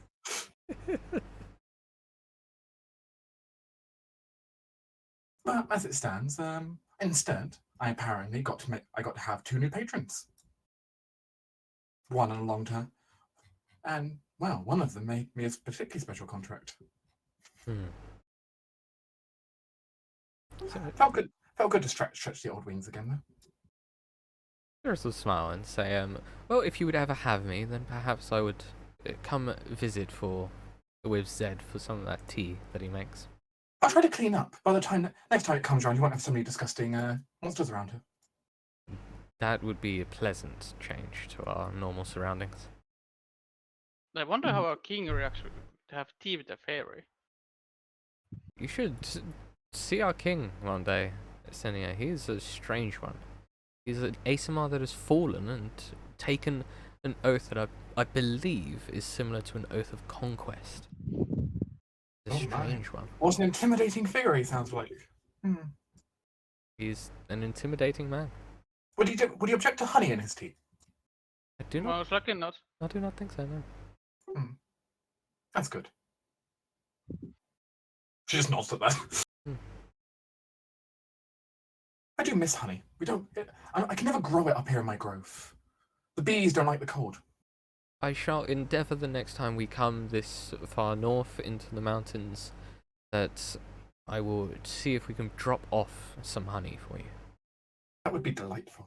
I mean, it would likely freeze, but I can temporarily thaw it. Yes. But it is admittedly an issue that everything around here is deeply cold. Indeed. Even in my grotto there, you felt warm, but well. It is actually freezing in there. Yes. I figured as much. It's just made comfortable to make rituals easier. That is fair. Now, I think we will take our leave, Senia. It was a pleasure to strike deals with you. No, the pleasure was mine. This was the most entertaining of days I've had in a few centuries. Ceres will smile and say, when you do speak to the Moon Speaker, do give us a favourable word. It's like a wink. Oh yes, boy. Again, make sure she comes up for the tea.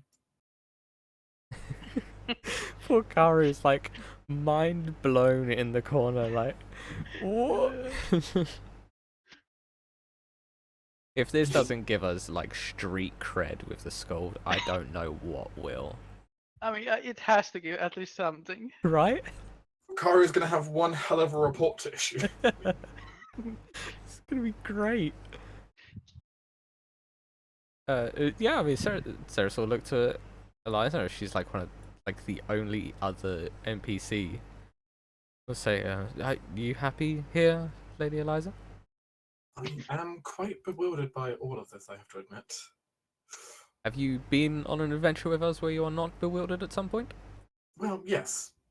Fighting through spiders and insects inside tunnels was not particularly too difficult.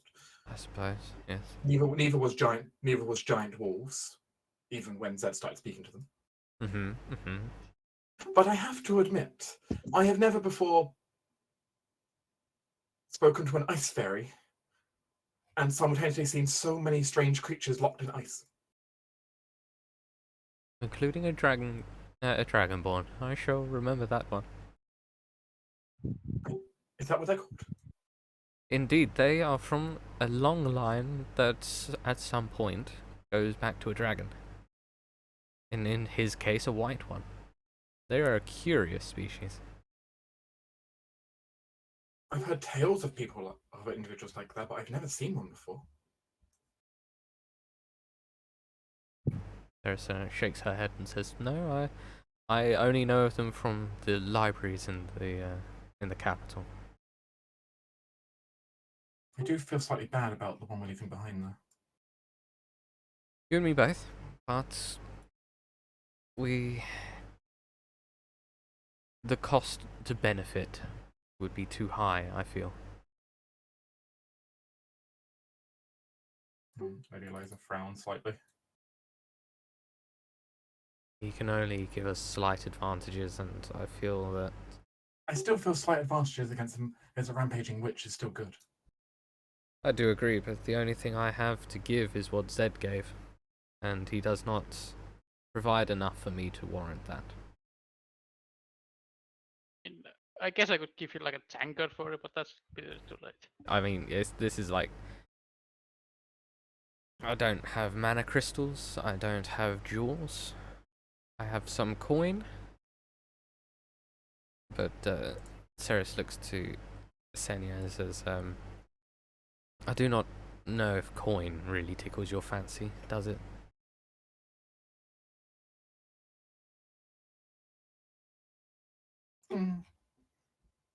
Most of them don't, no. I only really have gold upon me. Yeah, could you really see me surrounded by gold? It would... Platinum, So perhaps. platinum will be slightly better, yes. Indeed. But gold just clashes. Look at this. She just shows off her blue dress. Yeah. Admittedly, she's all blue. He's all blue. Sarah looks to Eliza and says, unless you have something that we could trade with, I simply have nothing. I don't know what a fairy would want. Something that would sparkle, silver and white. Gems. Or go with her team of snow and winter. Or yeah. You do not call upon mana crystals. I gave all of mine. Oh, all the ones with any form of value to them. She like pulls out a cantrip one. This is to help protect my people. Any advantage we can get to stopping the madness that's happening. I would agree. As she will reach around her, as she'll actually reach around her neck and actually unclasp something.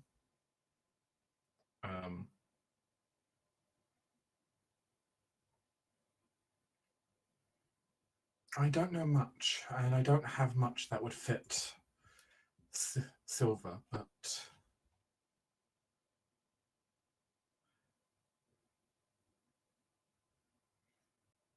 as it might protect my people.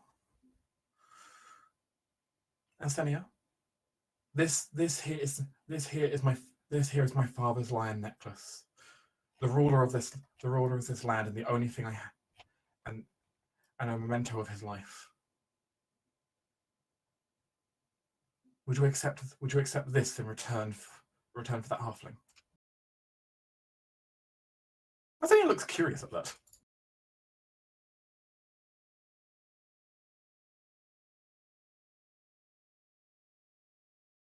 She looks like she's going to and ah. She starts to look like she ums and ahs in place, just rotating in place, floating in it.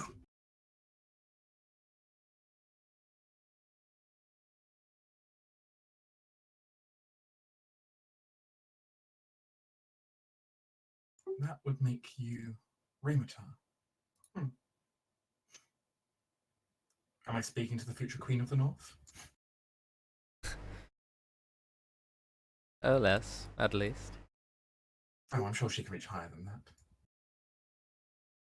Perhaps Duke or Duchess, I suppose. Certainly on the table. The Ceres will give like a cheeky smirk, but I don't think the actual group has mentioned it. She's too kind for her own good, isn't she? She said right in front of Lady Eliza. Ceres nods, as I have said as much before. What's your thought over there, Zed? Mine? Yes. What's your thought here of the future of the future Lady of the North? I mean, she certainly puts her people in front of her everything, and she's very kind for them. And for both of her people, skulls and non-skulls, the Imperium. I like her. She's young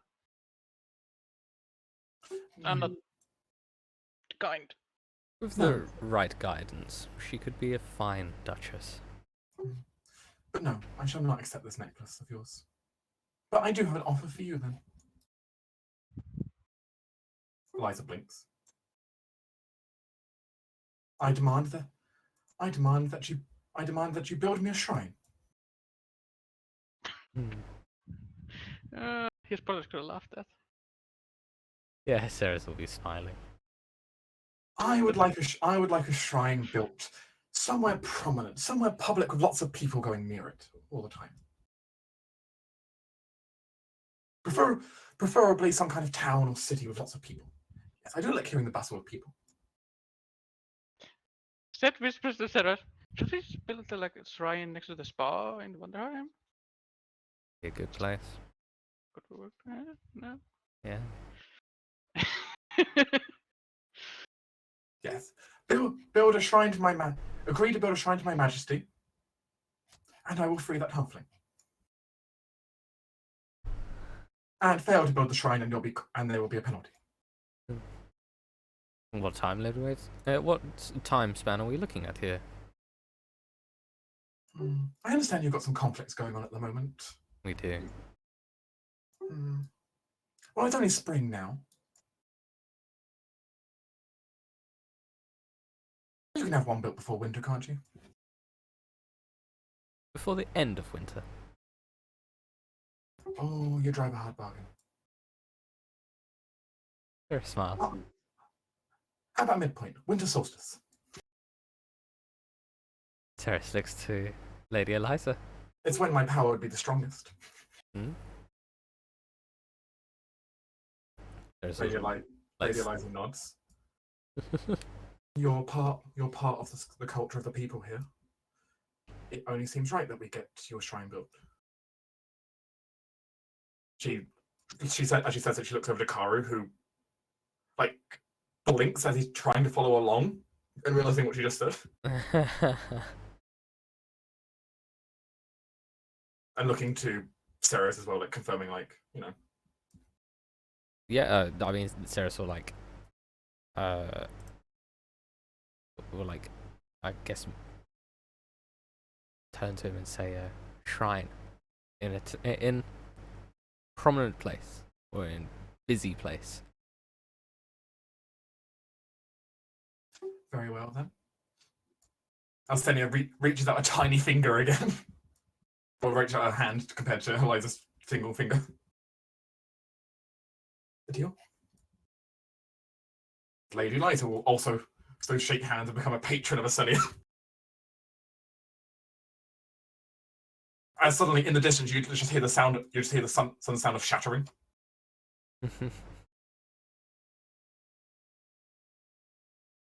So call out and say, "Over here, halfling." Oh, he's kind of unconscious at the moment. He was about like only a few minutes from death. So, No, I shall go carry him. Oh, the inconvenience of it all. I'll. The severe frost here might just kill him anyway, but you at least have a chance to save him. If he does die before you get back, you can annul your. I'll let you annul the contract, but otherwise. Sarah, Takes the half and cast like a cure wounds on him. put the necklace that Ceres took from the knoll on him. You could do that. That would give him a little bit of protection, at least for a couple of hours against the cold. Yeah, we'll do that. Give him a bit more protection. And he heals 10. God damn it. That's good. Yeah. It doesn't do much. It doesn't do get much. In fact, he's actually fighting frostbite at the moment. Yeah. Yeah, it keeps him alive at least some point. Oh man, we got what's his? We'll find out his name eventually. But you can get access to him as Zed starts doing some medicine and starts healing the halfling. Who? That's interesting. He's got dragon scales on him. Oh, great. Dragon marked? He's got green dragon scales on him. Ooh. That's interesting. I'm gonna study the heck out of him. But currently he's comatose, so he's not gonna wake up for a while. Alright. We can start making our way. Anyway, you probably want to get back before the storm rolls in. Very much so. Let's looks over to Mikara and to Karu and say, "Let's make our way out." Yes. The Mikara nods. She's sick of this place. As is Persephone.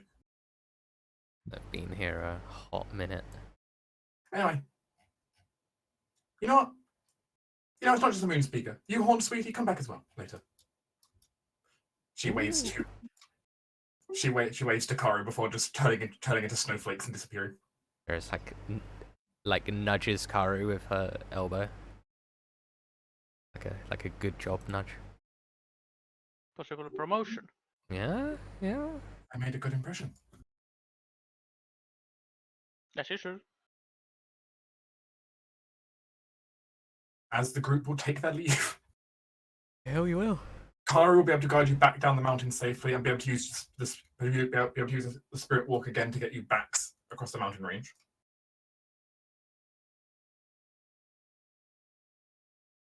And from there, you can take your 3 new characters back with you to the castle. Karu will return back to the Skaldi and report what happened. Nice. We can. I think the others can come with us back to the keep. I think that's. Yeah. Oh, actually, we're meeting in Vanterheim next session, right? It's up to you. You can have them go back to the keep and then meet up, and then go from the keep, travel to Vanterheim, or you can start in Vanterheim next time. Vanterheim is closer, Yeah. I think. It's No, Vanterheim's road. we'll go back. I mean, Ceres will at least take her lot back to the keep. The halfling is under Eliza's dominion at the moment. And she definitely want to get him back somewhere that she can heal him and give him bed rest. Yeah. And let's go to the keep. Let's go to the keep. At least we got the life cleric there. That's true. Yes. But that will end this session, which went longer than I expected. But Sure I did. So long! but I admit it, I wasn't expecting certain contracts to be forged. No, I mean there's some contracts I never expected. I mean, I had the idea right, when talking to the fairy. You know, it's gonna be really interesting. I mean, Also, I'm going to add onto the calendar now. I owe you one shrine. Yeah, I've noted that down as well. Because you've noted that this fairy is rather powerful. Her penalty during, especially given the fact that the penalty would be the winter solstice when she's the most powerful. Yeah, it could be quite nasty. Definitely do it.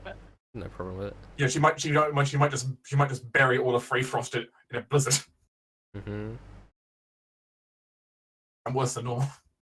We go back, like knock on Raiden's door. By the way, we need to build a shrine before the winter solstice in Vantime. Figure it out. Popular place. A very popular place. You mean you can't do any construction at the moment? So. No. Oh, by the way, it's also a skull shrine, so you know.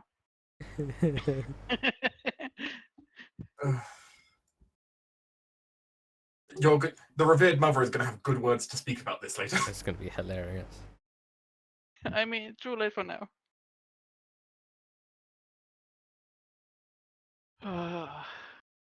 But yeah, congratulations. I heard plenty of beeps on the Gilded during all this. I was taking some notes while we were talking. I have 2 pages of stuff. 2 pages? My god, man. Yes. I have to ask, did you enjoy the session? I had a It's great. blast, yeah.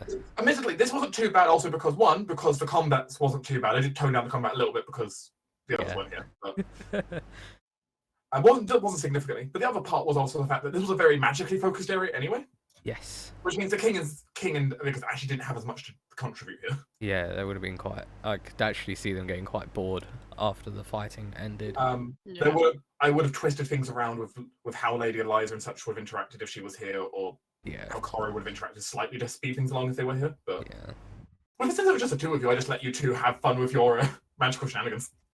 It was great fun. I loved it. In fact, I'm quite happy because I got to show off more of Anasina. Yeah, she was great. She's great. I like her. I mean... She is the perfect definition of chaotic neutral, but likable. Yeah, definitely. Yeah. She's cold. She's meticulous, but she isn't evil. Yeah. Like, she just does what her whims say, and if that entertains her or that's good, she'll do it. She doesn't go back on her word necessarily. She'll keep any word she makes with you. Just she normally won't give a word to anyone. Yeah, most Fae are quite good at keeping their word. Yeah. Just convincing them of making that word in the first place. Downside, her main place of residence is a freezing place that's hard to get to, but Yeah. Hey, if you build a shrine, that means she might be able to pop up more often. That's true. Oh my god, I've got to investigate this whole Persephone thing. I got like a honorary aunt to talk to, like, oh my god, and a halfling with dragon scales. And these are just some of the things that there were other things you could have gained here, but it is over now. Well, yeah, I think there was like magical reagents, but I didn't want to. There were magical reagents. There were a couple of magic items sealed in the ice as well. Yeah. For some of the characters. I bet. But then we had nothing left to bargain with. No. Well, we can come back. The magic items aren't going to de-magic themselves. Yes, but the problem is she didn't say she'll be clearing the place out. That's true. That's true. I mean, maybe she just throws them out and we can pick them outside. There we go. I mean, Anasina is certainly a character you can come to in future, though. You now know to bargain if you can get her something sufficiently interesting. Yeah. Of course, as she's Fae, whimsically, the more powerful she knows you are, the more higher she's going to set her price. Yeah, of course. Because she knows she can charge you more. Yeah, makes sense. That was the first session since we started that I have ended with 0 spell slots. Listen, that isn't entirely fair because you traded your spell slots for people. Yeah, I did. Also, Raiden's gonna have to have a word with you because you just gave over all your excess mana crystals. I mean, Raiden can complain to me. Sarah's can go with the set and Seth will say, I spent 100 of my life here. Yeah. Get into the fucking line. You fucking half elf. Well, not that hardly. No, not that hardly. Sit down, boy. I mean, when you explain the full situation, he'll understand. But like, when Cyrus comes and says, I've lost even my spare mana crystals. All of them gone. Because you would have had spare ones as well, which were for like, in case you were traveling for multiple days. Yeah. All Nope, gone. all of them are gone. All gone. That was it. Oh, like Raiden still has enough in his stash for now, but you're not making his stash look good. It was a rare opportunity, and I think. Yeah, I would tell you, Auntie Makara was someone that was not possible under using like normal things to really get. But yeah, 100 years of life. That's. Normally, like if you wanted to trade in pure mana crystals, you would need to trade what would have been the equivalent. You would have needed to basically trade a gem that was worth a mana crystal that was powerful enough for a 7th level spell for her. Jesus. And obviously, I can tell you, your half elf does not have any of those. No, I'm not. Nothing of that purity. But those things are like rare. Yeah, like there are people who can produce them or like refine them, but refine them obviously, but like they're rare. They're not. You don't find many. Like they're really hard to find. Yeah. The high elves have quite a few of them, but that's because they've kind of made they got secrets out of doing it. Yeah, exactly. There's a couple of dwarven clans that can do it, but even then they don't produce many because who the hell can cast 7th level spells? So in other words, Isa, you've added a mage that has some potential that Dark didn't expect us to have any access to. Yes. So you've effectively helped me do the same sort of thing that I did in Forsaken Throne, and just ignore part of the story. I mean, in this case, it's less ignore the story though. It is less ignore the story. It's just you fast forwarded this bit of story. Instead of skipping an entire chapter. In this case, this was definitely more a personal thing for like Seraph to try and find a way to get hold of at some point. I mean, it's still cool. Like, yes, this is a really interesting story, and the fact now that you're contracted to Anacina is going to come up. Yeah. Because you'll now have patron officially now. You're one of her customers. So that's fine. I don't mind showing up with some honey, like maybe some gems and. Rations. And hey, if you ever need like a word of introduction in the Feywilds. That's true. That's true. If you ever want to go to the Feywilds, we've got a friend to introduce us. Hell, she might be able to give you a portal though. Yeah, there you go. So, oh my god, my R&D, like my group is just like. I can tell you, Auntie Makara is a high level than you are. Yeah. Oh yeah, more so than she is a lot higher level than you are. So. Yeah, for sure. Downside, she is without any of her equipment, so that's a problem. But no, but she's still a good mind. Is she a wizard or a sorceress? She would be a wizard, I believe. I'd have to double check her stats. Okay, but cool. I believe she is a wizard. My god, my list of people in my department has just 200% increased. Yeah, I don't think I will make any own organization. I think I will just cause problems. And that is gonna be my plan. No, I think this halfling could be good for you. Survivalist, naturist. Not for the organization that I'm planning, no. Okay. But do you want a crazy canonist?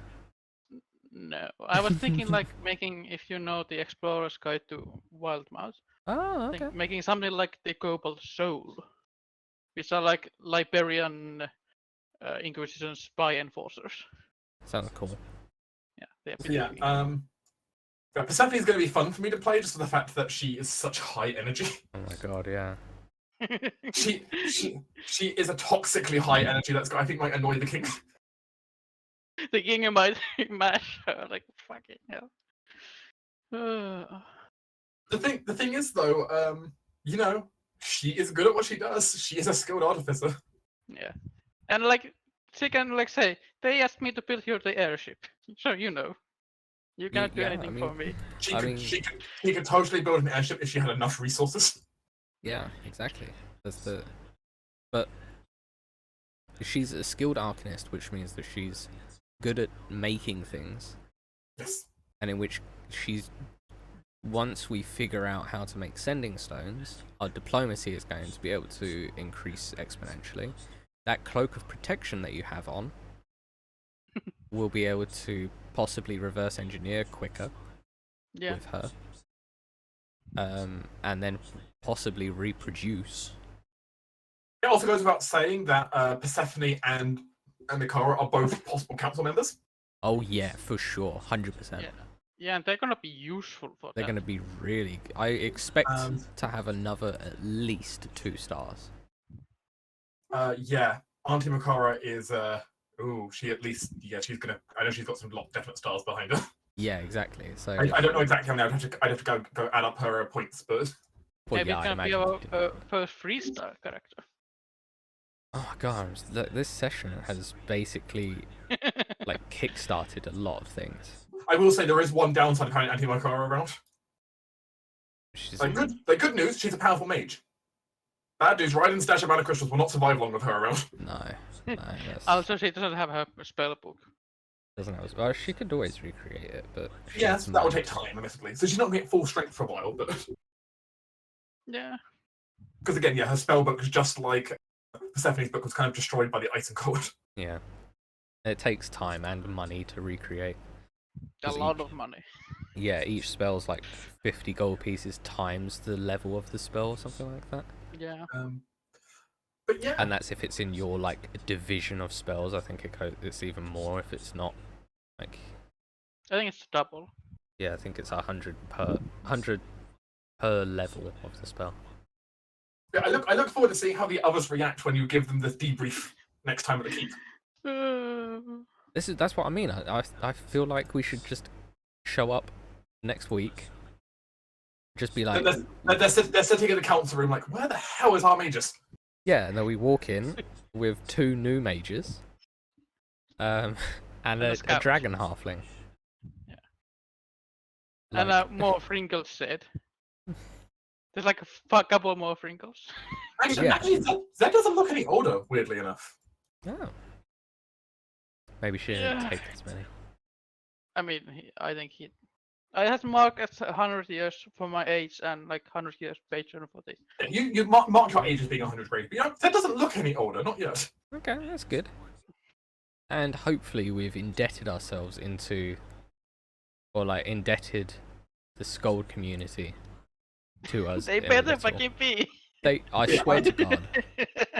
I mean, you did have to make any huge sacrifices to deal with the skull situation. No, but I mean the street cred. Also, a shrine. But yeah, I mean that will certainly earn you things. Yes. I mean, is it going to be Yeah. enough to at least get a recipe for sending stones? We'll see. Oh, this is what I want, Matt.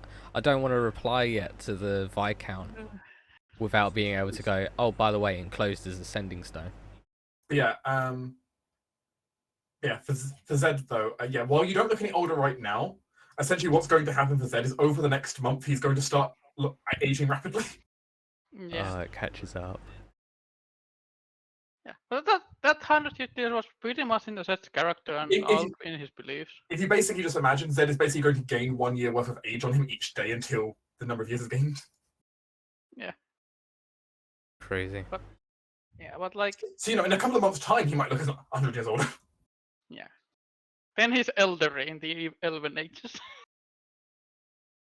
But like, this goes for his like flaw, which is like exploring other people's problems leads to great adventures.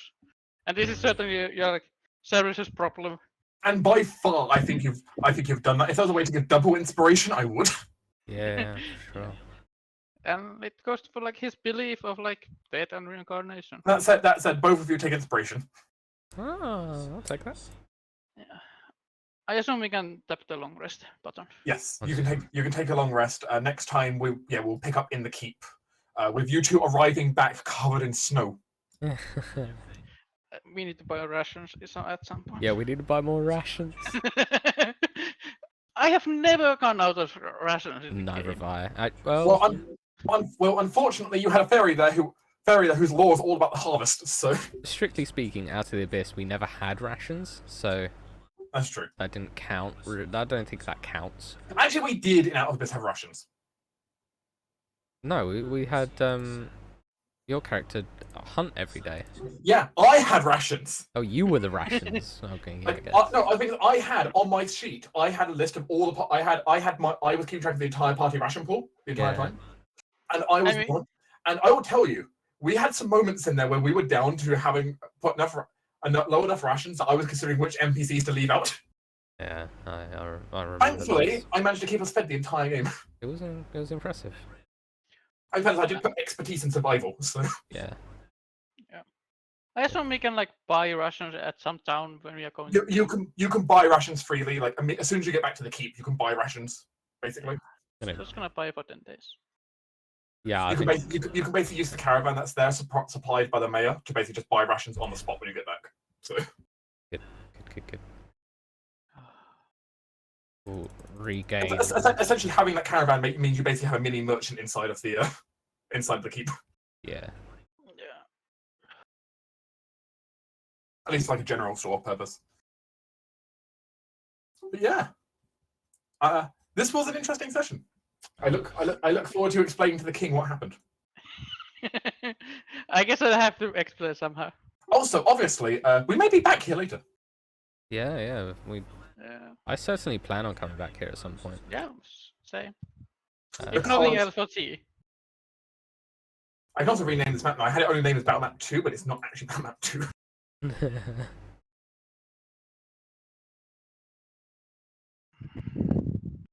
It's now Half Moon Temple and Athena's Domain.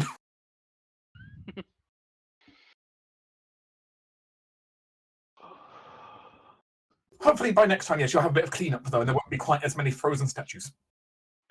Yeah.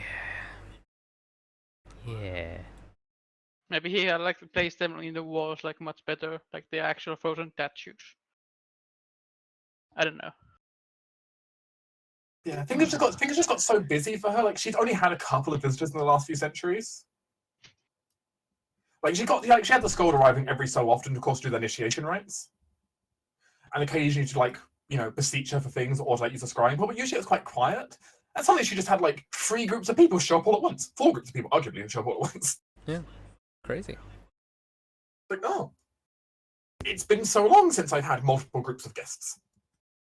And how dare all of them be rude, right? How dare. Except one. Yes, it turns out your group was the non-rude group. Yes. Though, admittedly, if Karo wasn't with you, she would have just froze you in place as soon as you stepped inside.